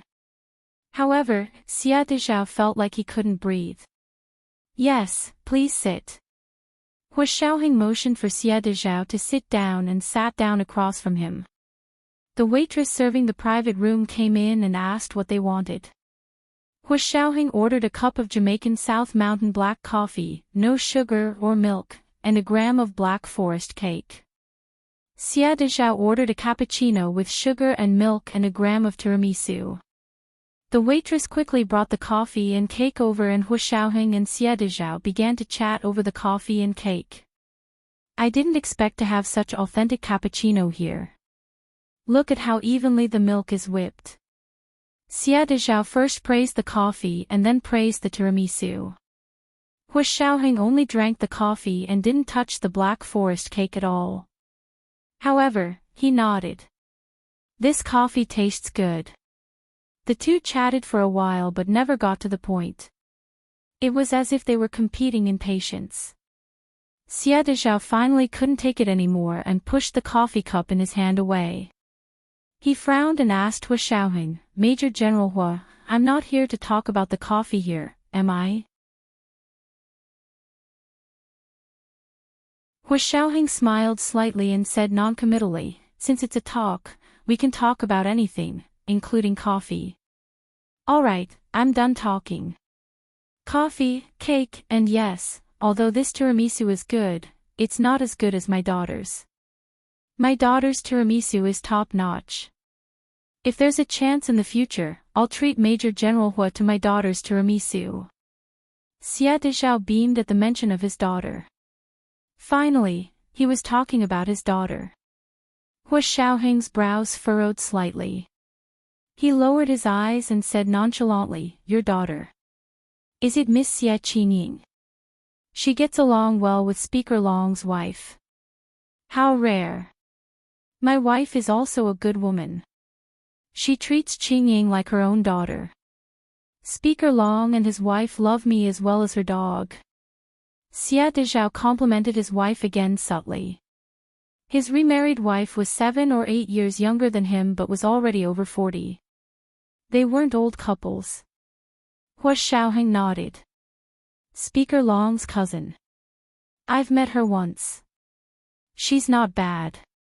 "Yes, when I met her in Europe, she was sketching in the suburbs alone. It was raining heavily and she couldn't make it back, so she stayed at my house for the night." Xia Dezhao's expression softened as he recalled meeting his remarried wife. He wasn't as nervous anymore. Hua Xiaoheng slowly got to the point. "Do you still plan on having children? As far as I know, you only have one daughter, Miss Xie Qingying, right?" "Ha! Children." Xia Dezhao's beautiful memories were suddenly interrupted by Hua Xiaoheng's mention of children. He frowned and looked away to look at the abstract painting on the wall of the single room. He said unhappily, "I'm already so old. I'm going to have grandchildren soon. Why would I want children? What if your wife wants one?" Hua Xiaoheng clasped his hands together and placed them on the coffee table, slowly breaking down Xia Dezhao's defenses. "Her? No way." Xia Dezhao's frown deepened. "We've never talked about this before. Maybe it's not necessary. We're not young after all. I'm almost 50 and she's in her early 40s. Can we still have children? If both parties are healthy, it's not impossible to have a woman in her 40s. Hua Xiaoheng smiled and lowered his head to take a sip of coffee. The bitter coffee actually had a sweet aftertaste in the mouth. This was the beauty of coffee. The first sip was bitter, the second was special, the third was sweet, and by the fourth, it was inseparable. Xia Dezhao suddenly clenched his fists. He was agitated. "No. No. We don't want children. Women giving birth is a huge blow to their bodies. I don't ever want to see a woman give birth again." Hua Xiaoheng had learned from his cousin that Xia Dezhao's first wife, Gu Tian, had a health breakdown due to childbirth. She lost all her immune functions and caught a small cold during her confinement period before dying. This was a knot in Xia Dezhao's heart. Otherwise, he wouldn't have remarried more than 20 years after his wife's death. Hua Xiaoheng wasn't a psychiatrist and his goal wasn't to help Xia Dezhao resolve this knot. All he wanted to know was where Gu Tian came from and who was in her family. "Mr. Xie, you can't say that. It's normal for most women to give birth." Hua Xiaoheng's fingers began tapping on the coffee table. Xia Dezhao was immersed in his past memories. As if hypnotized, he said dreamily, "No, you don't know. Qingying's mother, she had poor health because of childbirth. I knew that. I told her that she didn't need to have children. There were so many people in the Xia family and so many children. It didn't matter if we had one or not. But she wouldn't listen and insisted on having children." "Really? Miss Xie's mother had poor health? You knew that when you married her?" Hua Xiaoheng pushed the topic forward. Xia Dezhao nodded with a pained expression. "I knew, but I loved her, so I married her. She was so happy that she secretly got pregnant and wanted to give me a surprise. She told me not to worry and said that her brother was prepared for it. She would definitely give birth smoothly." "Her brother? Your deceased wife's brother? Who is he? What's his name?" Hua Xiaoheng also became nervous. Although he didn't show any reaction on the surface, his heart was boiling like lava before a volcano erupted. "Her brother? Gu Xiangwen? You don't even know such a famous person?" Xia Dezhao looked up at Hu Xiaoheng, his tone sarcastic. What a good brother who dotes on his sister. How could he leave her in the lurch? Hu Xiaoheng clenched his fists tightly. He looked at Xia Dezhao quietly and didn't speak for a long time. Xia Dezhao's hair stood on end under his gaze and he didn't dare to meet his eyes. He looked away awkwardly and muttered, I'm sorry. I was too angry. I shouldn't have said that about him. Hu Xiaoheng snapped out of his daze and interrupted Xia Dezhao. You said Gu Xiangwen is famous. Famous in what way? I don't think I've heard that name before. Xia Dezhao looked at him for a while. Seeing that he didn't seem to be lying, he frowned and thought about it. Then he suddenly understood and smiled. Oh, I was thinking too much. Gu Xiangwen is famous overseas. Even if the people in your country know him, they don't know his name. Then what's his name? Hu Xiaoheng thought to himself. No wonder they couldn't find anything after investigating for so long.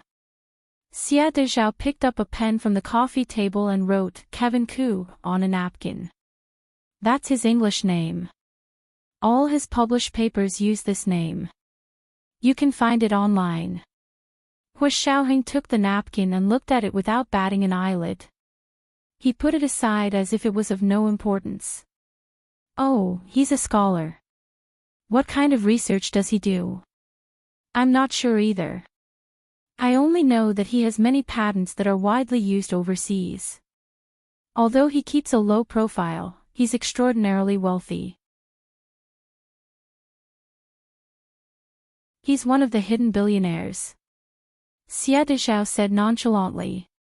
Of course the Xies wouldn't be interested in other people's money. In fact, if Gu Tianrua hadn't had this rich older brother, she wouldn't have had the chance to meet Xia Dezhao and fall in love with him. Is that so? Do you still keep in touch with him? Hu Xiaoheng asked casually. Our country can consider recruiting such a famous person. Ha! Xia Dezhao's expression suddenly changed. He laughed coldly and curled his lips in disdain. So what if he's famous? I don't want to talk to someone who goes back on his word and doesn't even care about his own sister's life. In fact, I haven't contacted him since my wife passed away. Hu Xiaoheng was speechless. 26 years ago, at my wife's funeral, I beat him up and chased him away. I told him never to come back to my house. Xia Dezhao slammed the coffee table angrily, unable to contain his anger. So you haven't contacted him for 26 years? Hu Xiaoheng's heart sank. Then he's never come to see his own niece. There's no point in him coming. I never let him in. He still came a few years after my wife passed away, but I chased him away every time. He stopped coming and only sent birthday gifts to Qingying every year. Xia Dezhao paused, a hint of confusion in his voice. But he hasn't sent birthday gifts to Qingying since 6 years ago. 6 years ago again, what exactly happened 6 years ago? Hu Xiaoheng was basically certain that Gu Xiangwen was Gu Nianji's father, but he never imagined that Xia Dezhao and Gu Xiangwen would have such a deep grudge that they hadn't seen each other for over 20 years. So Xia Dezhao didn't know what Gu Xiangwen had done in the past 20 years, and he certainly didn't know about his niece, Gu Nianji. Gu Nianji hadn't even been born when the two families had a falling out. This was the first installment of 4,000 words. A reminder for the monthly votes and recommendation votes. Today was Monday, so recommendation votes were especially important. 7 p.m. the next installment. Mwah.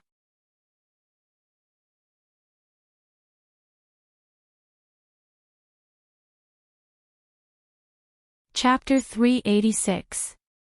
Hu Xiaoheng held his coffee cup and thought for a while before starting to cross-examine the details to see if Xia Dezhao's words could be corroborated. Gu Xiangwen hasn't sent your daughter a birthday present in the last 6 years. Haven't you been curious about him?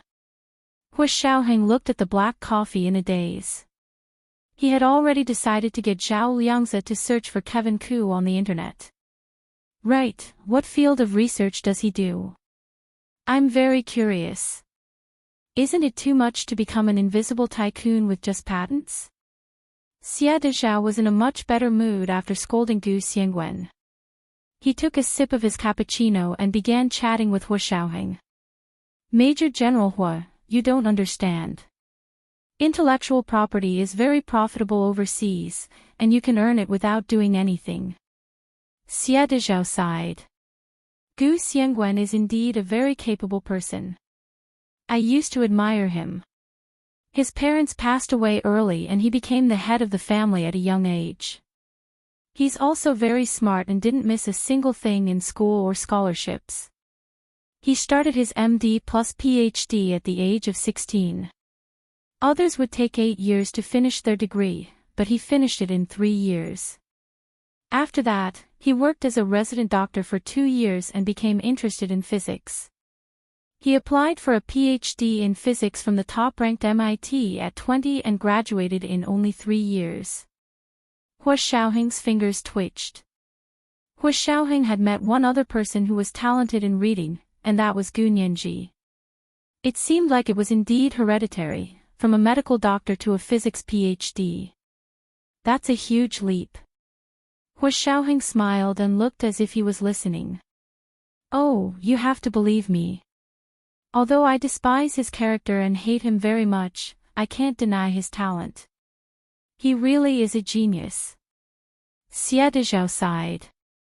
Do you know about the Y Corporation? Hua Xiaoheng froze again. He was all too familiar with this company. The American Military Aircraft Engine Manufacturing Company. Yes. That's Major General Hua for you. Xia Dezhao complimented him with a smile. This company mainly manufactures turbofan engines for the military, and the most important patent for this engine belongs to Gu Xiangwen.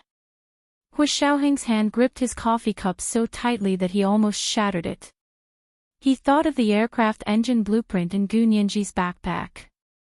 It was unbelievably advanced. It could be said that it was several generations ahead of the most advanced engines of the YY company. This blueprint was actually related to Gu Xiangwen. Before Hua Xiaoheng could recover from the shock of this news, Xia Dezhao continued, Gu Xiangwen studied physics for 3 years. After graduating, he went on to study biology. By the time I met his sister, Gu Tian, their family had already become extremely wealthy through the patents that he had invented during his school days. Really a tycoon. I've never heard of this family. Intentionally or unintentionally, Hua Xiaoheng took out his phone and dialed a few keys to connect to Zhao Liangze. People who don't know them will never imagine how rich they are. Xia Dezhao was not particularly envious because he was a member of the Xia family and had confidence. Also, they are very low-key and never flaunt their wealth. Besides, the Gu family doesn't have many people, they don't even have any relatives. He and his 2 sisters are not people who like to be in the limelight. Gu Xiangwen has another sister? Hua Xiaoheng raised his voice. There's another one besides Gu Tian. Yes, I think her name is Gu Jing. Xia Dezhao thought about it carefully. The 2 sisters were very close, but unfortunately they didn't live long. I heard that she also passed away a few years after Gu Tian's death. Didn't you say that you haven't contacted Gu Xiangwen in over 20 years? How did you know that his other sister passed away? Hua Xiaoheng acutely grasped this loophole. Xia Dezhao looked at Hua Xiaoheng strangely. I told you he's very famous. He often publishes academic articles in top international journals. He's also very handsome. He's even more handsome than many celebrities, but he's dedicated to academia. He is too untrustworthy and has a bad character. Although I haven't been in contact with him and his family has moved away from Europe, I still often see his articles in journals. That's all. After Gu Tian passed away, he wrote a letter to Gu Tian and asked me to burn it in front of Gu Tian's grave for his other sister to pass away. You read the letter? Of course. Xia Dezhao shrugged. He said that I could read it. What about the letter? I burned it in front of Gu Tian's grave, Xia Dezhao said sternly. Xia Dezhao said righteously, I'm not like Gu Xiangwen who goes back on his word. I'll burn it if I say so. I won't keep it. Hu Xiaoheng looked at Xia Dezhao speechlessly and lowered his head to take a few more sips of coffee before standing up. Mr. Xia, thank you so much for this time. I'll go back and check on Gu Xiangwen. If I can't find anything, I'll have to ask for your help. Xia Dezhao finally understood. So you wanted to talk to me about Gu Xiangwen? Yes. Hu Xiaoheng didn't deny it. He picked up his coat from the hanger and put it on. This is very important to us and I hope you can cooperate. Of course. Xia Dezhao looked at Hu Xiaoheng in confusion. What did this untrustworthy guy do? Did he break the law and get arrested? You see, he stopped sending birthday presents to Qingying 6 years ago. Maybe he got arrested then. Hu Xiaoheng curled his lips, his expression unchanged. I think he's so smart that he wouldn't commit a crime. Okay, my time is up. Hu Xiaoheng pushed open the door and strode out. As soon as he reached the lobby of the cafe, Xia Qingying came up to greet him. She took the initiative to speak to him. Major General Hua, have you seen my father? Hu Xiaoheng looked behind him. Your father is here. Xia Dezhao walked behind Hu Xiaoheng. When he saw Xia Qingying come out of her own accord, he said awkwardly, Major General Hua, Qingying was just worried about me. Hu Xiaoheng nodded. It's okay. This is a private talk and won't be recorded. It's not that strict. If there's anything else, we'll have to ask Mr. Xia to come to our place. Xia Qingying walked to Xia Dezhao's side and took his arm.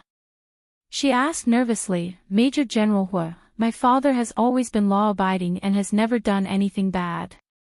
Xia Dezhao was speechless. Hu Xiaoheng's smile widened. A smile flashed across his handsome face. Miss Xia, your father is fine. I just wanted to ask him for some information. Oh. Really? I've been worried all night. Xia Qingying wanted to thank the heavens. It's good that he's fine, it's good that he's fine. Both father and daughter smiled knowingly at Hu Xiaoheng. Miao Yunxiao and Su Piaohong had just pushed open the door to the cafe. Hu Xiaoheng, Xia Qingying, and Xia Dezhao were standing in the aisle. They were too eye-catching. Miao Yunxiao looked at Hu Xiaoheng in surprise. She recognized him as the man who had gone to school to look for Gu Nianji. Then who was the beautiful woman in front of him?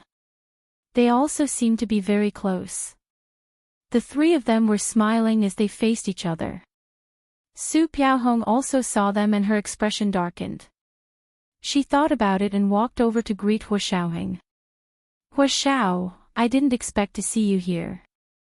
Hu Xiaoheng turned to look at her and nodded. Miss Su. He then turned to Xia Qingying and Xia Dezhao. Thank you both for your hospitality today. I'll treat you to a meal next time. Although he was anxious to return to the headquarters to verify the information Xia Dezhao had given him, he still maintained a relaxed attitude in front of others. He left the cafe in a relaxed manner. Miao Yunxiao's eyes widened as she watched the scene. She tugged at the corner of Su Piaohong's shirt and pouted at Xia Qingying. Who's that? Su Piaohong had heard about Xia Qingying from General Ji and had seen her photos. Now that she saw her in person, she realized that she was even prettier than in photos. She also looked a bit like Gu Nianji. Su Piaohong whispered, that's Speaker Long's relative. Let's go say hello. Oh. Is that Speaker Long from the Senate? Miao Yunxiao exclaimed, cousin, you're actually familiar with them. This was way beyond the level of Su Piaohong's family. Miao Yunxiao grew even more nervous and didn't know where to put her hands. What's wrong with that? General G's wife treats me like her own daughter and often takes me out to play. I've also been to Speaker Long's house. Su Piaohong said nonchalantly. She walked over to Xie Qingying and greeted her with a smile. Miss Xie, what a coincidence. Xie Qingying glanced at Su Piaohong. She looked familiar but didn't remember her name. She could only say politely, "It is. You're here for coffee too. We won't disturb you then. Were you having coffee with Hua Xiao just now?" Su Piaohong couldn't help but ask. Xie Qingying smiled at her and didn't answer the question. She held Xie Dezhao's arm and said, "Dad, it's getting late. Let's go back." "Yeah, let's go." Xie Dezhao nodded at Su Piaohong and Miao Yunxiao and left with his daughter. Miao Yunxiao and Su Piaohong sat down at the cafe and ordered coffee and muffins. They chatted as they ate. Miao Yunxiao's eyes sparkled. Who's the man Miss Xie and her father were seeing? Is he also in the military? Su Piaohong said angrily, "He's the youngest major general in our country." "What are you looking at?" "Major general." Miao Yunxiao gasped. "Doesn't that mean his rank is higher than uncle's?" "But he doesn't look even 30 years old. That's why he's the youngest major general." Su Piaohong rested her chin on her hands on the coffee table. The expression on her face could only be described as dreamy. "Cousin, you sound so sweet when you talk about him."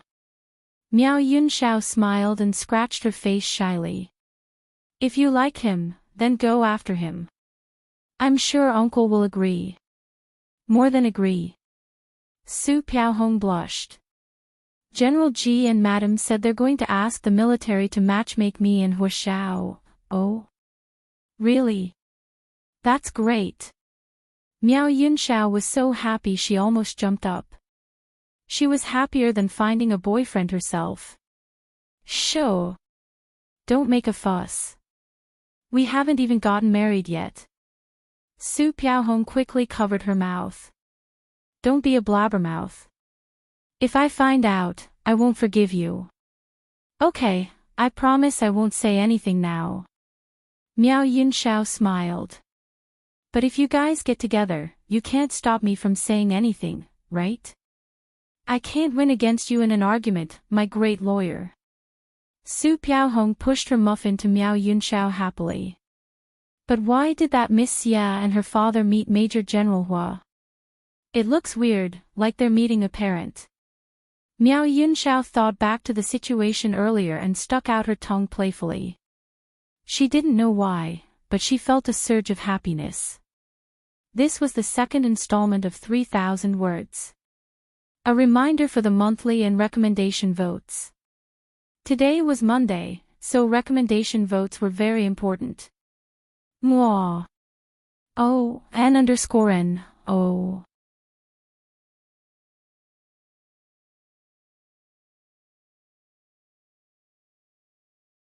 Chapter 387. It was just a coincidence, wasn't it? How is it like meeting the parents? Su Piaohong didn't think much of it. If you want to meet the parents, you have to meet them at home. What's with meeting them at a cafe? Is it because their family is shameful? Cousin, you're more eloquent than a lawyer. I can't win an argument with you. Miao Yunxiao covered her mouth and giggled. You're right, it wouldn't be sincere even if they met the parents like this. That's right, my dad always says that you can't judge a person by their appearance, you have to see their true nature. Su Piaohong giggled as she and Miao Yunxiao sat by the window in the cafe. Through the window, they could see the situation outside. Hua Xiaoheng, Xie Dezhao, and Xie Qingying hadn't left yet. They stood on the tree-lined path in front of the cafe. The streetlights shone through the gaps between the branches and shone on the faces of the people under the trees. The handsome man and beautiful woman complemented each other like a beautiful oil painting. Su Piaohong was silent as she looked down at the menu for food. Miao Yunxiao secretly took out her phone and took a picture of the warm and harmonious scene under the tree. Hua Xiaoheng lowered his gaze and looked at Xie Qingying, who was looking up at him. Xie Dezhao chuckled and looked happy to see it happen. Even though it was dark under the streetlights, Xie Qingying's fair cheeks were flushed red. Her eyes were alarmingly bright. Hua Xiaoheng said goodbye to the Xies as his car drove over. He nodded at them and entered his car, saying to Fan Jian, "Let's go." His car quickly left the European-style cafe and headed towards the headquarters of the Special Operations Forces. Hua Xiaoheng texted Zhao Liangze as soon as he got in the car, asking him to look up someone called Kevin Ku online. Zhao Liangze saw the message and quickly called him, "Mr. Hua, is it the genius scientist Xie Dezhao told you about?" "Yes, that's him. His Chinese name is Gu Xiangwen, English name is Kevin Ku." Hua Xiaoheng sent the message without batting an eyelid. "Hurry up." Zhao Liangze immediately logged onto the internet and started using his own search engine to search for Kevin Ku. By the time Hua Xiaoheng returned to the Special Operations Forces headquarters base, Zhao Liangze had already placed the search results on his desk. "Hua Xiao, is Gu Xiangwen really Kevin Ku? Is this information reliable?"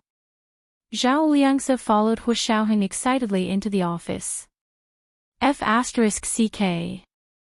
This news is too explosive. Is he very famous? Hua Xiaoheng took off his coat and hung it on the wall hanger in the office. He turned to look at Zhao Liangze, who was flushed with excitement. He shook his head. "Even if he is, you don't have to be so excited, right? Hua Xiao, you can't not be excited." Zhao Liangze took a few steps closer and whispered urgently, "Hua Xiao, have you forgotten about the Special Operations Forces Plan B?"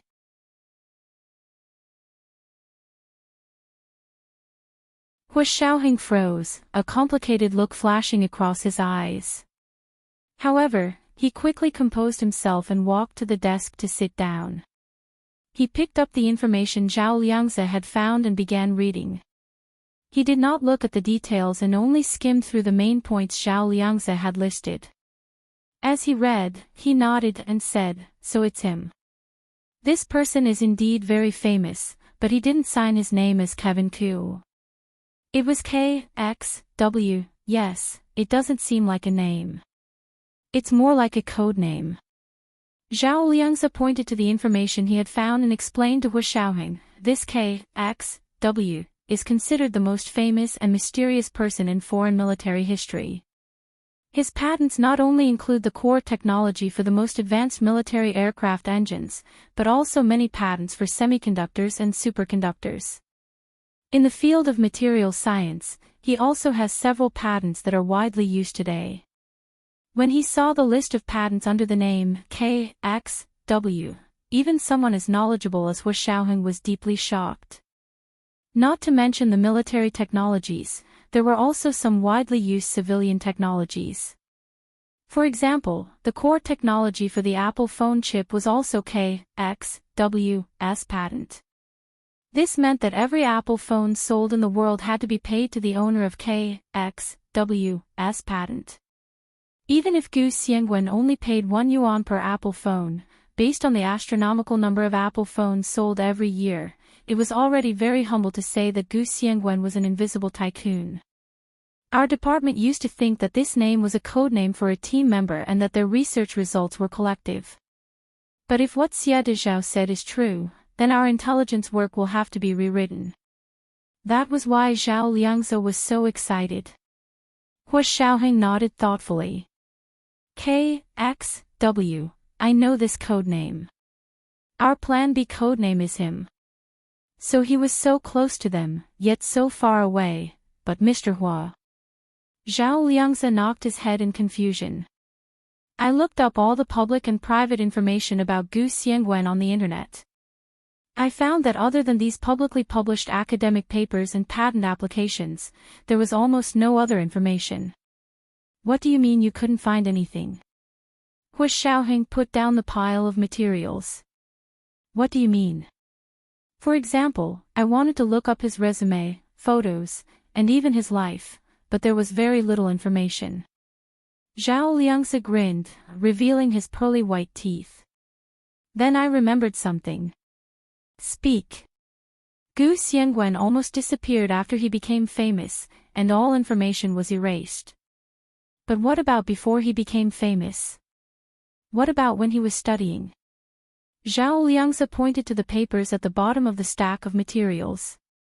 In order to find his student records, I had no choice but to use some tricks to get into MIT's internet.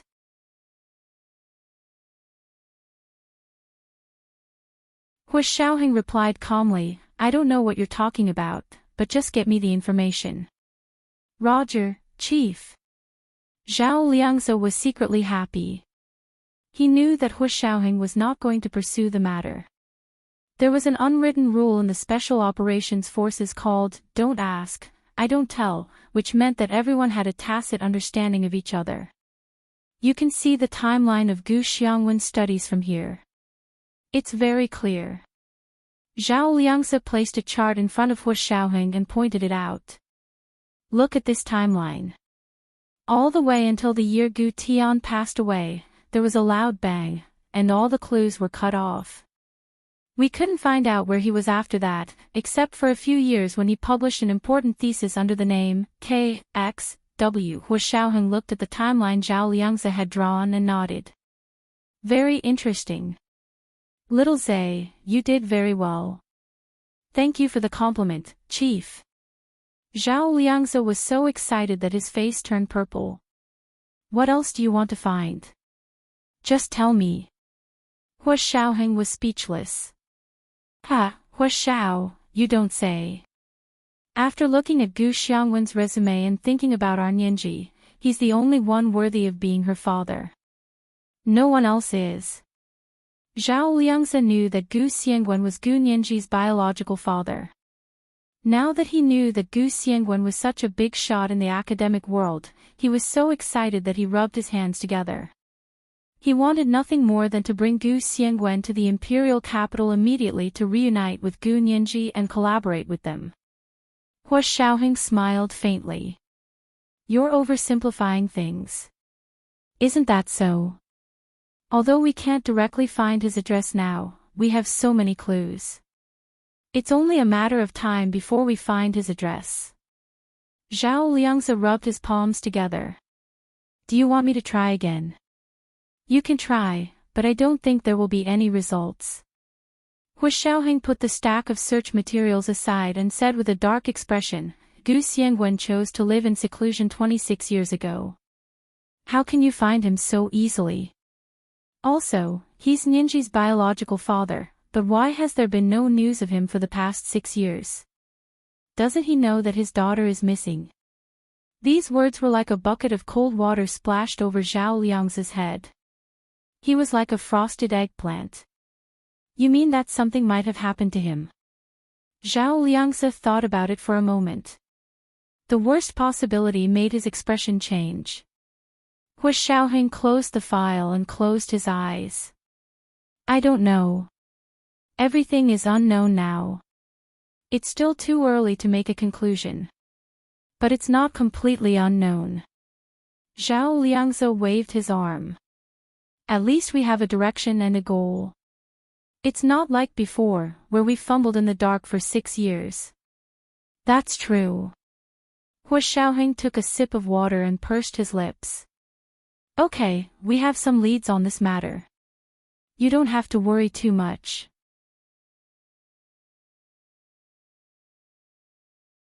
Just investigate it step by step. If we still can't find anything, we'll look for Xie Zhao. I don't believe he can't get in touch with Gu Xiangwen. Roger, Chief. Zhao Liangzi answered loudly and saluted. He was more disciplined than usual. Hu Xiaoheng glanced at him. Speak. What's the matter? You must have a favor to ask. Mr. Hua, how can you say that? You're my superior. Can't I be polite to you? Zhao Liangzi chuckled. But you're right. I do have a favor to ask. Okay, speak. Tomorrow is Saturday, and also Valentine's Day. Zhao Liangzi blushed again as he spoke. I want to apply for leave tomorrow and turn off my phone 24 hours a day. Is that okay? Due to the nature of their work, they were always on call 24 hours a day, 365 days a year. Zhao Liangzi especially maintained the entire central control system of the Special Operations Forces. Even when he went home for the new year, his special phone was still on call all day, ready to handle emergencies. His request this time meant that the special phone had to be turned off as well. Hu Xiaoheng glanced at him and didn't pursue the matter. He only nodded. Okay, you don't have to turn it on for 24 hours tomorrow. I'll take over the central control system. Thank you, Chief. Zhao Liangzi was so happy he almost jumped up. Then I'll have to trouble you tomorrow. Go. Hu Xiaoheng waved his hand. Close the door when you leave.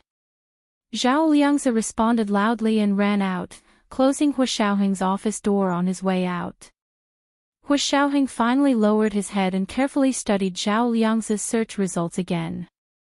He found some suspicious points and logged into the dark web again.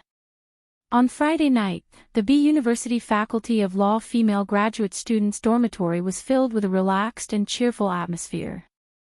It was as if pink bubbles were popping up everywhere. The girls gathered in groups of 2s and 3s to prepare for Valentine's Day tomorrow.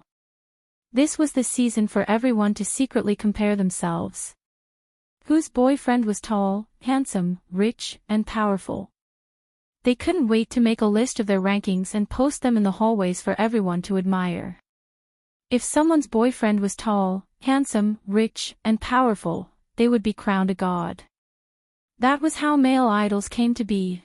Gu Nianji and Ma Qiqi each held a box of popcorn and sat cross-legged on either side of the sofa to watch an old movie in the living room. They could practically recite the lines of the movie and it echoed in the living room. It was just background music, so neither of them actually listened to it. They were both a bit absent-minded. After a while, Gu Nianji finished her popcorn and looked at the remaining stock. She stood up and said to Ma Qiqi, "There's nothing left to eat. Do you want to go out and buy something?" "Yes. Right away." Ma Qiqi, who had been listless all night, immediately perked up. "Where are we going to buy something?" "The campus mall."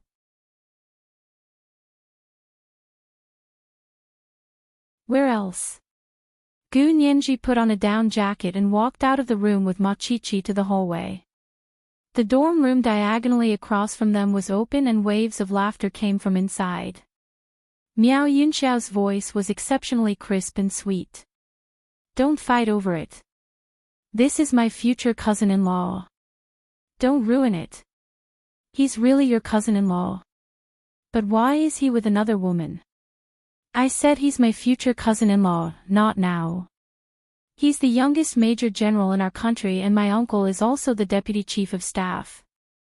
He's a good match for my cousin and the military has already agreed to introduce them," Miao Yunxiao said proudly. Her tone was full of pride and honor. Gu Nianji's expression changed as she stopped in front of Miao Yunxiao's dorm room. Miao Yunxiao saw Gu Nianji's figure at the door and felt an indescribable sense of satisfaction. She waved her phone at her roommates. "Look, isn't he really handsome? I say, why do you think he's a Prince Charming? All those people together can't even compare to Major General Hua's finger." Gu Nianji had only suspected at first, but now she was completely sure that Miao Yunxiao was talking about Hu Xiaoheng. She had spent the entire week in torment. Hu Xiaoheng stood her up last weekend and she didn't call to ask about it. Instead, she went back to school alone. In the entire week, Hu Xiaoheng had only called her once, and he had hung up after saying a few hurried words, which made her feel very regretful. Now it was Friday night and Hu Xiaoheng still hadn't called her or told her where he was staying for the weekend. Her emotions were like a volcano waiting to erupt. This was the first installment of 4,000 words. Reminders for the monthly votes and recommendation votes. 7 p.m. the next installment. Mwah. Oh, N_N. Oh. You're tuning into the LoveLore Library YouTube channel. We're so grateful for your support, and don't forget to subscribe to join us on this incredible journey through captivating stories. Your generosity through donations truly makes a world of difference, as it's the primary source of revenue that allows me to expand and enhance this channel for you. Thank you from the bottom of my heart for being a part of this adventure.